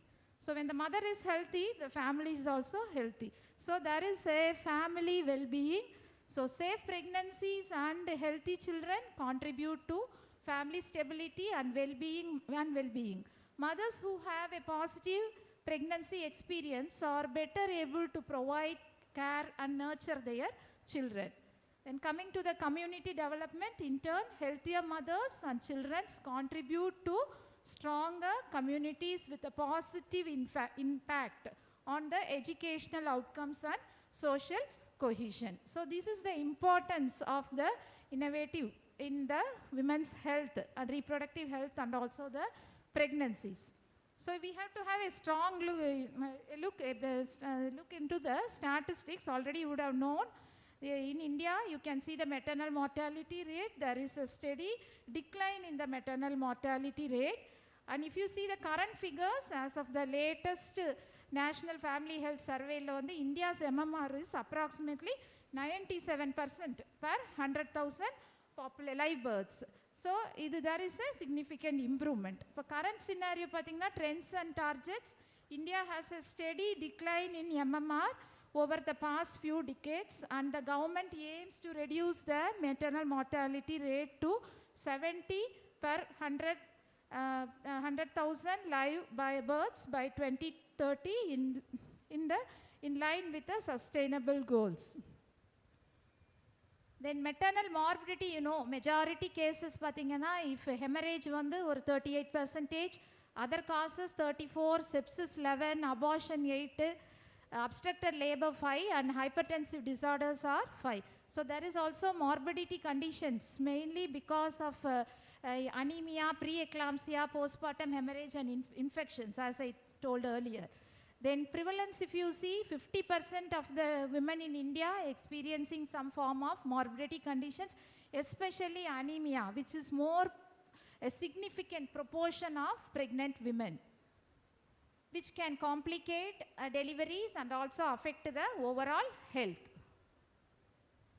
And also you can see maternal mortality rate, there are so many regional disparities, region-wise disparities, the best state, worst state, with regarding to the maternal mortality rates. So best states are Kerala, Andhra Pradesh, Maharashtra, Telangana and Tamil Nadu. You can see Tamil Nadu standing under the best states. And the worst states, if you take, it is Madhya Pradesh, Chhattisgarh, Bihar or Jharkhand, Assam, Uttar Pradesh, Uttarakhand and Rajasthan. So there is also a disparity in the maternal mortality rate. So one of the important factors, socio-economic factors. Women from lower socio-economic backgrounds and rural areas are often facing the challenges in accessing the quality maternal health care, leading to the higher rates of morbidity and mortality. Yes, so I'm going to the core of my topic, the innovative approaches. I think almost madam's previous sessions, they would have talked about all these things. I think only very few are left over. So still just a small recap marada. First one innovative approaches, telemedicine. Yes, telemedicine. Second will be the mobile health, M-health. Third is the artificial intelligence. Fourth will be the community-based initiatives. The fifth is the health literacy programs, and sixth is the digital birth control measures. Then midwifery-led care, which is very important aspect for our science. And VR, virtual reality assisted childbirth education. Then the ninth one will be the women's health focused wearables. And last is the inclusive and accessible health care. So these are the general innovative approaches in the obstetric care. So let me have a small outlook on the basic things. Already you have known, I'm going in fast because we are running out of time. So telemedicine, so telemedicine is a practice of providing medical care remotely through digital communication technologies. So now everywhere, even in the remote areas, villages, everywhere, the doctors are not available all the places, all times. So their expertise consultations, expert doctors, they are able to assess the mother, they can know the patient's conditions and then can prescribe the treatment. So that is a major advantage of the telemedicine. So they are providing consultations, diagnosis, treatment, recommendations and follow-up care is given, which not only in direct face-to-face, they can, from the remote area itself, they can provide all these facilities through this telemedicine.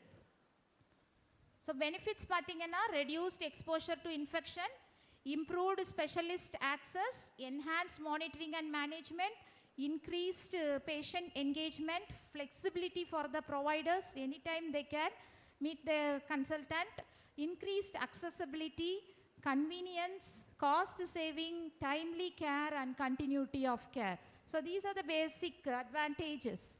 So one basic example pathina telemedicine la ipo Geo Health app ne irukku, and the app la pathina all these features are available so that they can access the care.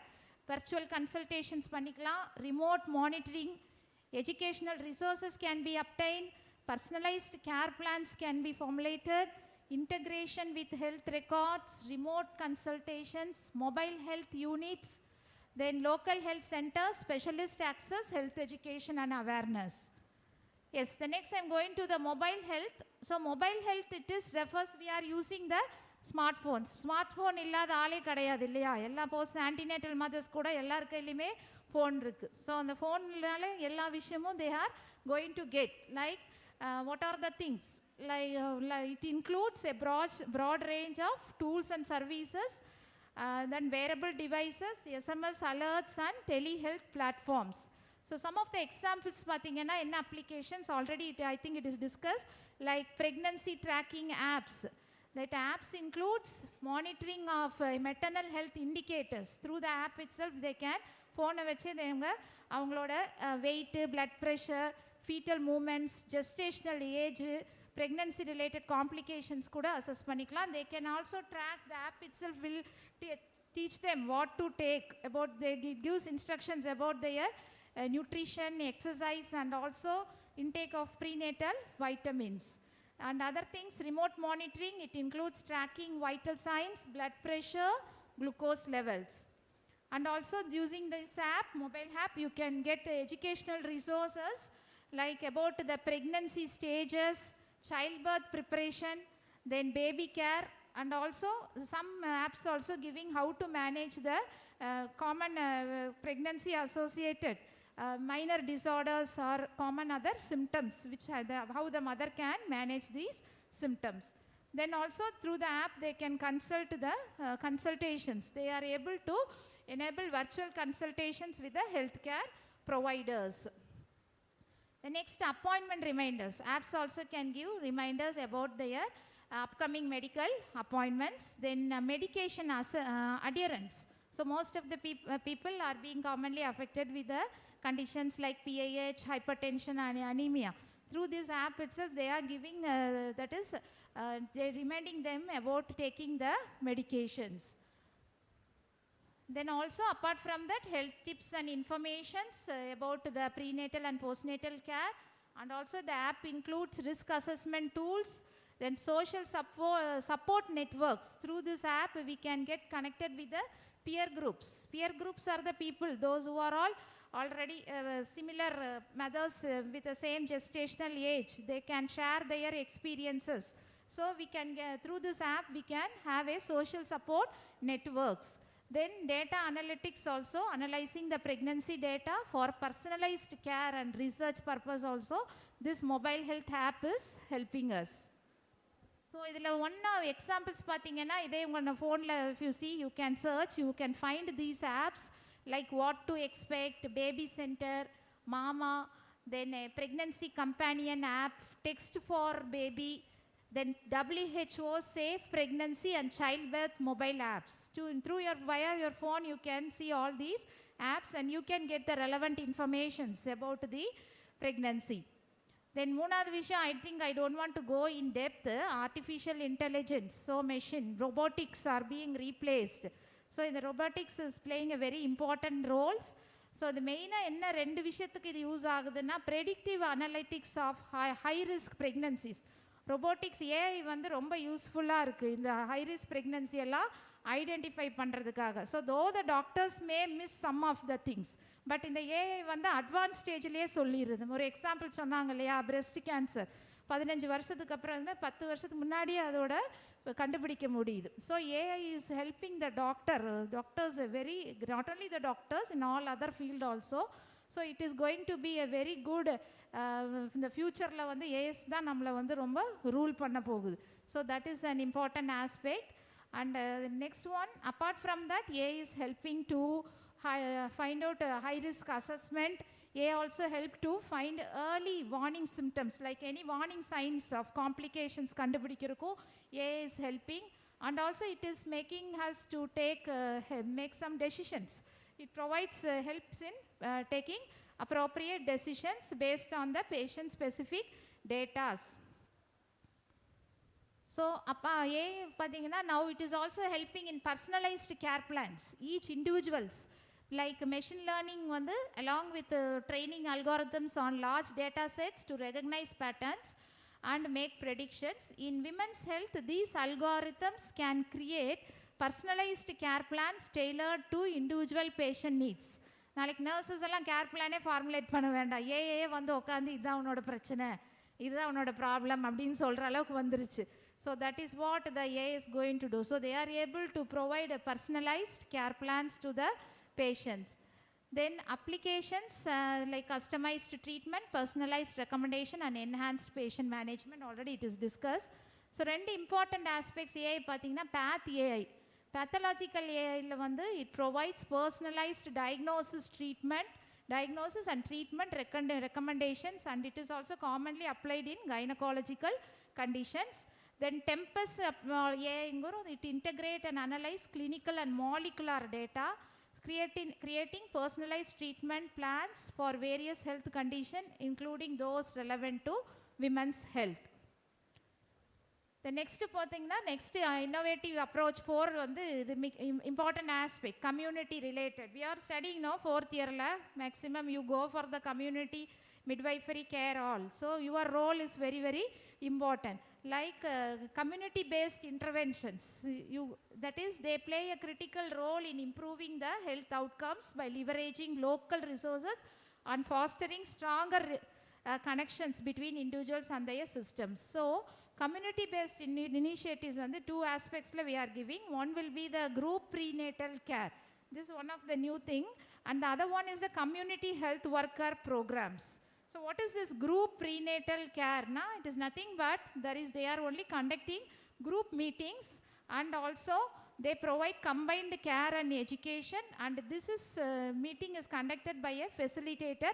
The facilitator can be either a obstetrician or a midwife. So during this group meeting, the people will meet regularly every few weeks, and then they can discuss about the various topics.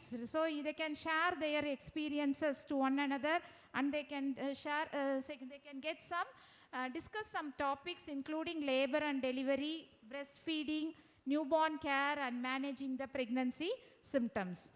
Then coming to the benefits, support the community, increase knowledge, and also better outcomes. So this prenatal care is helping to the women is getting, when they are interacting with their same group members, okay, they get a form of comfort and support, and also it reduces the feeling of isolation and stress. And by talking with each other and group discussions, they are getting more information about the pregnancy, childbirth and parenting, and also it is providing better outcomes that it can lead to improved prenatal outcomes, like including higher rates of breastfeeding and fewer preterm births. So those who are researchers on in the group prenatal care is having the most of the mothers are reporting a higher satisfaction when this type of community activity is involved. Then next other benefits include empowerment, and also it is cost effective. Then another one is, the community health worker programs are there throughout the community. Here they involve only the local residents who are very close to the mother in the same area, and they are better knowing about the particular mother's places and their gaps and inconsistencies between the healthcare systems. and of the underserved. Mainly this is applicable in the underserved populations where they are more facilities are not available, or the mothers are lacking the knowledge regarding the maternal care. So they provide education, support and resources to the individuals and navigate the healthcare system. So benefits pathina, again improved health outcomes, enhanced access to care, personalized support, and also community based. They serve, they allow them to connect with the woman on a personal level and understand specific cultural and societal context, and also education and outreach. These mothers are providing education on various aspects of maternal and child health, family planning, nutrition, chronic disease management, and also in the aspects of preventive care like immunization and screenings. And they also, these community health workers also provide support and advocacy, and also they are linking with other services. That is, they help the women to access utilization of enella health facilities irukku adalla only through these peoples only they will take to the nation is providing so many health facilities. Already we have discussed. All these things will be taken to the mother only by these community health workers. அதில் இதெல்லாம் உங்களுக்கு தெரிஞ்ச விஷயந்தான். Like home visiting programmes people are doing. Yes, community health workers visit pregnant women or new mothers. They provide education, support breastfeeding, monitor infant development, and also help with any immediate needs. Then maternal and child health programs, so many are there, and which is focusing on prenatal and postnatal care and addressing issues like prenatal nutrition, breastfeeding, support and early childhood development. And also they assist the women in managing chronic conditions such as diabetes and hypertension, in providing education, monitoring and support them in their lifestyle changes. Then finally, the family planning services. Community health workers offer information, resources related to family planning, contraception, reproductive health, helping women make informed choices about their reproductive lives. Then next innovative approach pathina wearable technology. So wearable technology already AI kuda link anada. There are so many wearables are available.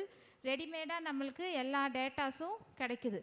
Adula pathina the main physiological parameters, like if you see fetal monitors irukku, devices புதுசா பேர் வந்து Bloom life சொல்லுவோம், இல்லைன்னா OLED பேண்டுன்னு சொல்கிறோம். இது வந்து foetal heart ரேட்டும் கண்ட்ராக்ஷன்ஸும் அப்படியே ஒட்ட வச்சா போதும், அந்த டேட்டாஸ் எல்லாம் நம்மளுக்கு கிடைக்குது. தென் ஹார்ட் ரேட் மானிட்டர், இம்மிடியேட்டாக மதர் வந்து அவங்க கையில் மேமா ஃபிட்டுன்னு ஒரு வேரபிள் டிவைஸ் இருக்குது, அதை போட்டிங்கன்னா ஃபீட்டல் ஹார்ட் ரேட் மானிட்டர் பண்ணலாம். ஸ்மார்ட் வாட்சஸ் இருக்குது, அதுவும் வந்து it is help to monitor vital signs, activity level, like இதெல்லாம் வந்து அப்ளிகபிள் இன் ஜெஸ்டேஷனல் டயபெட்டிஸ் மதர்ஸ்க்கு அந்த கேலரி பேர்ன் டவுன் ஆகிறதுக்காக தெரியுது. Then Garmin is also a wearable providing comprehensive fitness tracking including activity and the heart rate. So they offer features such as goal setting and progress tracking, which can be useful for managing physical activity during pregnancy. Other things, abdominal sensors already madam சொன்னாங்க. நம்ம எப்படி இப்போ கார்டியோடாக்கோகிராஃப் ஃபஸ்ட்டெல்லாம் ரொம்ப பெரிய 2 belt வயிற்றில் கட்டிட்டு mother ரொம்ப கஷ்டப்படுவாங்க. இப்போல்லாம் அட்வான்ஸு சும்மா ஒரு பிளாஸ்டிக் மாதிரி அதை ஒட்ட வச்சா போதும், ஃபீட்டல் ஹார்ட் ரேட்டும் கண்ட்ராக்ஷனும் ஈஸியாக we can assess. So this is one of the wearable. Then apart from that, stress management ரொம்ப ரொம்ப இம்பார்ட்டண்ட்டு. அப்போ ஸ்ட்ரெஸ்ஸோட லெவல் அசஸ் பண்ணுற கூட நம்மளுக்கு ஒரு வேரபிள் டிவைஸ் வந்திருக்கு, that is breathing and stress monitors. It is like Ingrid app wearable which can manage the stress and tracking breathing patterns, breathing exercises சொல்லி கொடுக்கும்போது, so it will stress can be reduced. Then smart prenatal pill dispensers. Mothers வந்து vitamin எல்லாம் எடுக்க மறந்துட்டாங்கன்னா அதுக்குன்னே தனியாக ஒரு டப்பா மாதிரி வந்திருக்கு, ஒரு ஸ்டோரேஜ், அதுக்குள்ளே எல்லா டப்பாவும் போட்டோம்னா அதுவே அலாரம் அடிக்கும், மெடிசன் வந்து கீழே விழுகும், அதிலே வாட்டர் இருக்குது, அதை அப்படியே எடுத்து குடிச்சிக்கலாம். So it's so easy, no the people will not forget if they are want to take a calcium supplement or iron whatever it is. So that is டெஸ்மோன்னு சொல்கிறோம், டெஸ்போ. Then wearable sensors for weight and posture. So weight management assess பண்ணுறதுக்கும் there are so many devices like that is now upcoming everywhere. Yeah, that's with the wearable. அடுத்தது health literacy program, இதுவும் நம்மளுக்கு ரொம்ப important. Health literacy programs for women's health and safe pregnancy. So how they are giving this education aspects regarding the maternal and child health, like group education session, illana one-to-one counseling, online resources, mobile health applications. Another one is peer support and mentorship. So இதுலேயும் key கம்பானன்ட்ஸ் உங்களுக்கு தெரியும் என்னெல்லாம் நம்ம சொல்லிக் கொடுக்க போகிறோன்னு. Like பார்த்தீங்கன்னா pregnancy and child birth education, understanding the pregnancy stages and milestone, recognizing signs of complications and when to seek care, அப்புறம் breastfeeding and newborn பற்றி சொல்லித்தரோம். Then reproductive health and family planning, understanding the reproductive anatomy and physiology. First of all midwife முதல்ல நம்மளுக்கு தெளிவாக தெரியணும் இல்லையா, அனாட்டமியும் physiology எல்லாமே கரைச்சி குடித்தாதான் நீ ஒரு midwife.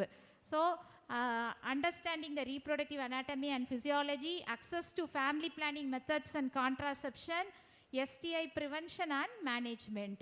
Then nutrition and lifestyle, healthy eating and during pregnancy and postpartum, physical activity and exercise guidelines, stress management and mental well-being.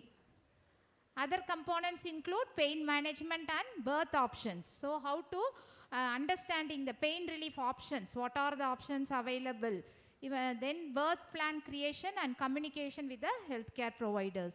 Then postpartum and newborn health, postpartum recovery and self-care, newborn care and feeding, then recognizing the signs of postpartum complications, and finally healthcare system navigation. So in order to improve the maternal and child health, there are so many health services are available. அது என்ன இருக்குன்னு முதல்ல நம்மளுக்கு navigate பண்ணி அவங்களுக்கு சொல்லி கொடுக்கணும். It has to reach the public. So understanding healthcare services and resources, building trust with healthcare providers and advocating for oneself and one's baby.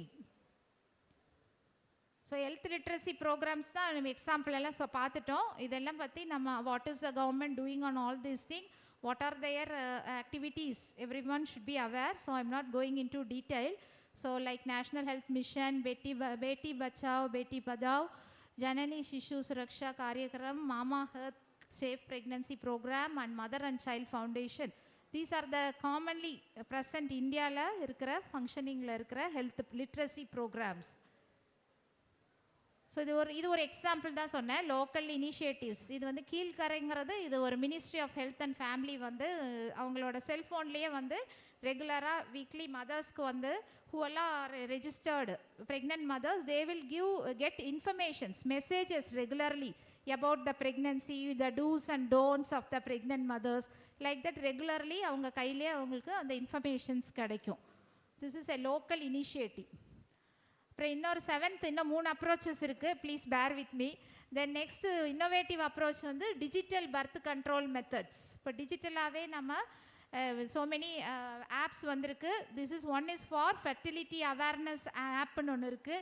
இதை பேஸ் பண்ணியே நிறைய பேர் வந்து நான் ஃபர்டைல், இஃப் த மேரேஜ் ஆகி those who are not getting pregnant also, by using this app they can know which is the ovulation period, fertilized period எப்போன்னு தெரிஞ்சு during that time they are able to have a sexual intercourse, they are able to conceive. So these apps are helpful. That is fertility awareness app ஒன்று இருக்குது. Then digital IUD device tracking app is there. Then another one, you have contraceptive delivery platforms are also available. Then smart condoms and vaginal rings, that is they track sexual activity, STI risk and contraceptive effectiveness. And also virtual fertility coaching is also available through this digital fertility apps. Then that are the benefits of this app. It includes convenience, increased accuracy, reduced forgetfulness, enhanced user experience, data-driven insights.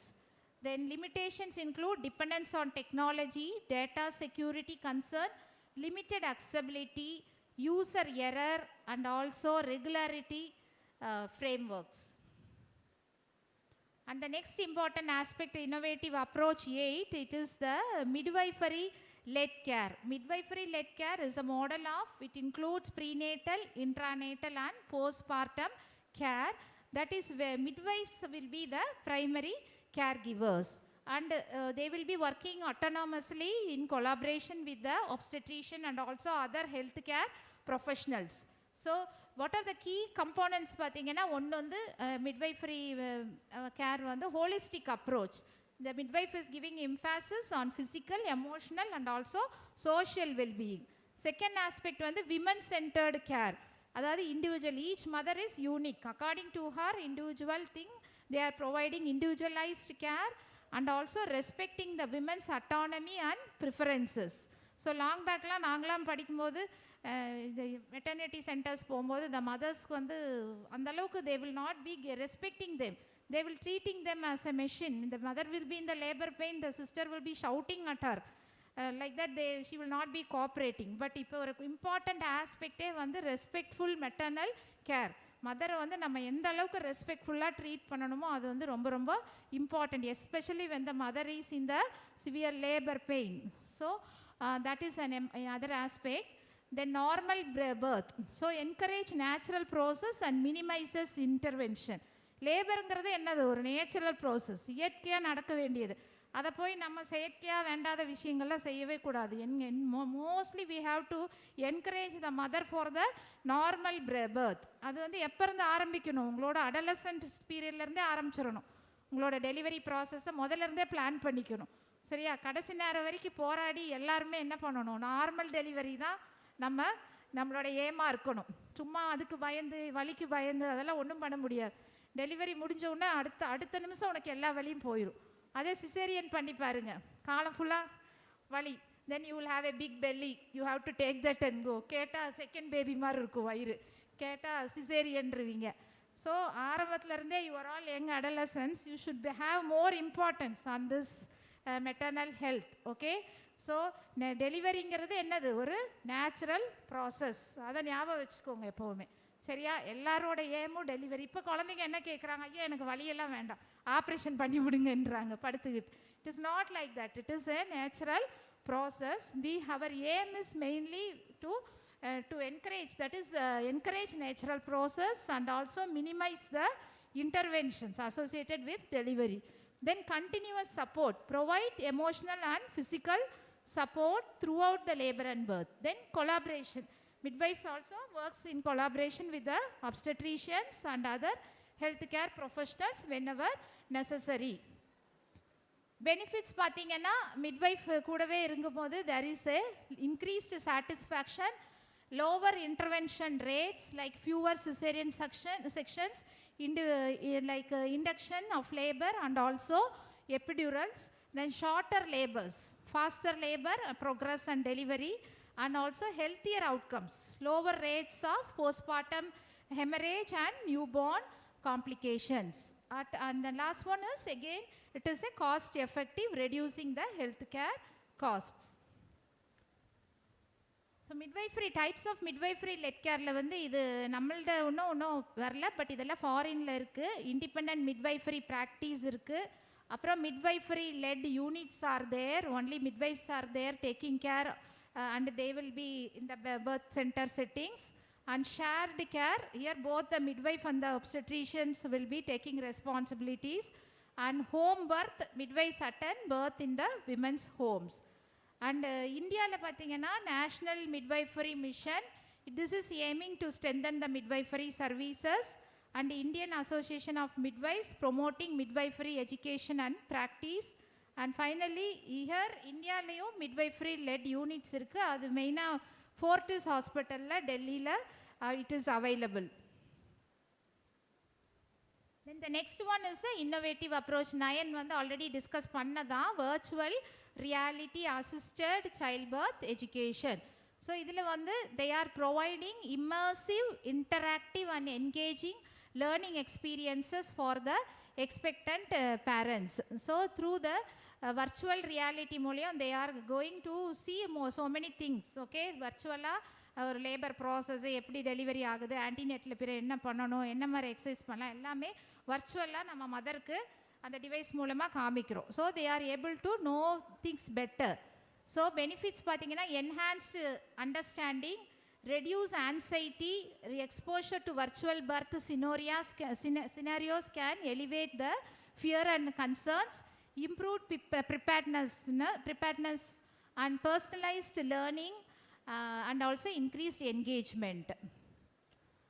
So virtual assisted childbirth education already you know இதெல்லாமே நம்ம சொல்லி தருவோம் like pregnancy and labor, எப்படி womb-ல அந்த fetal develop ஆகுது, form ஆகுது, labor stages பற்றி சொல்லி தரோம், birth options, different types of birth scenarios, vaginal delivery na என்ன, cesarean na என்ன, epidural எப்படி கொடுக்குறாங்க, pain management, what are the different pain managing and relaxation techniques, newborn care la breastfeeding, bathing, soothing techniques, all these things are taught to the mother. Apart from that, postpartum recovery regarding information on physical, emotional recovery and self-care. So this is how the mother is looking. You can see, yes, the current examples pathina oculus, vive, daydream, idella immersive experiences the mother can get by looking into these videos. It also available in the form of handheld devices and also in form of virtual reality softwares are there, and they are developed for childbirth, especially for the childbirth educations. So here we are using it is the hospital based programs, online platforms and also mobile apps மூலமா these facilities can be available. Then the last one will be the innovative approach 10, inclusive and accessible healthcare, women empowerment and safe pregnancy ku மெயினா வந்து we are giving importance to the marginalized communities தான், யாருக்கு நம்ம underserved populations also we have to give importance. So the maternity care should reach each and every one of this country, so sorry the world. So we are also concentrating on the healthcare of the marginalized communities and underserved populations. So அதோட key strategies என்னன்னா culturally sensitive care கொடுப்பாங்க, language access, as madam சொன்ன மாதிரி நிறைய இடத்துல language barriers இருக்கு, அதனால அவங்கள கரெக்டாக எக்ஸ்பிரஸ் பண்ண முடியாது. Then community outreach also, engage with local communities to raise awareness, mobile health services in remote or hard to reach areas, then digital health solutions, peer support, addressing social determinants, collaboration and partnership.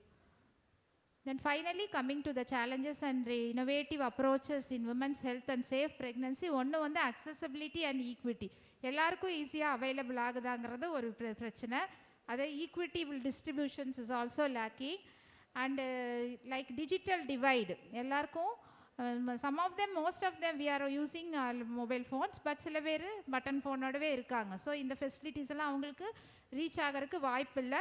அதே நேரத்தில் infrastructure டெக்னாலஜினாலே அதுக்கு தேவையான infrastructures is very very important. Lack of infrastructures, அப்புறம் health literacy, இதெல்லாம் use பண்ண தெரிஞ்சுன்னா அதுக்குள்ள நாலேஜ் இருந்தால் தான் நம்ம we can use that, otherwise it is not possible.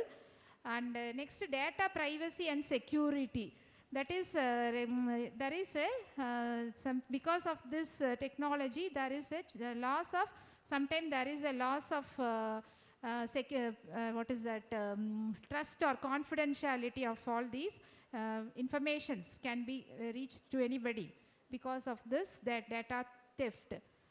Then digitally divide I already told, and healthcare infrastructure also we discussed, and health literacy also. Then data breaches, regulatory compliance and informed consent. So how you are going to increasing the women's participation in reproductive health decision making involves a multifaceted approach that address the barriers and promote the empowerment. So these are some of the effective strategies. So to summarize, so this is my last slide, please listen. One is the education and awareness, ரெண்டாவது access to information and resources, third will be the supportive policy and legal frameworks, fourth is the empowerment and engagement, fifth will be the cultural and social considerations, sixth is addressing barriers to the access, and finally encourage open communication and monitoring and evaluation. So these are the major strategies to that create an environment where the women will be informed about or will be empowered into a safe pregnancy. So by conclusion, by embracing and addressing these innovative approaches while overcoming, we can significantly improve the women's health and ensure the safe pregnancy. So the integration of technology in healthcare offers the opportunity to provide more personalized, accessible and effective care, ultimately leading to better health outcomes and enhanced quality of life for the women worldwide. Yes, so that is the conclusion of my topic. Hope all of you are clear. You got an idea? Really? So you can take home, no? What are the basic approaches, that is the innovative approaches which are going to come across in the field of midwifery. Thank you, dear students, for cooperating. Thank you, all of you. Thank you, ma'am. We are grateful that you shared your expertise. As session, we would like to present a memento to Professor Mumtaz ma'am. I request Dr. Tamilarasan ma'am, Professor of Abirami College of Nursing, to kindly come forward to present a memento to ma'am.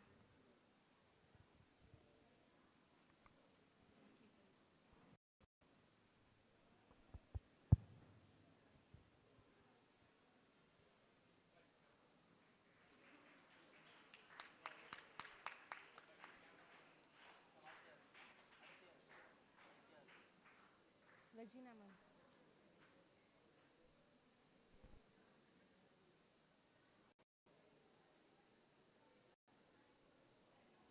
Thank you, ma'am.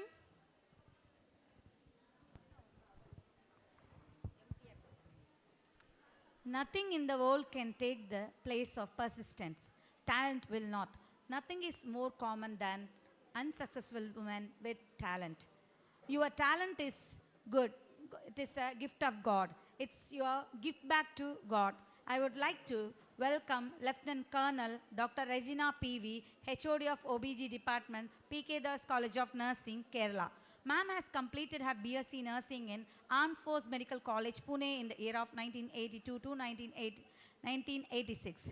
She started her service in the Army 1986 as a nursing officer and promoted as a general duty matron, clinical instructor and teaching faculty at different Army and Naval Hospital.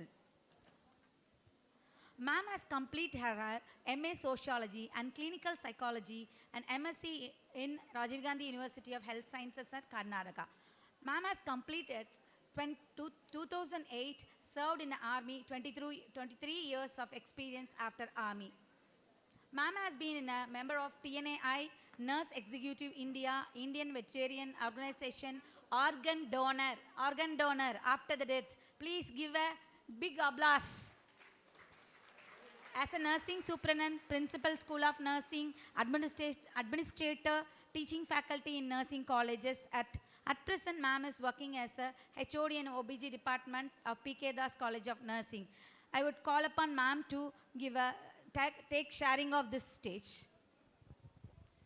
I would like to call upon Mrs. Geeta Chitra ma'am, Professor of Abirami College of Nursing, to welcome our speaker with flower bouquet.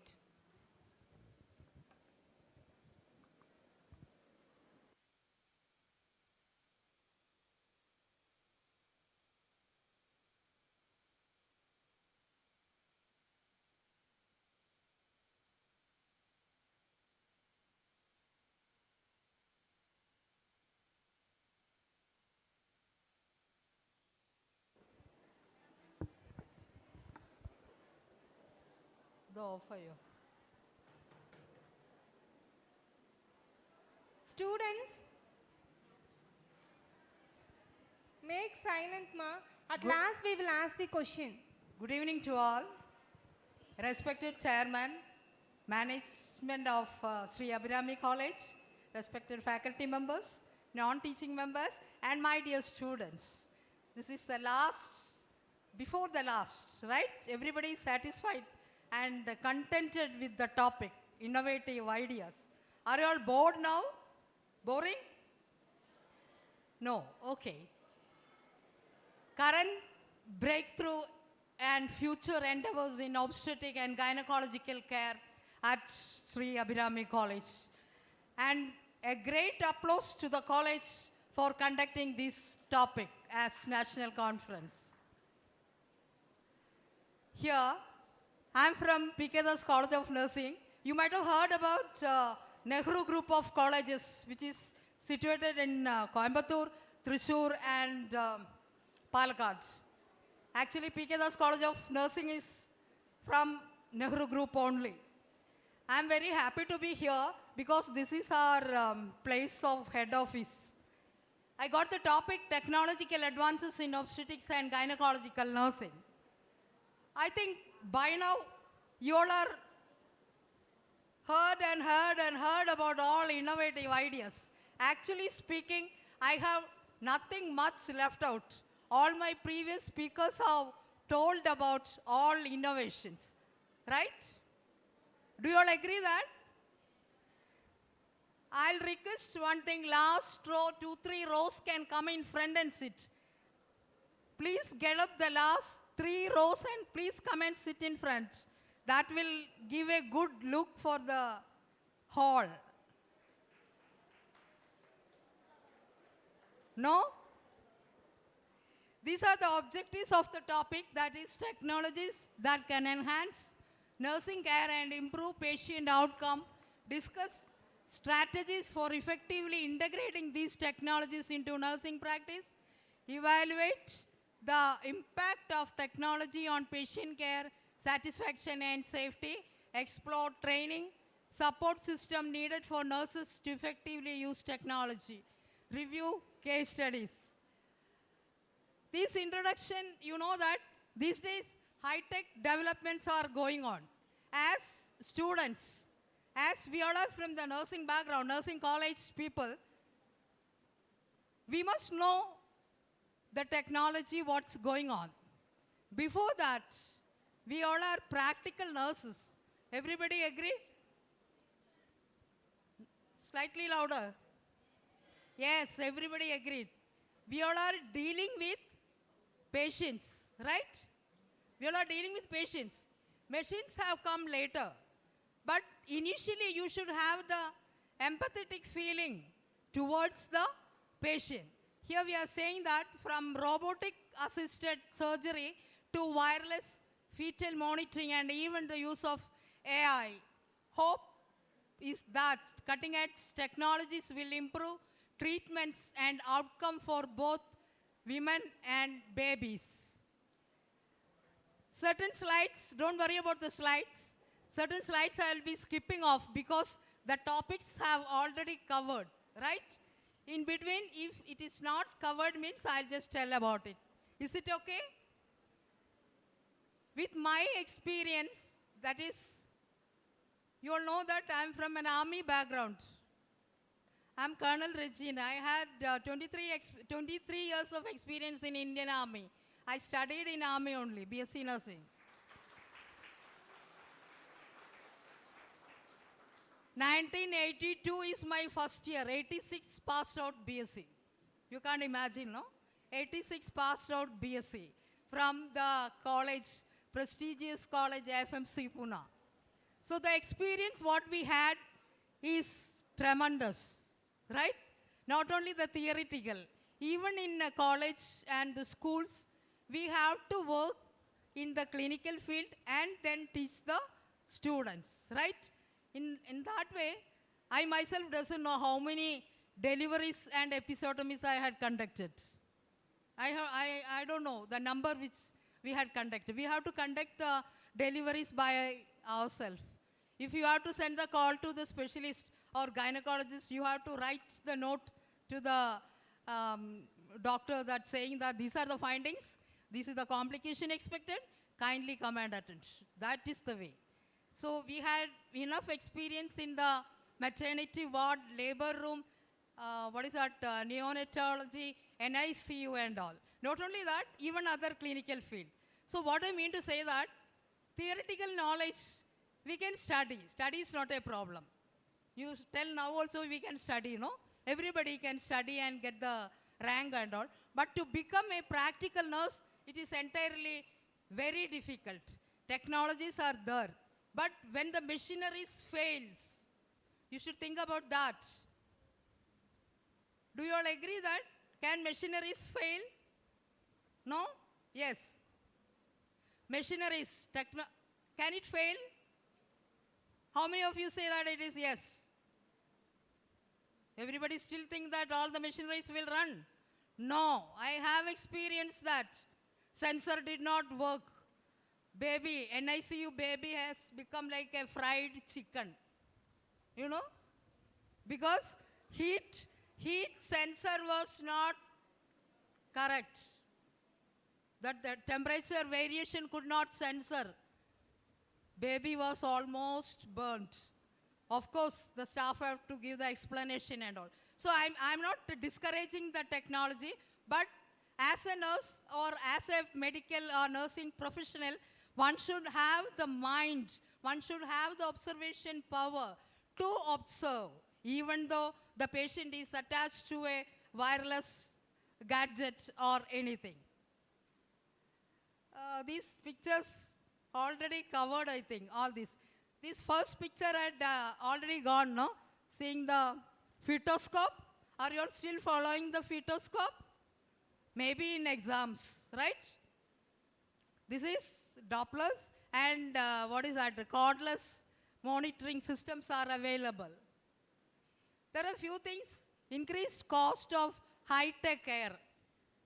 Even though the technology have improved, there is the cost of available sources are more. So for a normal person, this may not be very feasible. Even technology is high, sophisticated hospitals and sophisticated apparatus are being used. The cost may be slightly high.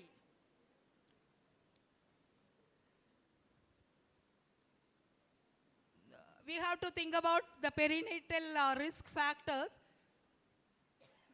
What are the perinatal risk factors? You all know that mothers, infection, low birth weight, and other socio-economic status, medical history related and all.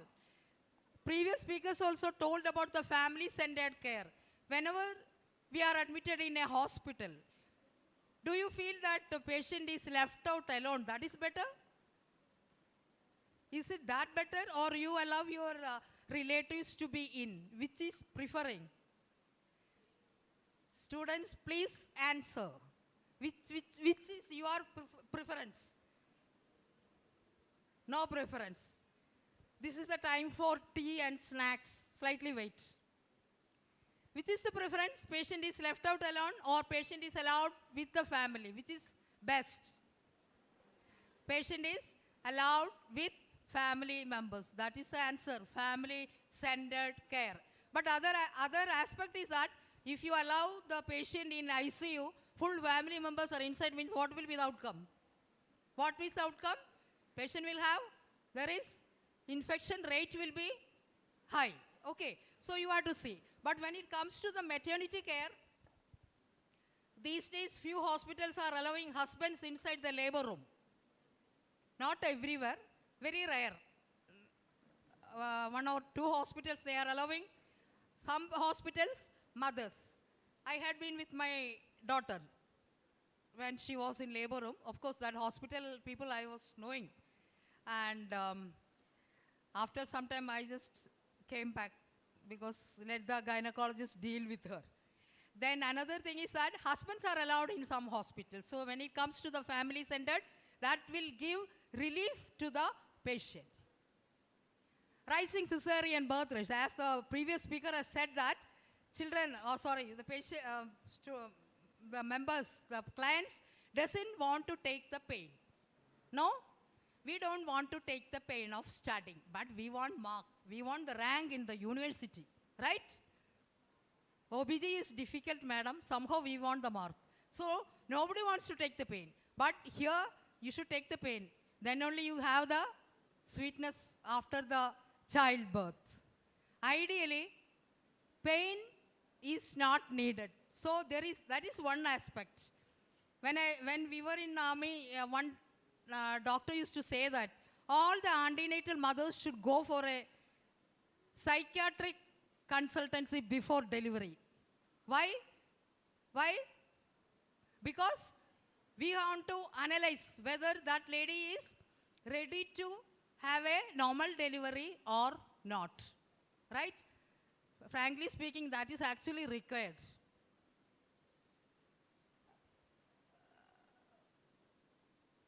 Alternative treatment modalities. When it comes to innovative, these treatment are also on yoga, exercise, and Ayurvedic, and aromatherapy. You might have heard about it. Aromatherapy? No? Yes. Aromatherapy, music therapy. Few labor rooms are having music. Beautiful, like very light music in the labor room, antenatal and the postnatal wards. Slight soothing music. That is very effective. Early discharge, this whole thing. What is the role of fathers? When we are talking about innovative ideas, definitely there is a role for fathers. Future fathers I can see here. No? Nobody is answering. Their Abirami students are very silent. No, that is also no answer. There is definitely a role for the fathers, right? Today's youngsters, tomorrow's fathers. The topic for my research, one of the research was knowledge of the teenage boys about pregnancy and childbirth. So when there was an ethical committee, they were asking me, why you want to do the topic? The topic is knowledge and the outcome of what is that? Youngsters' knowledge, boys' knowledge about pregnancy and childbirth. Naturally, I told today's youngsters are tomorrow's fathers. So they will understand how much pain, what are the difficulties, what are the complications can happen, right? So that was a success. That research was very success. So there is a role for fathers, not only for fathers, even youngsters. Care of a woman, that starts before conception. When I get married, long time back, not mine, for example.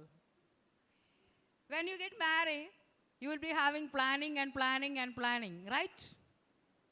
Maybe professional, economically settling up, going abroad, etc., etc. So even before that, I will be having planning. I will get married after 2 years of my job. Then I will have children after another 2 years and all. So ideally, the planning starts even before marriage, I say that. And the care starts before conception, during pregnancy, labor, postpartum, extending till the care of newborn. Right? In each step, each of the step, your innovation and new technologies comes. By now, all the speakers have covered the topics. All the innovations have covered. So generally, the care includes right from the beginning of conception.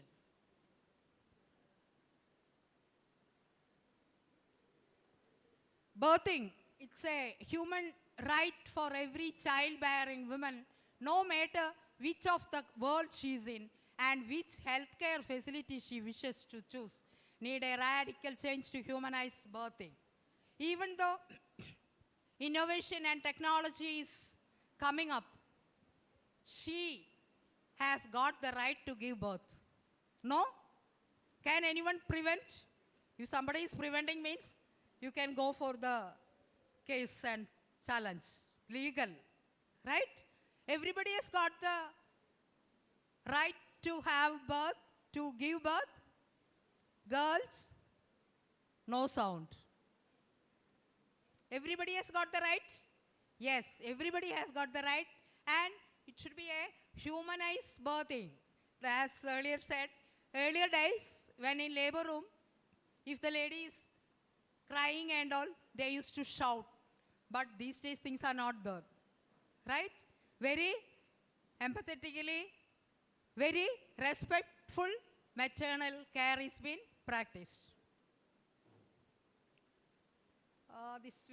This is the term, respectful maternity care refers to care organized for and provided to all women in a manner that maintains their dignity, privacy, confidentiality, ensures freedom from harm, mistreatment, and enables informed choice and continuous support during labor and childbirth. Respectable, equitable, and supportive maternity care. Whenever you are in labor room, please don't leave the patient alone. You may be fed up. You may be standing near the patient, consoling the patient, telling the patient how to take the pain, what are the different steps and all. Still, she will be asking questions. No? Fourth years? No fourth years? No. Hands up. Fourth years. I think very few. No, yes. Okay, okay. So whenever you are in the labor room, you should be very respectful, equitable, supportive to the patient. Right? That itself, altogether, it comes under respective maternity care. What is the evidence-based practice? Conscientious, explicit, and judicious use of the current best evidence in making decisions regarding the individual patient care. Right? You all heard about evidence-based practice care? That is applicable in maternity care. Certain things are followed because that has been proved that very well it is applicable to the maternity patients. So the treatment should be evidence-based. You might have heard about few steps I'll just tell. Perineal shaving before in the labor room. These days they prefer that rather shaving, the clipping is preferred, perineal clipping. Same way, practice of enema in labor room causes uterine stimulation due to distension of rectum, stimulating the nerve supply to these organs. Emptying rectum of fecal matter prevents soiling of perineum and decreases chances of infection for both mother and babies. Fetal heart sound. This already, what is this? What is the picture shows? What is the picture? Fetal monitoring by the Doppler, right? What is latest available? Already you have seen the picture. What is latest available? What is latest available? Cordless or this simple patch-like structure. You attach it on the abdomen, you will get the reading. This is spinning babies. This is through few steps how the spinning of babies is done.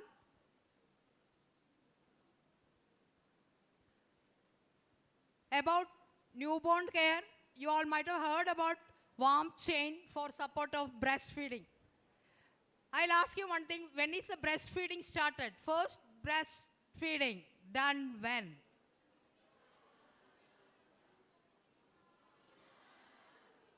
One at a time. Can anybody come in front? Come. Nobody. After how many hours? After half an hour or immediately after the childbirth, baby is put on the breast of the patient. When the episiotomy is done, baby is on breastfeed. This is the example, live example myself. When the episiotomy they were doing, baby was on breastfeed.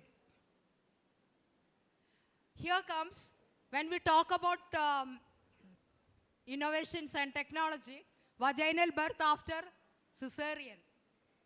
Is it possible? Yes? No? Yes. Vaginal birth is possible, but on a random, after coming here, I had seen that any case, previous cesarean is going for present cesarean. Actually, that is not. Indication, previous cesarean. Right? That is not the way.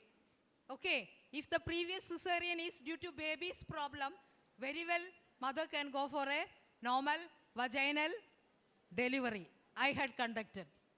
What is that? Vaginal delivery after cesarean birth I had conducted. So, previous LSCS is not an indication for present LSCS. Home-based newborn care, this is already covered. Midwife-led care units. What is the birth environment should be? It is too luxury. right? The picture is very luxurious. Certain hospitals we have like this, luxurious labor room, all the facilities, right? You can see this, but not able to afford in the government sector or hospital like that. But luxury you can always have with all facilities that you can see the birth environment, right? Water baths. In Tamil Nadu anywhere, water bath center? It is not yet started.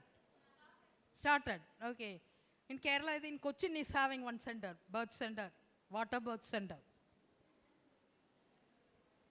These all things I will, ultimately what is the purpose? To reduce the rate of maternal mortality, right? Everybody is on the verge of going for tea break. Where is organizers? You can supply the tea over here. They are waiting, I think. Right? The ultimate aim of innovation is what? To reduce the maternal mortality. You can use many things. What is that? Near-miss approach, maternal waiting homes. I don't think we have started this maternal waiting homes. Postpartum butterfly, I'll show the pictures. Maternal waiting home is near to the medical center. You have a home for the maternity patient so that you can approach the hospital very early. The delay in traveling can be avoided. Delay in seeking medical help can be avoided, right? Postpartum hemorrhage butterfly. It is designed to treat PPH through uterine compression. This is one instrument which can be, it's a device which can be used for the reducing the postpartum hemorrhage. Transvaginal Bakri balloon replacement. Cardiopulmonary arrest. Is it? Why maternity will have cardiac arrest? No? Yes. Yes. That also had happened. Sudden cardiac arrest. So AED should be nearby. Automated external defibrillator or Lucas external cardiac compressor. We were having automated external defibrillator ready near to the labor bed because each labor is a complicated one, normal labor. I'll tell my experience. When I entered the labor room, I used to pray when there is a case because otherwise also pray. This mother and the baby should be safe, right? Till the time mother and baby is not shifted to the maternity ward, you are under pressure, you are under tension. Because I have the experience of a patient developed severe fits after 1 hour of delivery. 1 hour of delivery. She was not PAH. She was absolutely normal case of 120/90 BP. Everything was fine. Suddenly I saw she was throwing fits after the normal delivery. So I realized that, what is that? Pressure can, blood pressure can shoot up even after normal delivery. Okay. Another case, normal delivery, everything was okay. Patient was on the labor table. Listen, patient was on labor table. I'm saying suddenly the patient is singing. Very cold, clammy and on, lifted up, remove the clothes and say, there is a red thing which is coming out of the vagina. Inversion of uterus. Acute inversion of uterus. These all are not from Datta. It is an experience of the labor room. Acute inversion of uterus. We have what is that? Conservative treatment started, shifted the patient to OT and hysterectomy. No other choice. Almost completely done. Another delivery, everything was fine. Precious delivery. After 5 years of infertility treatment, the lady, Primey, was delivering. I was in the labor room. Everything was fine. That, what is that, monitoring machine is attached to the patient. Till the last moment, I could hear the fetal heart sound. But during the contraction, this has been released because it is uncomfortable. But when the baby was coming out, baby is pale, like a paper it is. 3.8 kg baby, male baby, sudden death. Sudden death. I was shivering. I could call the NICU doctor, intubated, everything, but no sign of death. But everything was recorded. The lady was telling, I was hearing the beats and all. But we lost the baby. But board of inquiry, in army, every death, the staff has to sit in the board of inquiry. What happened, why, what and all. So I could get saved. Like everything was recorded. So these are the complications which can happen. So each labor is a precious one, even though it is a normal delivery, right? So cardiac emergencies can happen. These machineries, okay, thank you.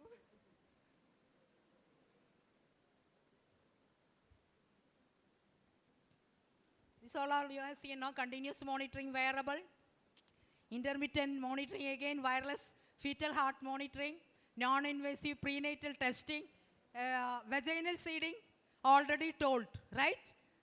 No, nobody listened? Previous speakers already told that vaginal seeding, it is for the LSES babies. Reduce cesarean section birth after low risk women. These all are, I will skip. Omega-3 for reducing preterm birth. This study shows that omega-3, if you take, there will be reduction in the low birth weight babies. New trends, telecommunication already covered. Electronic medical record, genetic counseling, video conferencing, virtual rounding, mind mapping. These are the few steps, or it is already covered up. So that's what I could say. One is robotic gynecological surgery, Vita heat during the labor, virtual reality, massaging, bra. I'll show the picture. Robotic gynecological surgery. I think here also there will be some hospitals are conducting. Kerala, we have 2 hospitals. Amrita is having robotic surgery. Earlier they showed the picture, no? How the robotic nurse is conducting the service. Vita heat during the labor, portable system that moves with the women throughout entire labor and the delivery process. The pain, virtual reality, how it is. You are visualizing. Have you experienced the VR with the camera and all? No? You can see it is very nearby. So when you show to the patient, she will be much relieved. Peritense, that is for the muscle stimulator for the Kegel exercise. There is a technology which is available which can be used for this. Pelvic floor, massaging bra, that is Lilu. That itself will conduct, the milk is collected in a specially designed bag that fits inside the unit. Stimulate the milk glands. Once you put on this, it will stimulate the milk glands. This is a picture of Lilu. This is already told. Remote control, contraceptive, computer chip, already explained. Hypnobirthing, deep breathing exercise, visualization, affirmation, mindfulness and relaxation. I'll wind up here. This is a few pictures. Novi wireless system, artificial intelligence and robotic process automation. So few pictures which is available. To conclude, all are happy? Yes, you are winding up. In summary, the rapid advancement in technology are revolutionizing the field of obstetrics and gynecology. The last sentence I will read. The future of OBG is bright, with technology paving the way for more efficient, precise, and compassionate care. That is the only thing which I want to convey. Be compassionate. Whatever I study, how much ever I study, I am a practical nurse. I am a practical midwife. You should have that in mind. You can take 2 PhD, 3 PhD, so many degrees you can take. But you should remember that we are what? We are practical nurses, right? Recently also I had an experience of reviving a patient with a cardiac compression. Shifted the patient from my hometown to the hospital. There was no pulse. He collapsed. Triple vessel block. No pulse. Fully sweat. Shifted to the ambulance. I was giving the CPR. I could revive the patient. Okay? So be good practical nurses. And you are wondering why I am wearing this. I'm a International Lions Club member and the president of Lions Club in my place. Okay? Thank you. Thank you so much for listening to me. Thank you all. Thank you, ma'am, for that informative lecturer. I need a picture with these children. Can you? I just want to take a photograph.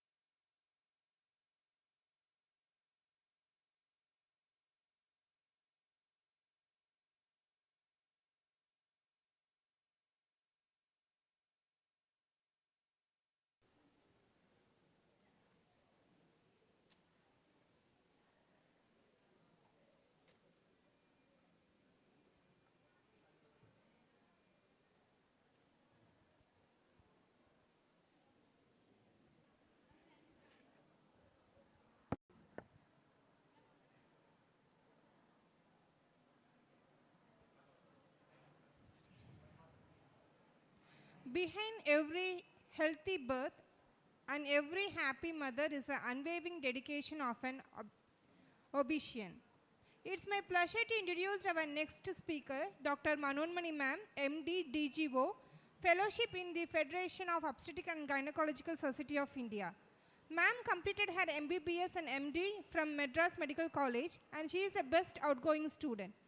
She is a president of Board of Faculties of OG 2022 to 25 under Tamil Nadu Dr. MGR Medical University. She got the Best Doctor Award in 2019 and Special Award from District Collector 2021. She is a president of Kovai OG Society. Ma'am guided more than 25 PG dissertation. She published various chapters and articles in the field of obstetric and gynecological nursing. She had nearly 27 years of experience. We heartily welcome you, ma'am, to take over this section. I would like to call upon Dr. Renuha, ma'am, Principal of Sree Abirami College of Nursing, to welcome our speaker with flower bouquet.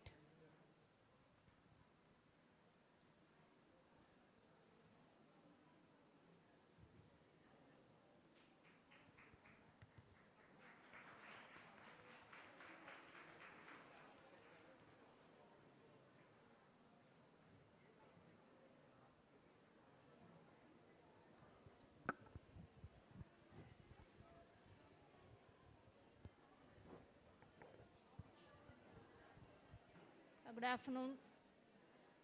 Post-lunch session. Everybody's feeling sleepy, right? Or no other go. We'll finish shortly, right? So from morning, எதல பேசலாம் தமிழா இங்கிலீஷா இல்லை both mixed? Yes? Both mixed. Okay, fine. So மலையாளத்தில் பேச தெரியாது. Okay, yes. So either you can hear in English or Tamil, right? So my topic given to us, update on MCH services in India. So from morning I've been hearing what are the latest things going on in the maternity and childcare as well as obstetrics and gynecology, starting from all your robotics, what are the investigations or what are the latest advances in the management of maternity and childcare as well as obstetrics and gynecology. So at the outset, I would like to thank Sree Abirami Hospitals and the team, organizing team, for giving me this opportunity to stand before you to talk on this topic. So my topic of these maybe some 20 to 30 minutes, actually I was given 45 minutes to talk, but I don't think it will be that patient enough to hear, so I'll cut short my talk to maximum 25 to 30 minutes. So the talk will be on MCH services and why and what. So what is the recent updates on that? What is the background? What do you know about? Why should we all learn all these things and practice? So this is a teamwork. So any ops and gynae or the child care, only doctors alone cannot manage. So we need staff nurses, the paramedical, lab person, everybody should work as a team to give a good result. So single person standing here, I cannot do cesarean section, I cannot conduct delivery, I cannot look after the patient. So maybe I can guide, I'll know how to treat, but then I need everybody's help. As a team only we can achieve. So this is where I am standing before you to talk on what are the services, update on maternity and childcare services in our country. So coming back, so how many of you know what is maternal mortality rate? Anybody? Maternal mortality rate, what do we mean by that? So all the things you have been learning, all the updates, everything boils down to avoid maternal mortality. What do we mean by this? Anybody from audience? Maternal mortality. Yes? A little bit louder. Are any mic for them? Audience? What do we mean by maternal mortality? MMR. Vartarpa? No Gumbala answer is. Just to keep you awake and so you can observe what is there common in the services in yes, please. Your name, college and answer please. My name is Abirami from RVS College of Nursing. It's around 90 per 100,000 live births. Now what do we mean by that? The number of deaths, maternal deaths Okay. per 100,000 live So births. maternal deaths, it's only during delivery or anything? Because this is only our whatever we learn, we practice, we want to avoid any maternal death. So what is maternal death? How do we say? Suppose a patient delivering and dying? Until 6 weeks. Yes. So from the time of urine test becoming positive till 6 weeks to post-delivery. So it could be abortion, it could be delivery. So till then any maternal death happens, we call it as maternal mortality rate. So this should be depicted as 1 in 1 lakh or whatever, number of deaths per 1 lakh live birth. It is not 1,000 live birth, it is for the infant mortality. So maternal mortality it is 1 lakh live birth. And what is SDG? SDG, or how many of you know 5-year plans and all these SDG goals? Sustained developmental goals. Illa inga answer varakudadu, it should come from there. Okay, sustainable development goals. So everything is to achieve this only we have been reading and what are the things government of state government and central governments implementing to improve the maternal health. So again, so all the worlds, developing, developed worlds, everything is, we are dividing the nations in the world based upon their maternal mortality and infant mortality. So it's very, very important. And this is, if you can see, 287,000 women were dying in the 2020. It is, I'm not talking about 1960s, 70s or 80s. In 2020, 4 years back, this is what is maternal mortality worldwide. And this is the latest update on 26th April WHO. It says, if you can see, 800 women dying from preventable causes per day. So every 2 minutes, 2 to 5 minutes, one woman is dying across the world because of preventable cause of maternal mortality. So this is where our healthcare, doctor, nurses, paramedical, whatever healthcare workers it is called as. So this is the latest statistics. I'm not talking about one decade back. 28th April 2024, WHO, every day 800 women dying because of preventable cause. So if you break down, every 2 to 5 minutes, one woman is dying across the world. Again, this is the probability. Suppose in high-income countries, between 15-year-old woman, if she becomes pregnant, so this is a stark reality. So if you can see, developed countries, 5,300, or 5,000 பேர் pregnant ஆனாங்களா ஒரு mother death ஆவாங்க. If you take our country, roughly 50. So there's a probability 50 mothers becoming pregnant all over India. One person will have some problem and she may die. This is the probability of maternal death. So this is where we have to do all our activities and prevent. And again, this SDG goal is child and maternal health. We should have the equity of health and equality and care for the every segment of people. Okay. So this is, we need to have the document. Why should we have all this? So documentation history is very, very important when we talk about any medical disorder or any medical practice we are all doing. So Varalaru is very, very mukkiyam, right? So we go back to few slides, what have been happening for the past 100 years. So this is India statistics. Every 10 minutes, one woman die in every 10 minutes. So 1 hour there will be 5 deaths across India because of some maternal causes. So this is the very, very basic reality. We have been listening to some of the TV news and all, some women dying, some problem for the mother and baby. So this is what is happening every 10 minutes, one mother dying in some part of India. Whereas, what is the Tamil Nadu maternal mortality? Anybody? The goal is by 2030. That is 6 years from now, we should have the maternal mortality. WHO says it should be less than 70 by 2030. Who stands first with the reduction maternal mortality? Which state? All over? Yes? Kerala, good. Then, so Kerala, they have reached up to 24 last year. Maharashtra comes next, somewhere around 30. And Tamil Nadu, we are harping upon 40 to 45. So we are the third state in India to have the reduction in the maternal mortality. But other northeast and north states, they are having so much of maternal mortality. But every 5 minutes, every 10 minutes, one mother is dying in India. So this is what they have been saying. So this is the goal. By 2030, it should be 70. Indian statistics have come down to 90 all over India. Whereas Kerala reaching 20 and Tamil Nadu 45, but other states and 110, but everything put together, we are at less, we should reach less than 70. Some states have achieved, so Tamil Nadu has achieved that. And these are all the pictograms, how we should see about the maternity and child care. So what are the programs, everything is based upon all the statistics. So maternal mortality, anybody knows, so 1930, 100 years back, this is 1 person. One person, every 100 mother delivering, one mother will definitely die. Suppose any of the hospitals having statistics, 500 deliveries per month. 5 women would have died 100 years back, but now it has been brought down very, very drastically. So this is the picture 100 years back. With the development of all our medical, all the programs, we have brought down our maternal mortality. So Tamil Nadu, it is 44. So even in spite of all our modern gadgets, whatever the updates, we still have maternal mortality happening.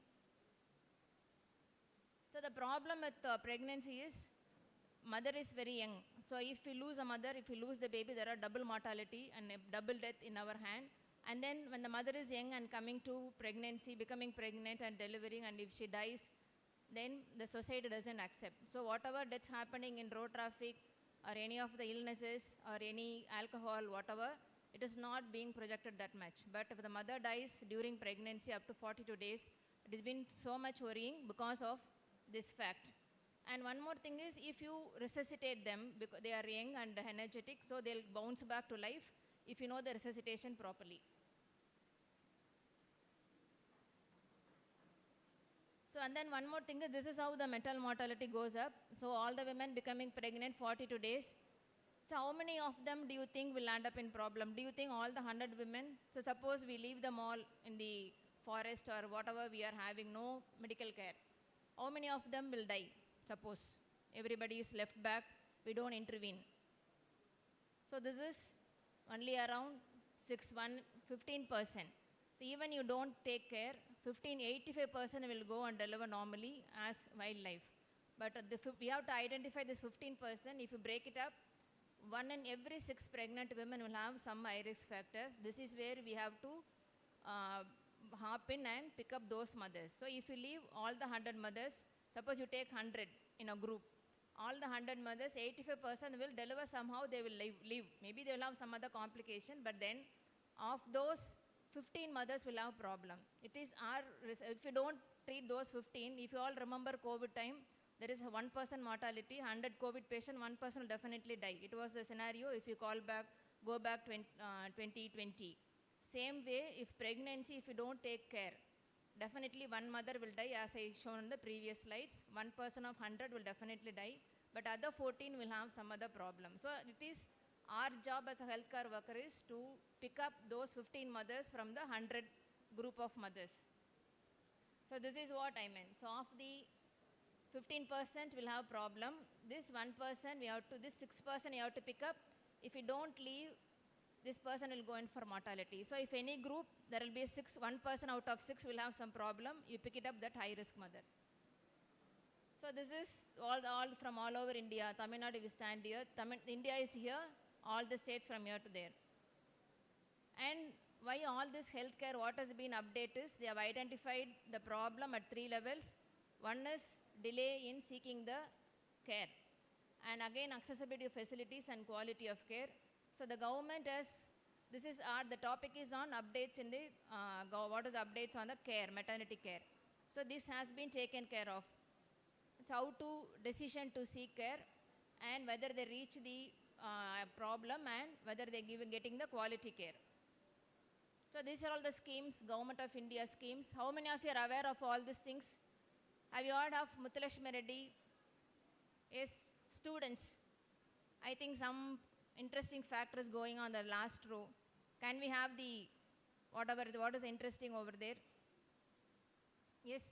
Okay, so how many of you know all the schemes that has been there? This JSY, because you have to know what is happening in the society. You are living with the society, so you should be aware what is happening, what the mothers have to get. So you have to guide them also. So if you can take, this is 700 rupees has been given to mothers if they go for hospital delivery. And JSSK, how many of you have seen that pink color vehicle with a symbol as 1 or 2 in the roads? Yes, some hands go up. So this JSSK is a drawback from the hospital, government hospitals to the home. So they can come by in 108 and do the hospital. And then going back by this 102 and cashless delivery in a government institution. This is JSSK. And Muthulakshmi Reddy Maternity Welfare Scheme, 18,000 rupees is being given to the pregnant mother. For that, I'll come in next few slides how the money is given. The whole 18,000 is not given. So how many of your relatives or known persons, they go and register in the government side? Are you aware that they have to go register and get a number? Please put up your hand. How many of you know they have to, any pregnant mother, how many of you know in government of Tamil Nadu state, the mother should go get a register and get a number? I saw some few hands going up. So this is very, very important for the birth registration. Unless it is registered and they get the number, once they get the number, they'll be given this 18,000 from the time of pregnancy till the baby is getting immunized. And they have to get this number for their baby to be getting a birth certificate. It is important. The government has linked both these two things. And this pygmy RCH ID, and then PPIUCD, what is that? PPIUCD, yes? Postpartum IUCD, good. And this is the ABC kit, is baby kit and PMSMA. So these are the schemes which had got the improvement in the decrease in the maternal mortality. If you can see in 1994, 30 years back, this is in state of Tamil Nadu, the death was 110. So it is more than twice what has been there. So from 94, they had brought in RCH, that is reproductive child care in 2000. And this again going up at 130. And all these trainings have come up with the 2003 and 4. Amstel, what is Amstel? Amstel, maternity, yes? Amstel, what is Amstel? All of you are finished second year, have gone to labor wards. How many of you have seen deliveries in your, yes, what is Amstel? What is Amstel, pass? Last but few. Anybody louder? If you have gone to maternity deliveries, you should be knowing this. Amstel is active management of third stage of labor. So all this is a training and hiring of specialists, blood storage facility and EMRI. So everything has come down.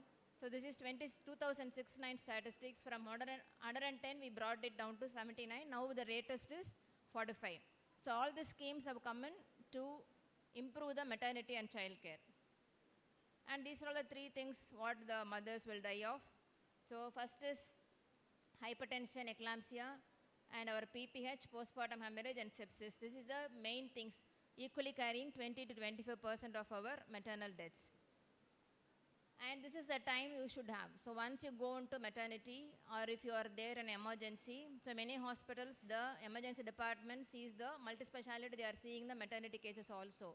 There may not be separate labor wards. So you should know how much time you have in your hands. Suppose it is patient is PPH, she'll die within 2 hours, and from antepartum hemorrhage 12 hours, and obstructed labor and sepsis, we have got some 48 hours to 1 week in our hand. For us to, this is to know how quickly how to respond to a particular condition. And again this JSY, JSSK and all by the National Rural Health Mission, they are being given mothers. This is given only to make them come to the hospital for institutional delivery. So previously mothers have been delivering at home or in the small, whatever the small areas in their village, or sometimes the DAIs, trained DAIs will go conduct delivery at their homes. So if they are delivering at homes, we cannot avoid mortality. So they have been made to come to the hospital. It is like hanging a carrot in front of a donkey. So if the carrot is there, they'll come, it will walk in front. So the same way to make the patients to come to the hospital for delivery, government has given 700 rupees for each delivery whenever they are attending the hospital. So this is a way of bringing the mothers into the hospital. So unless they come to the hospital, the health department cannot do anything. So they have been made to come to the hospital with this money. And it has been nearly 20 years since this program had come in. Our hospital institution deliveries had gone up to almost 90% with this. So this is what the institution delivery. So if you can see 94% institution delivery. This is a public health. So almost more than 90% had come for hospital delivery, provided this money has been given to them. So in spite of, instead of delivering at home, they were made to come to the hospital. And JSSK, this pink color ambulances, they draw back the mother to the home, and they are given in the north and all, sometimes they have to pay money to even to the government hospitals. So to avoid that, it is a cashless delivery and the money is given for the drugs also. So this is another scheme, JSSK. So this is a guideline available online. You can go through that. JSSK is Janani Sishu Suraksha Karyakram. So all this JSP, JSSK all have this Sanskrit or Hindi names with that. And this is PMSMA. So Pradhan Mantri Surakshit Matru Abhiyan. So every 9th day of the month, every calendar month, 9th, all the mothers will be given a care under single roof. Once they come, they do all investigation, collect the report, and go back home with the identification of high risk. This is practiced all over the country. And this is the NHM. You can access online all the guidelines, including for the staff nurses and Dakshata training. Everything is available online. If you can go to this website, NHM, and these drop downs, you can get the maternal health link for all the Government of India guideline. And this is the state government. They are giving Muthulakshmi Reddy scheme. 18,000 amount is being given from 2018. Before that, it started with 8,000 and it gone up to 18,000 from year 2018. So this is how it has been given. So first time in the antenatal period, if you could see, first registration and up to before delivery, they'll be given 8,000, 2,000 money, and 2,000 they'll be given a kit which contains all these things. Because anemia and hyperproteinemia is a problem. So instead of making them get money, instead of giving them money and making them buy things, the government are giving all these things in a basket, having mother's health mix of 1 kilo, syrup 3 bottles, fruits and protein biscuits, and the towel for the baby, and deworming with the albendazole. This has been given for all the mothers. So these 2,000 worth 2,000, and after delivery they are given 4,000. And post-delivery, they are given 4,000 once all your primary immunization. What do we mean by this primary immunization? Immunization, I think we are going to the pediatric wards also, once you start going in, right? What is the primary immunization? 6 vaccine preventable disease. BCG, yes? BCG, hepatitis, polio, then, yes? Diphtheria, yes, tetanus, and pertussis. So these, they ensure, government ensures that those babies are also vaccinated. So they are given next 4,000 once immunization is covered, and extra 2,000 when the 10th month MMR is being given. So you go through and read what is your vaccine preventable disease and primary vaccination also. And this is the pygmy number is pregnancy infant cohort. They are given a number so that those babies are being followed up throughout till the adolescence with the RBSK and district early intervention program. So any anomalies detected, they are getting corrected. So this is the another way of bringing the mothers and babies into the net of our monitoring. And again, the delivery points are brought in, and if you are going to be very hilly areas, they are given a delivery points where the antenatal mothers before delivery, 1 month before delivery, they can come and stay in those houses and they'll be taken care of. And in many of the all the medical colleges have been given with the obstetric HDU and ICU for taking care of the mothers. And this is the latest, it is for you, 2019-18 midwifery services. So government has given clear guidelines. So what is midwifery? Actually, if any of your friends or any relatives are there in abroad, UK and US, deliveries are being conducted only by midwives, low risk pregnancies. Only the high risk pregnancies are being given to, note the point. So the doctors cannot go and see delivery unless the midwife refers to the doctors. This is what is practiced in UK. The same system is going to be implemented shortly, maybe down the line 5 or 10 years. Some programs are all going in the government. So this midwifery, that is why the midwifery book had come in 2018, midwifery services, what is to be done. So this is the update, what you all should know if you can go and get it downloaded from the NHM website. So this is what they say. So the OPD basis, antenatal OPD and the birthing unit, midwifery led unit and obstetrician led unit. So this is going to come. The government of India had started 1.5 years, 18 months training for the nurses, and every state has got a small unit. All the nurses, basic nursing or GNMs, they are being selected by option. They are given 18 months training and they are going to be posted into the all government hospitals starting from PHC as a midwife led units. So it is identified as high risk, then they will be shifted to the obstetrician led unit. So all the medical college hospitals are going to have 2 divisions. One is midwife led unit. So these are all the screenshots from the book. So and midwife led care and obstetrician led care. So you pick up, if high risk, go to the obstetrician. If it is a low risk from the antenatal period, it will be followed up by the midwife. So the midwifery care is coming here also. It is going to be the boon for all of you. So you can choose and getting employed in all these places. So this is how they have to, these are the guidelines it is given in that book, how we have to do and how they have to be infant deaths. So again, these are all the updates on towards the progress.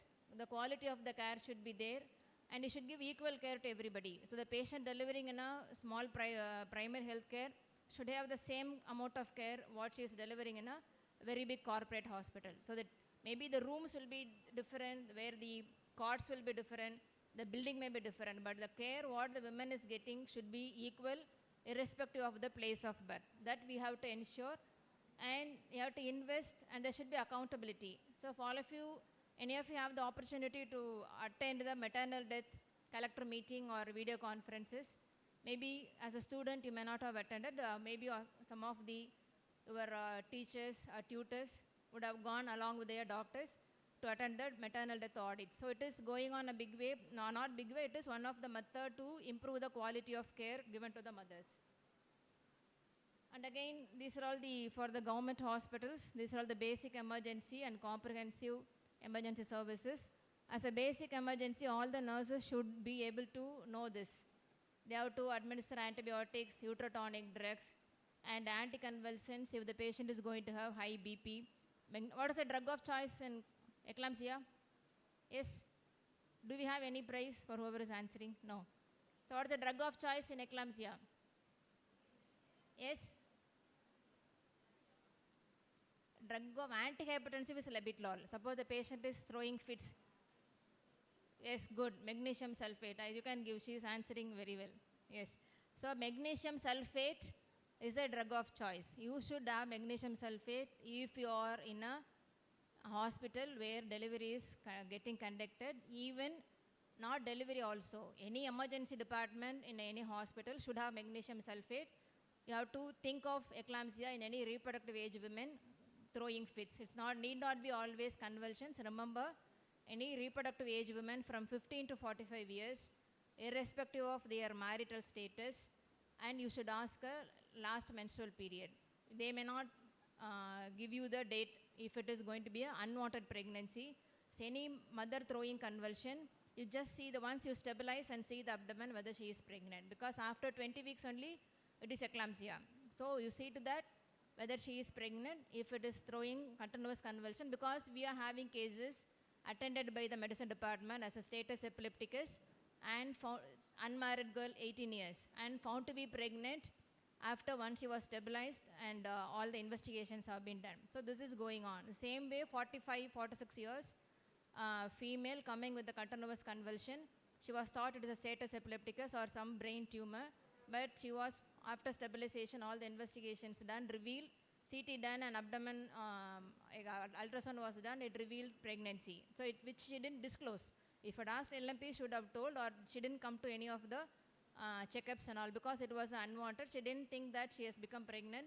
It was in the perimenopausal age. So any pregnant women having convulsion, not pregnant, need not be. Any women from 15 to 45 years throwing convulsions, stabilization, you think of pregnancy and just see the abdomen and rule out and give the drug magnesium sulfate so you can avoid mortality.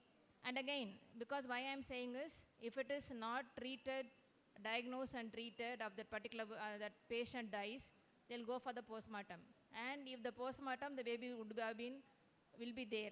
Then a postmortem report comes, you think of eclampsia, you treat eclampsia, and she dies, okay, it is a complication. But unidentified pregnancy going and found out on the postmortem, then we are legally liable. So think this, and any eclampsia you ask, any convulsion you ask for a LMP and pregnancy history. So these are all the things you should know. So even before the doctor comes, you are the nursing staff in the hospital, you can resuscitate, and by the time they arrive, you can have the credit of saving that particular patient. So this is what I said, birth waiting homes in a case of very hilly areas and the tribal areas. Okay.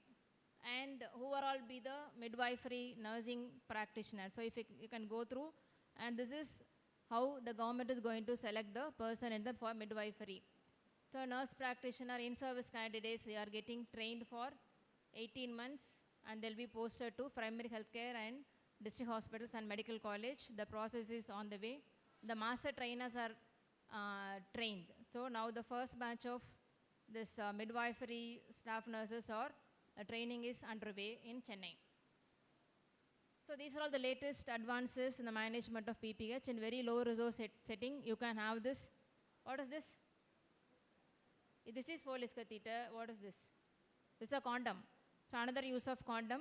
If the patient is going to have atonic PPH, you can have this. You can tie with your silk thread, and this will be put into the uterus, and you put a normal saline through this. So it will be going and occluding the uterine cavity.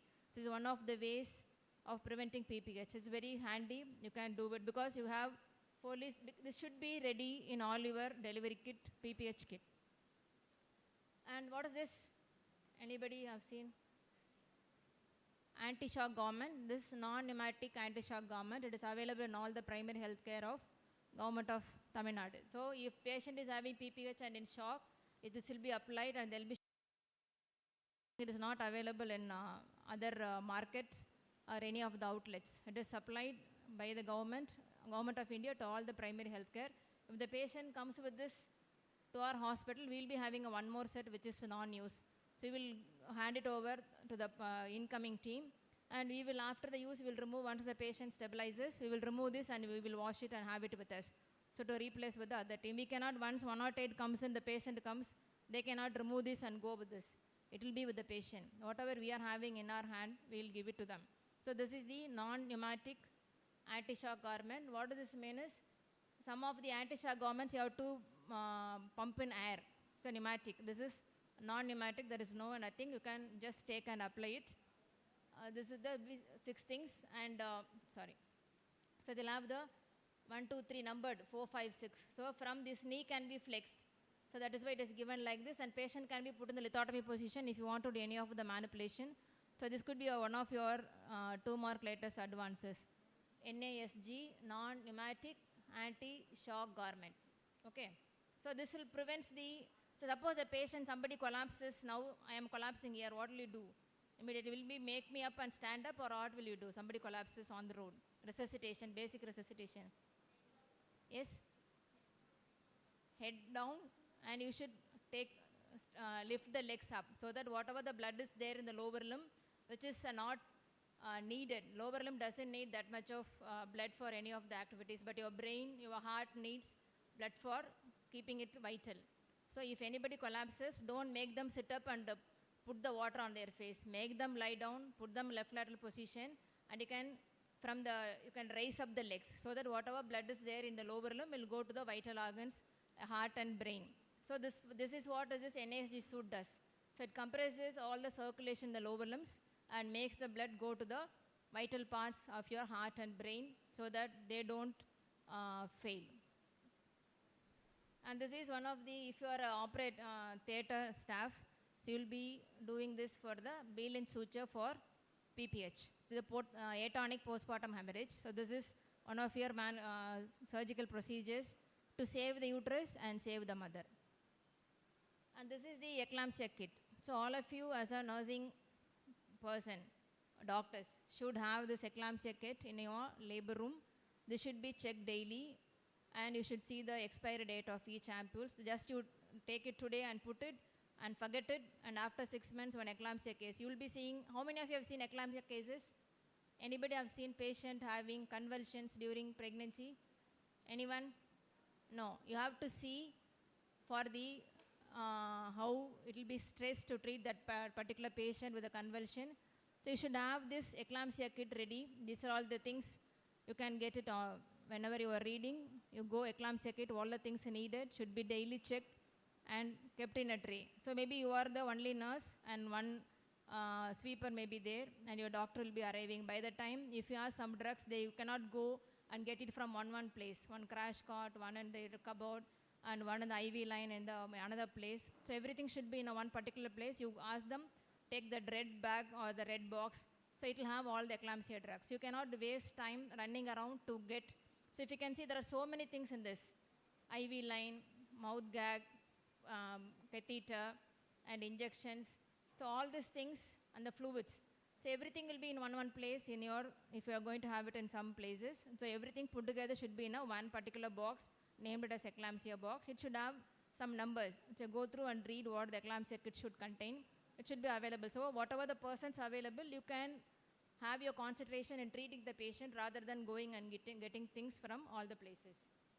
And this is the magnesium sulfate. This is the latest drug. This is the drug of choice now. Some 2-3 decades back, we were using other drugs.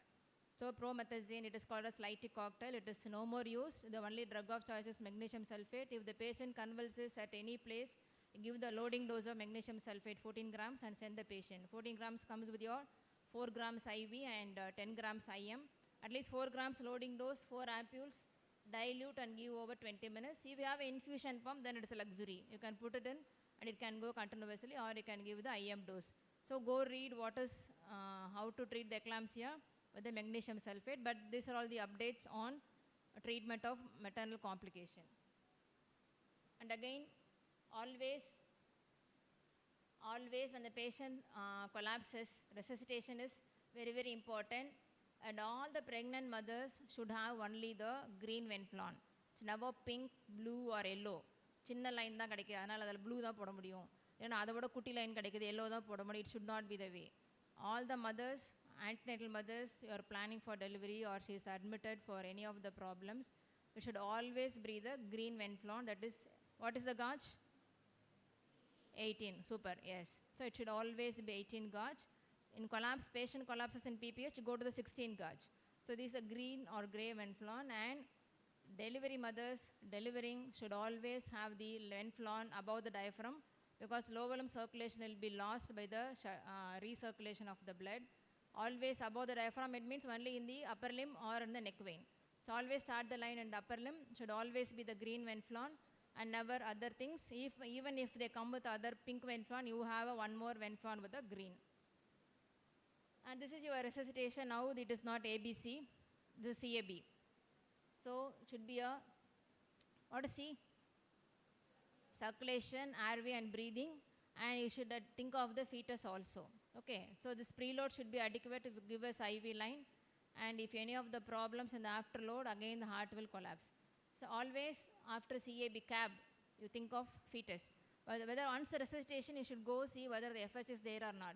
Remember, suppose the mother comes 1 hour back. After 1 hour, you finish all the admissions and come and see the FH. FH is gone. What will happen? Hospital adichu norkiruvaanga. So whenever the mother comes first and foremost, as you are checking the pulse BP, you make the patient lie down and see FH is there or not. If there is no FH, then and there you should document by the time you examine, and you have to inform to the patient and the attendants. So you do all the work. After 1 hour, leisurely go see the FH, and you are informing the FH is lost. Then there's 1 hour period they are in the hospital. Then you become the culprit. So once the patient, any antenatal mothers coming in after how many weeks we call it as viable fetus? And what is the period of viability in India? The baby can survive. 20? 24, okay. Advanced hospitals 24, but still India is concerned, we are 24 is WHO standard. India, it is 28 weeks. Suppose the weeks are not known, the baby is born and dying, then what is the weight, we call it, for 28 weeks? Suppose LMP is known, you are calculating it is 28 weeks. Suppose the LMP last menstrual period is not known, the patient has delivered, but the baby is IUD, or she is delivered and baby suddenly dies, you have to put a live birth form. So what is the weight for that? It is 1 kg, okay. So it is either 28 weeks gestational age or 1 kg birth weight, we call it as viable birth. So less than that, if any baby delivers premature and dies, we call it as abortion. So India, now it is 28 weeks till now. WHO is 24 weeks. If you are going for foreign countries, after you finish, there it is 20 weeks. US and UK, it is 20. US 20, UK is 22. WHO says it is 24, but in our country, namakku nalla safe margin, it is 28 weeks or 1 kilo of the baby.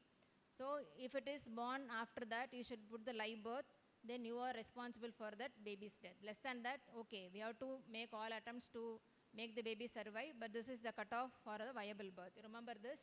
So you have to see why I am saying is, any pregnant mother comes after 28 weeks, pulse BP paakra mari, immediate conscious level paakra mari, adutha step should be to document fetal heart.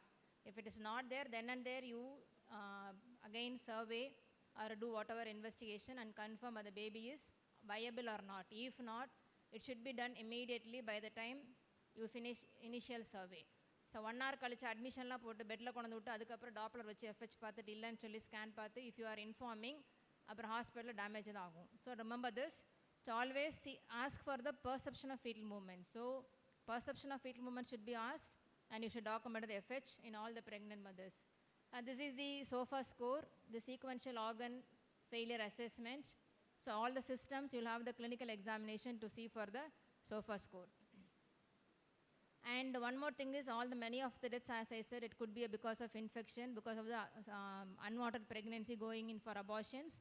So from 1971, we had come all the way to 2022.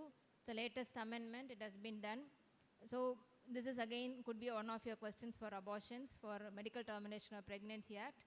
Latest amendment is 2022. It gives so many eugenic reasons and all the reasons to undergo safe abortion in the certified hospitals. So if not, it is called as unsafe abortion and septic abortion. Again, this is latest advanced changes in the 21-22. During COVID, they have amended. So I think if I go on, we can talk for more than 2 hours on this. So just go refresh what is there in the 1971 Act and what is the latest one.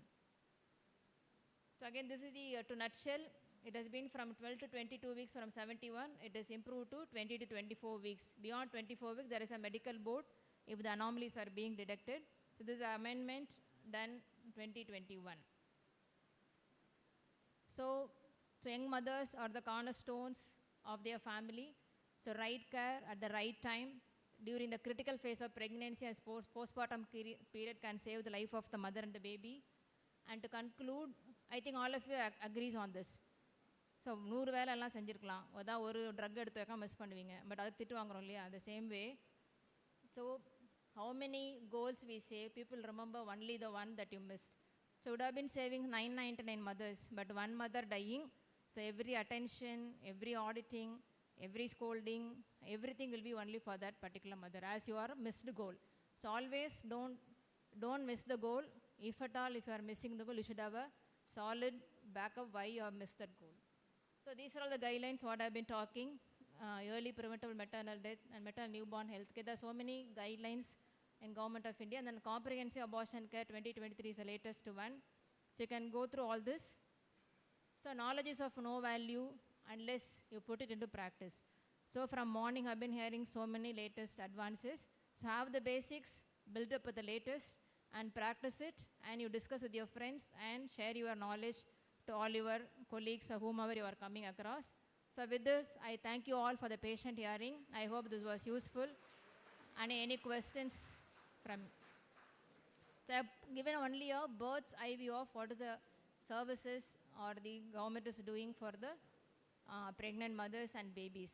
So many things to talk on. We can have one day long session only on the schemes and how it is being implemented. So I've given you overall overview.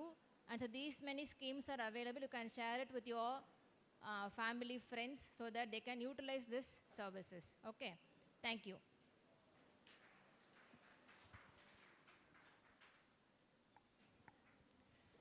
Thank you, ma'am, for your informative and insightful speech. As a token of our love and appreciation, we would like to present a memento to Dr. Manonmani ma'am. I request Professor Gomadi ma'am of Abirami College of Nursing to come forward to present the memento.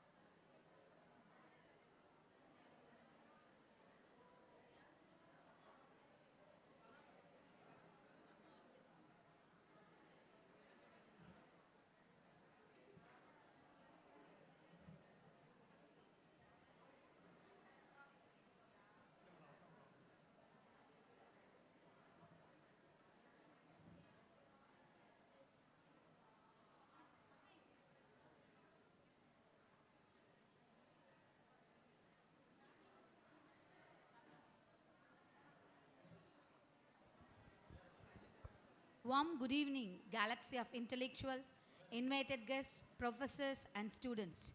To improve the golden moment of opportunity and catch the good that is in our reach. It is great art of life. Prayer. Prayer is a song of the heart. It reaches the ear of the God. Now I would like to invite our college choir to grace this program with a prayer song.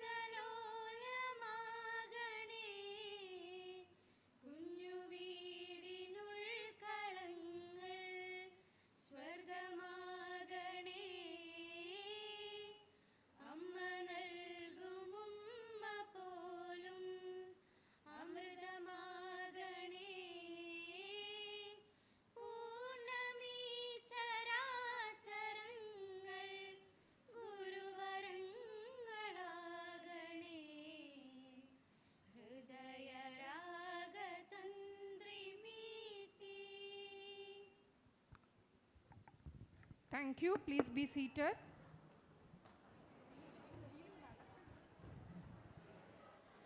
A pessimist complains about the wind, an optimist tries to change it, and the leader adjusts to say, to give a red carpet welcome to everyone assembled here, may I take the pleasure of requesting our respected principal to welcome the gathering.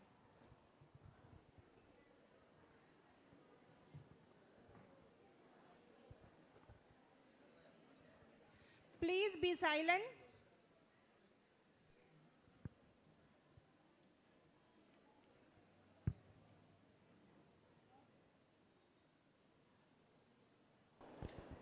Most respected dignitaries on the dais, off the dais, and dear delegates, good evening to one and all gathered here. It is with great pleasure that I welcome you all to the valedictory section of our national conference on current breakthrough and future endeavors in obstetric and gynecological care. Hope today we gathered and shared our knowledge, exchanged our ideas, and gained advanced understanding in the field of obstetrics and gynecological nursing. First and foremost, I would like to extend a warm welcome to our distinguished chief guest, Dr. Manonmani Ma'am, MD DGO, Professor and Head of OG Department, Coimbatore Medical College Hospital, Coimbatore. Madam is a renowned OG specialist whose contributions to the field have been both profound and inspiring. Ma'am, we are honored to have you with us today, and on behalf of Sree Abirami Institutions, we welcome you, ma'am. I request our director, Dr. Kunthavi Devi ma'am, to facilitate our chief guest with shawl and bouquet.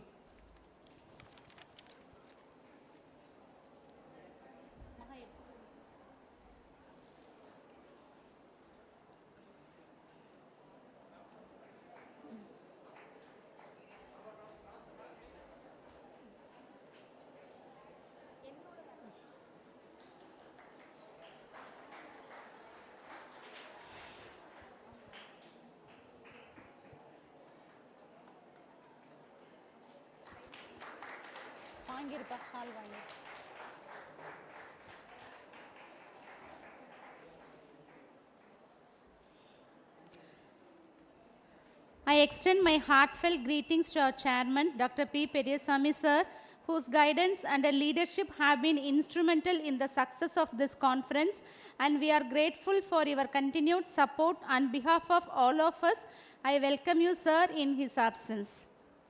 I welcome our respected Madam Dr. Kunthavi Devi, Board of Director for this valedictory session. Welcome you, ma'am. I request Dr. Maharani ma'am, Professor of Sree Abirami College of Nursing, to greet our director with bouquet.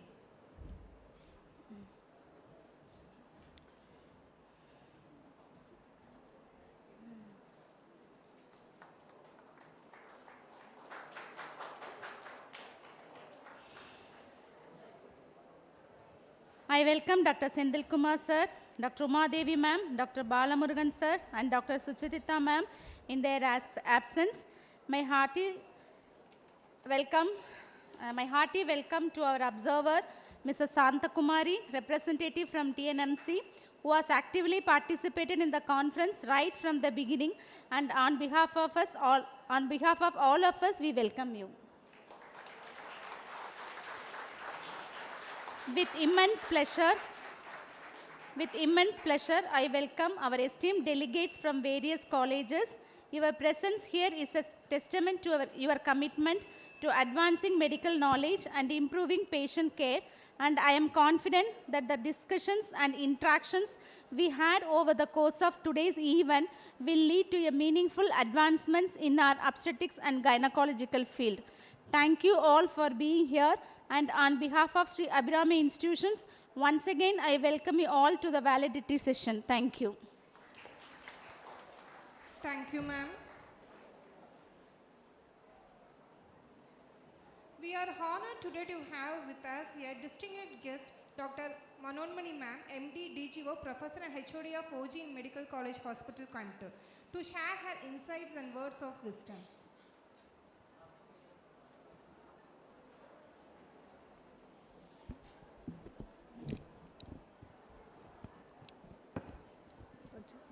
Yeah, good evening to one and all present here. So at the outset, I would like to thank the organizing team, Abirami Hospital, Madam Kunthavi ma'am, and Periyaswamy sir, and her family, and the organizing team of Abirami College of Nursing for giving me this opportunity to stand before you. So actually, having nursing college and conducting a national conference, it's a very big.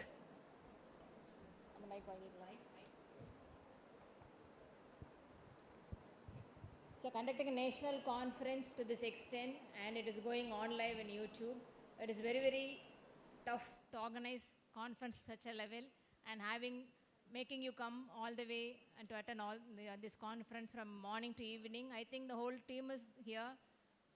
So I congratulate the team for your great achievement.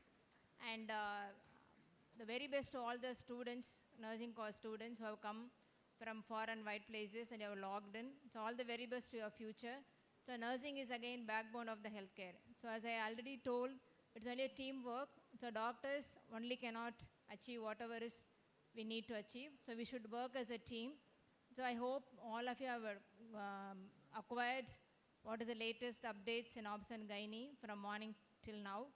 And our aim is to avoid any deaths, especially maternal and newborn deaths, where the obstetrics and gynecologists are only motto. So we don't want any mothers die at our hands.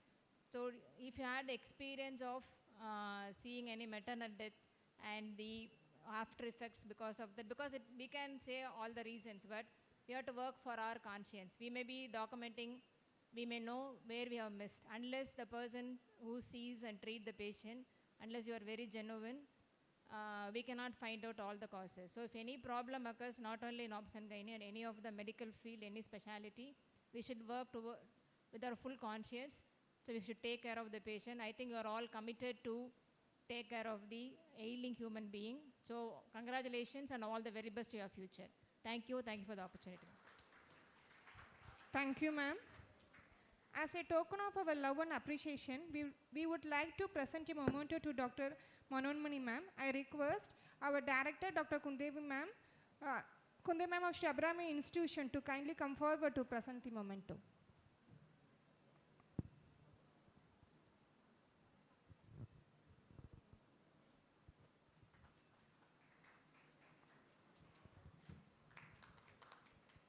Thank you, ma'ams.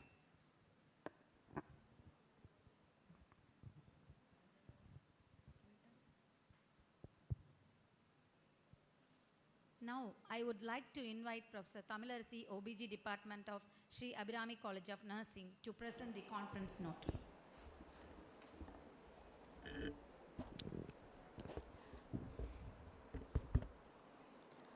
Good evening, one and all present here. It's immense pleasure to stand in front of you, accompanied today's national conference on current breakthrough and future endeavors in obstetric and gynecological care.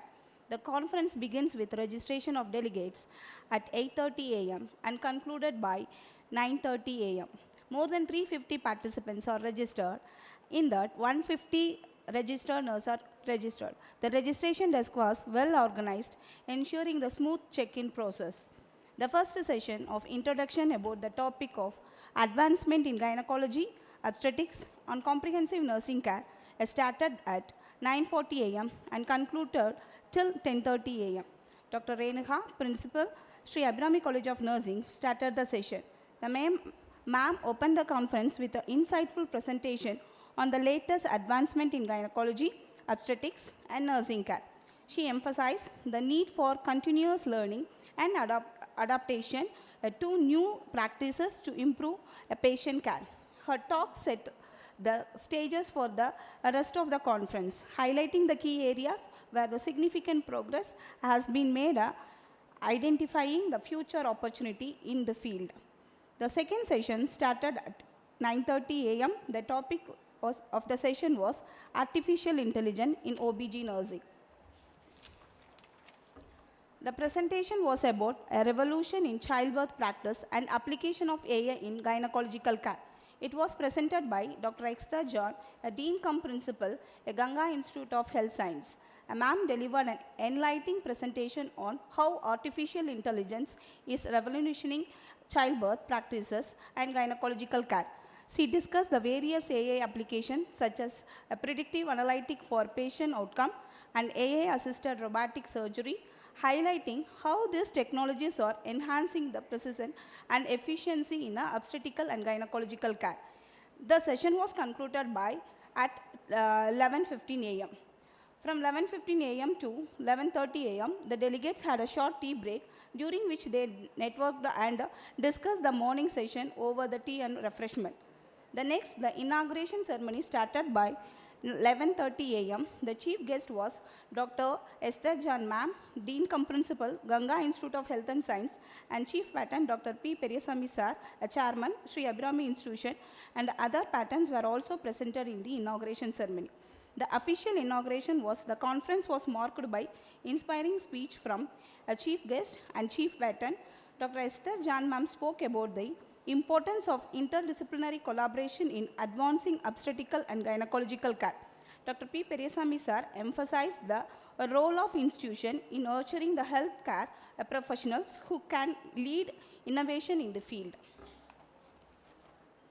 The third session started at 11:12 a.m. The topic was innovation in obstetrical care. The resource person was Dr. Nisha Clement, Associate Professor, ESIC College of Nursing, Bangalore.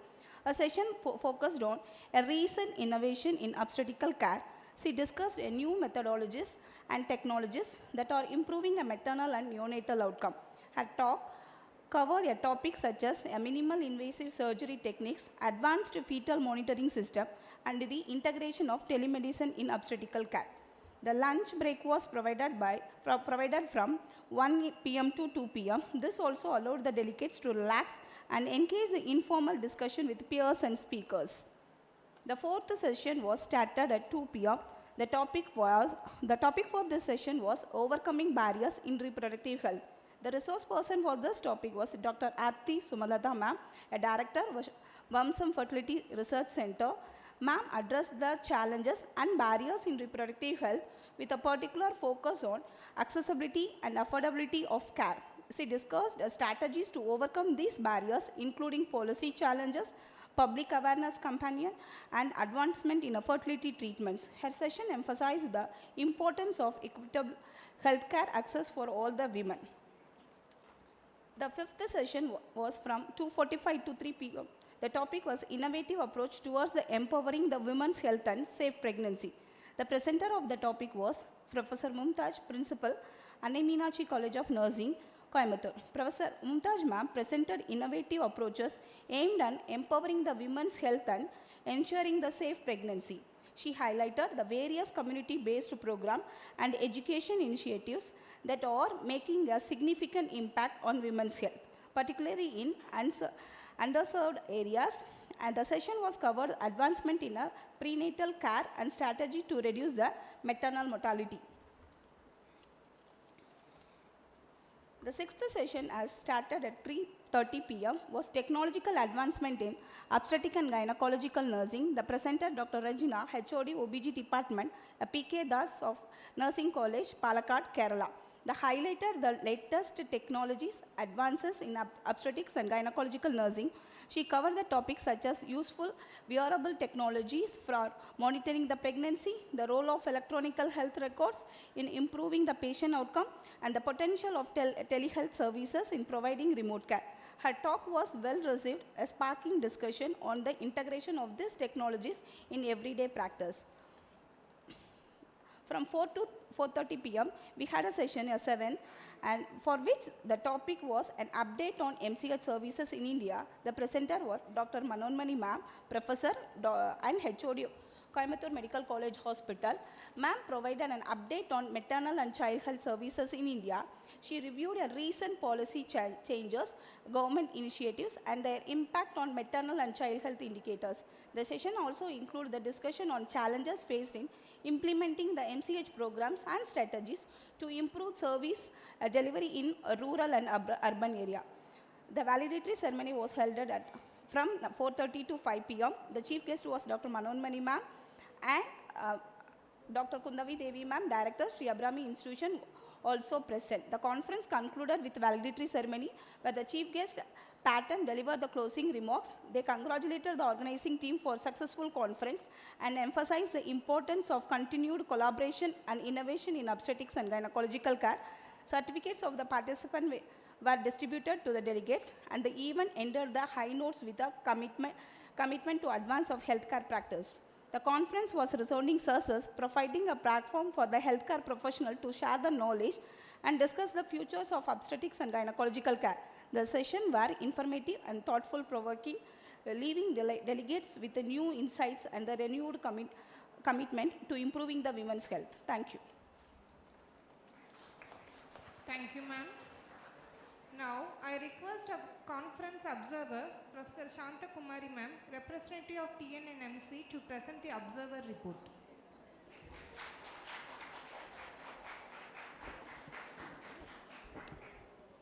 Good evening, everyone. I know everybody is very tired. I am Shantakumari from Karpagam Nursing College. I appointed as an observer for this wonderful conference. Actually, I registered myself to come as a delegate in this conference before one day only. But fortunately, I got the observer appointment also. So anyway, I have to come this and attend this conference. I'm very happy as an observer as well as a listener. Actually, I learned so many things from this today conference. Actually, I missed our conference details because I am an organizing person. I couldn't sit and watch our own seminar. But today I got a chance to listen to all the presenters, eminent speakers, their views and points, everything I learned. Actually, I'm a community person, but still I'm interested in OBG, so I learned so many things. So I can teach my students also, my fourth-year students, and I can take these points to the community also to reach the community people. So it is useful not only for the OBG, it is useful for the community also. And as an observer, I observed the things from the morning. I thought the overall conference is very good. The topic is very good and very helpful for the students as well as for the nursing staffs who are working currently in the hospital side. I know what is the difficulty in arranging one conference or a seminar. So I'm congratulating the whole college as well as the organizing team for arranging this wonderful conference. Without any fault, without any mistakes, without any hurdles, it is going smoothly from the starting until the end. I'm just very honored to be here as an observer. I'm just congratulating everyone for this successful conference. Thank you, ma'am, and thank you, everybody. Thank you, ma'am. As a token of our love and appreciation, we would like to present a memento to observer Professor Shantakumari ma'am. I request our principal, Dr. Renuha ma'am of Sree Abirami College of Nursing to kindly come forward to present the memento.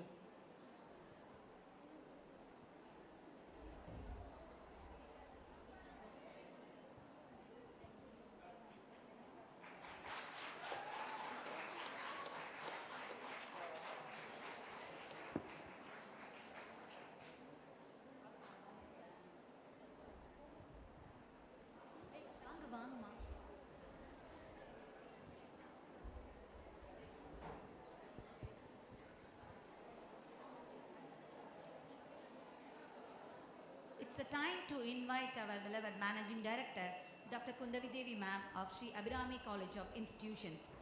The Chief Guest, Dr. Manoanmani ma'am, our Principal, Dr. Renuka ma'am, Sree Abirami College of Nursing, to distribute the certificates and prizes to the students and the faculties. I welcome you all, ma'am. Any representative from each college come forward and collect the certificate.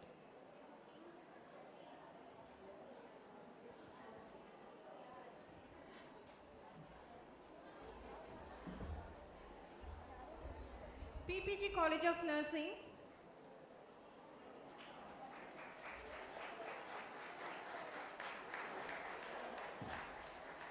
Any one students from PPG College of Nursing can come and collect the certificate.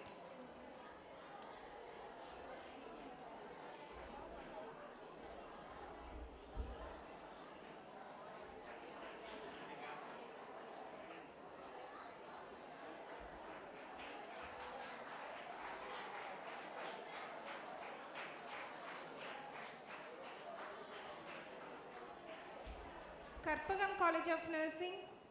Anyone from Karpagam College of Nursing?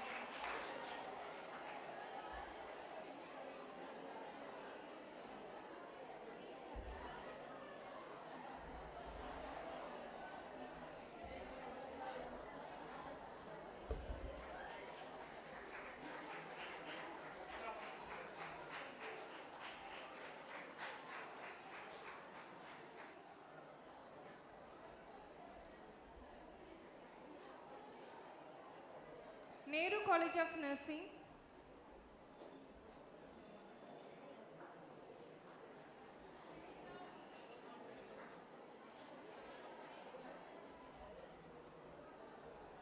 Next to Global College of Nursing.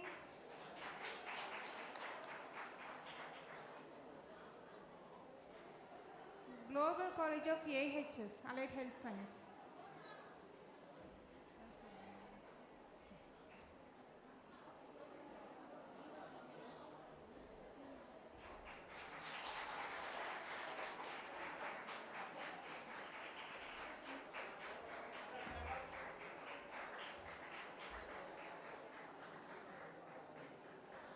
RVS College of Nursing, Sulur. Anyone from RVS College of Nursing? Next to Kongunadu College of Nursing.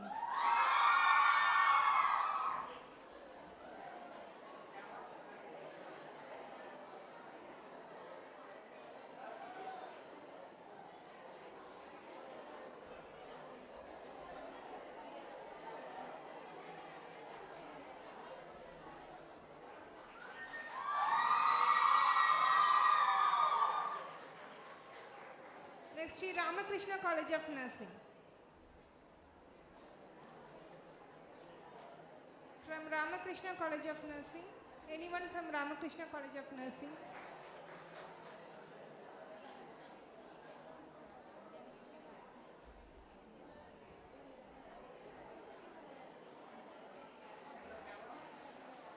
Sree Abirami College of Nursing. Next one, students from Abirami College of Nursing, come and collect the certificate.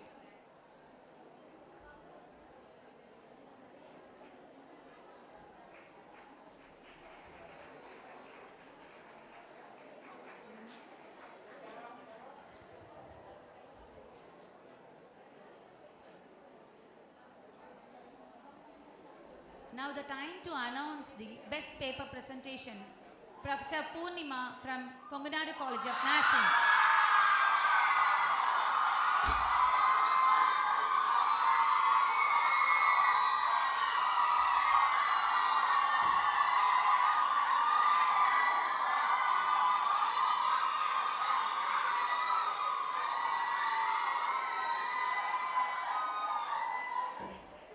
First prize, poster presentation, M.S. Rudra, Konganadu College of Nursing.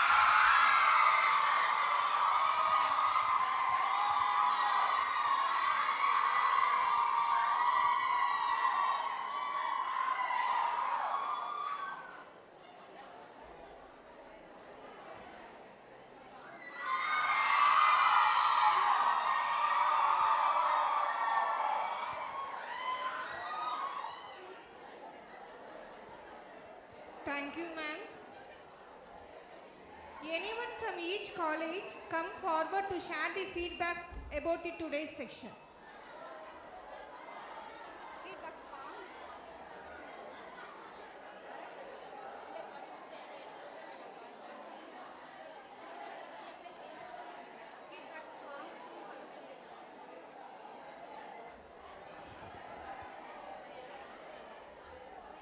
Kind attention.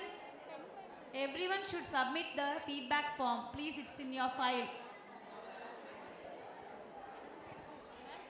Volunteers of Sree Abirami College of Nursing, please collect the feedback forms. Pen.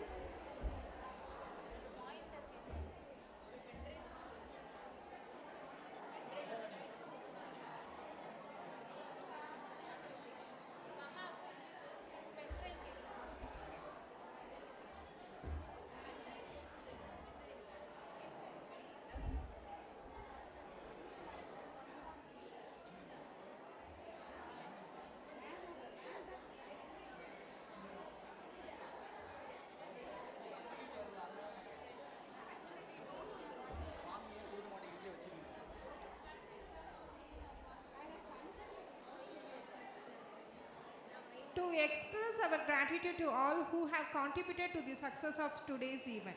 Now, I invite Dr. Maharani ma'am, Professor of Sree Abirami College of Nursing, to deliver a vote of thanks.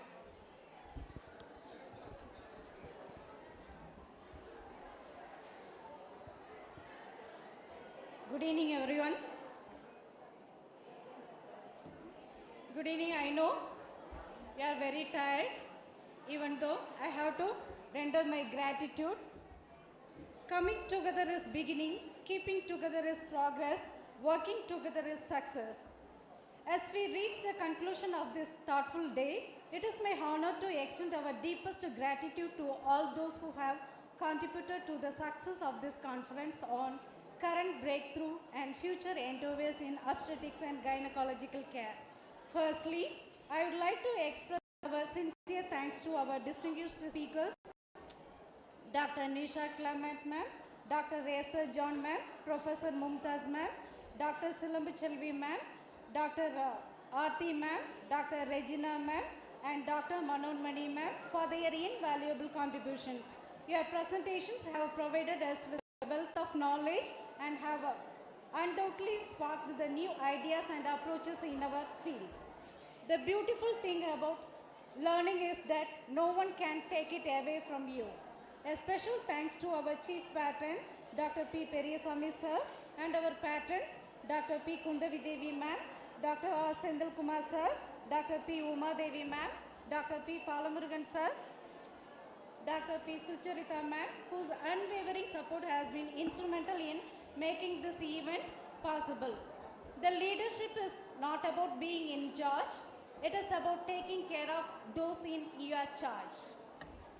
I'd like to extend my heartfelt gratitude to our convener, principal, Dr. Renuka ma'am, and our entire organizing team for their meticulous planning and flawless execution of this conference. As a special thanks to our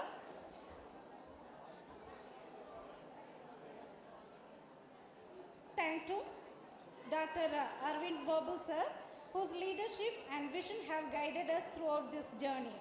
Next, I would like to extend my gratitude to our TNNMC observer, Mrs. Santhakumari, for sharing your time. Your observation and insights are invaluable. Thank you, ma'am. A great master of ceremony makes a great event memorable.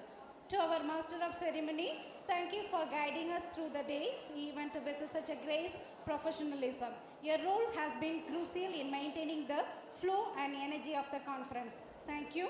Success is the sum of details. Next, I would like to acknowledge and thank all the committee members, volunteers, electricians, technical workers, drivers for their dedication in ensuring that everything is operated smoothly behind the scenes.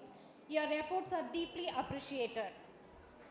Cleanliness is not next to godliness, it is goodliness. A special mention goes to the maintenance department and housekeeping supervisors for their tireless work in maintaining a clean and welcoming environment throughout the day. Thank you all. A journey is the best measured in friends, not in miles. Lastly, to all the participants from various colleges who joined us today, thank you for your enthusiasm and active engagement. Your presence and contributions have added great value to this conference. Thank you all. As we conclude, let us carry forward the insights and inspirations that we have gained today. Thank you once again, and I wish you the safe journey at home. Thank you. Thank you, ma'am. As we concluded today's program, I request everyone to rise for the national anthem.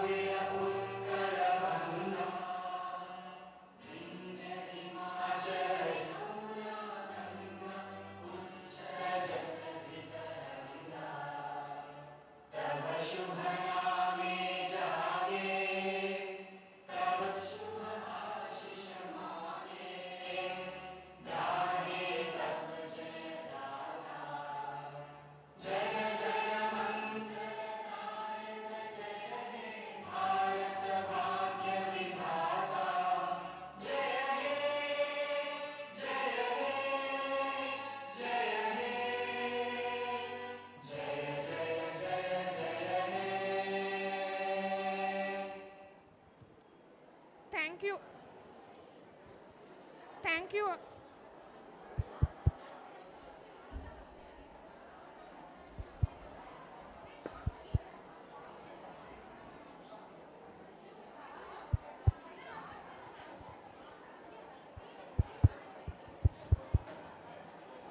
Thank you all. Have a great day. Tea and snacks available outside the conference hall. Kindly have it.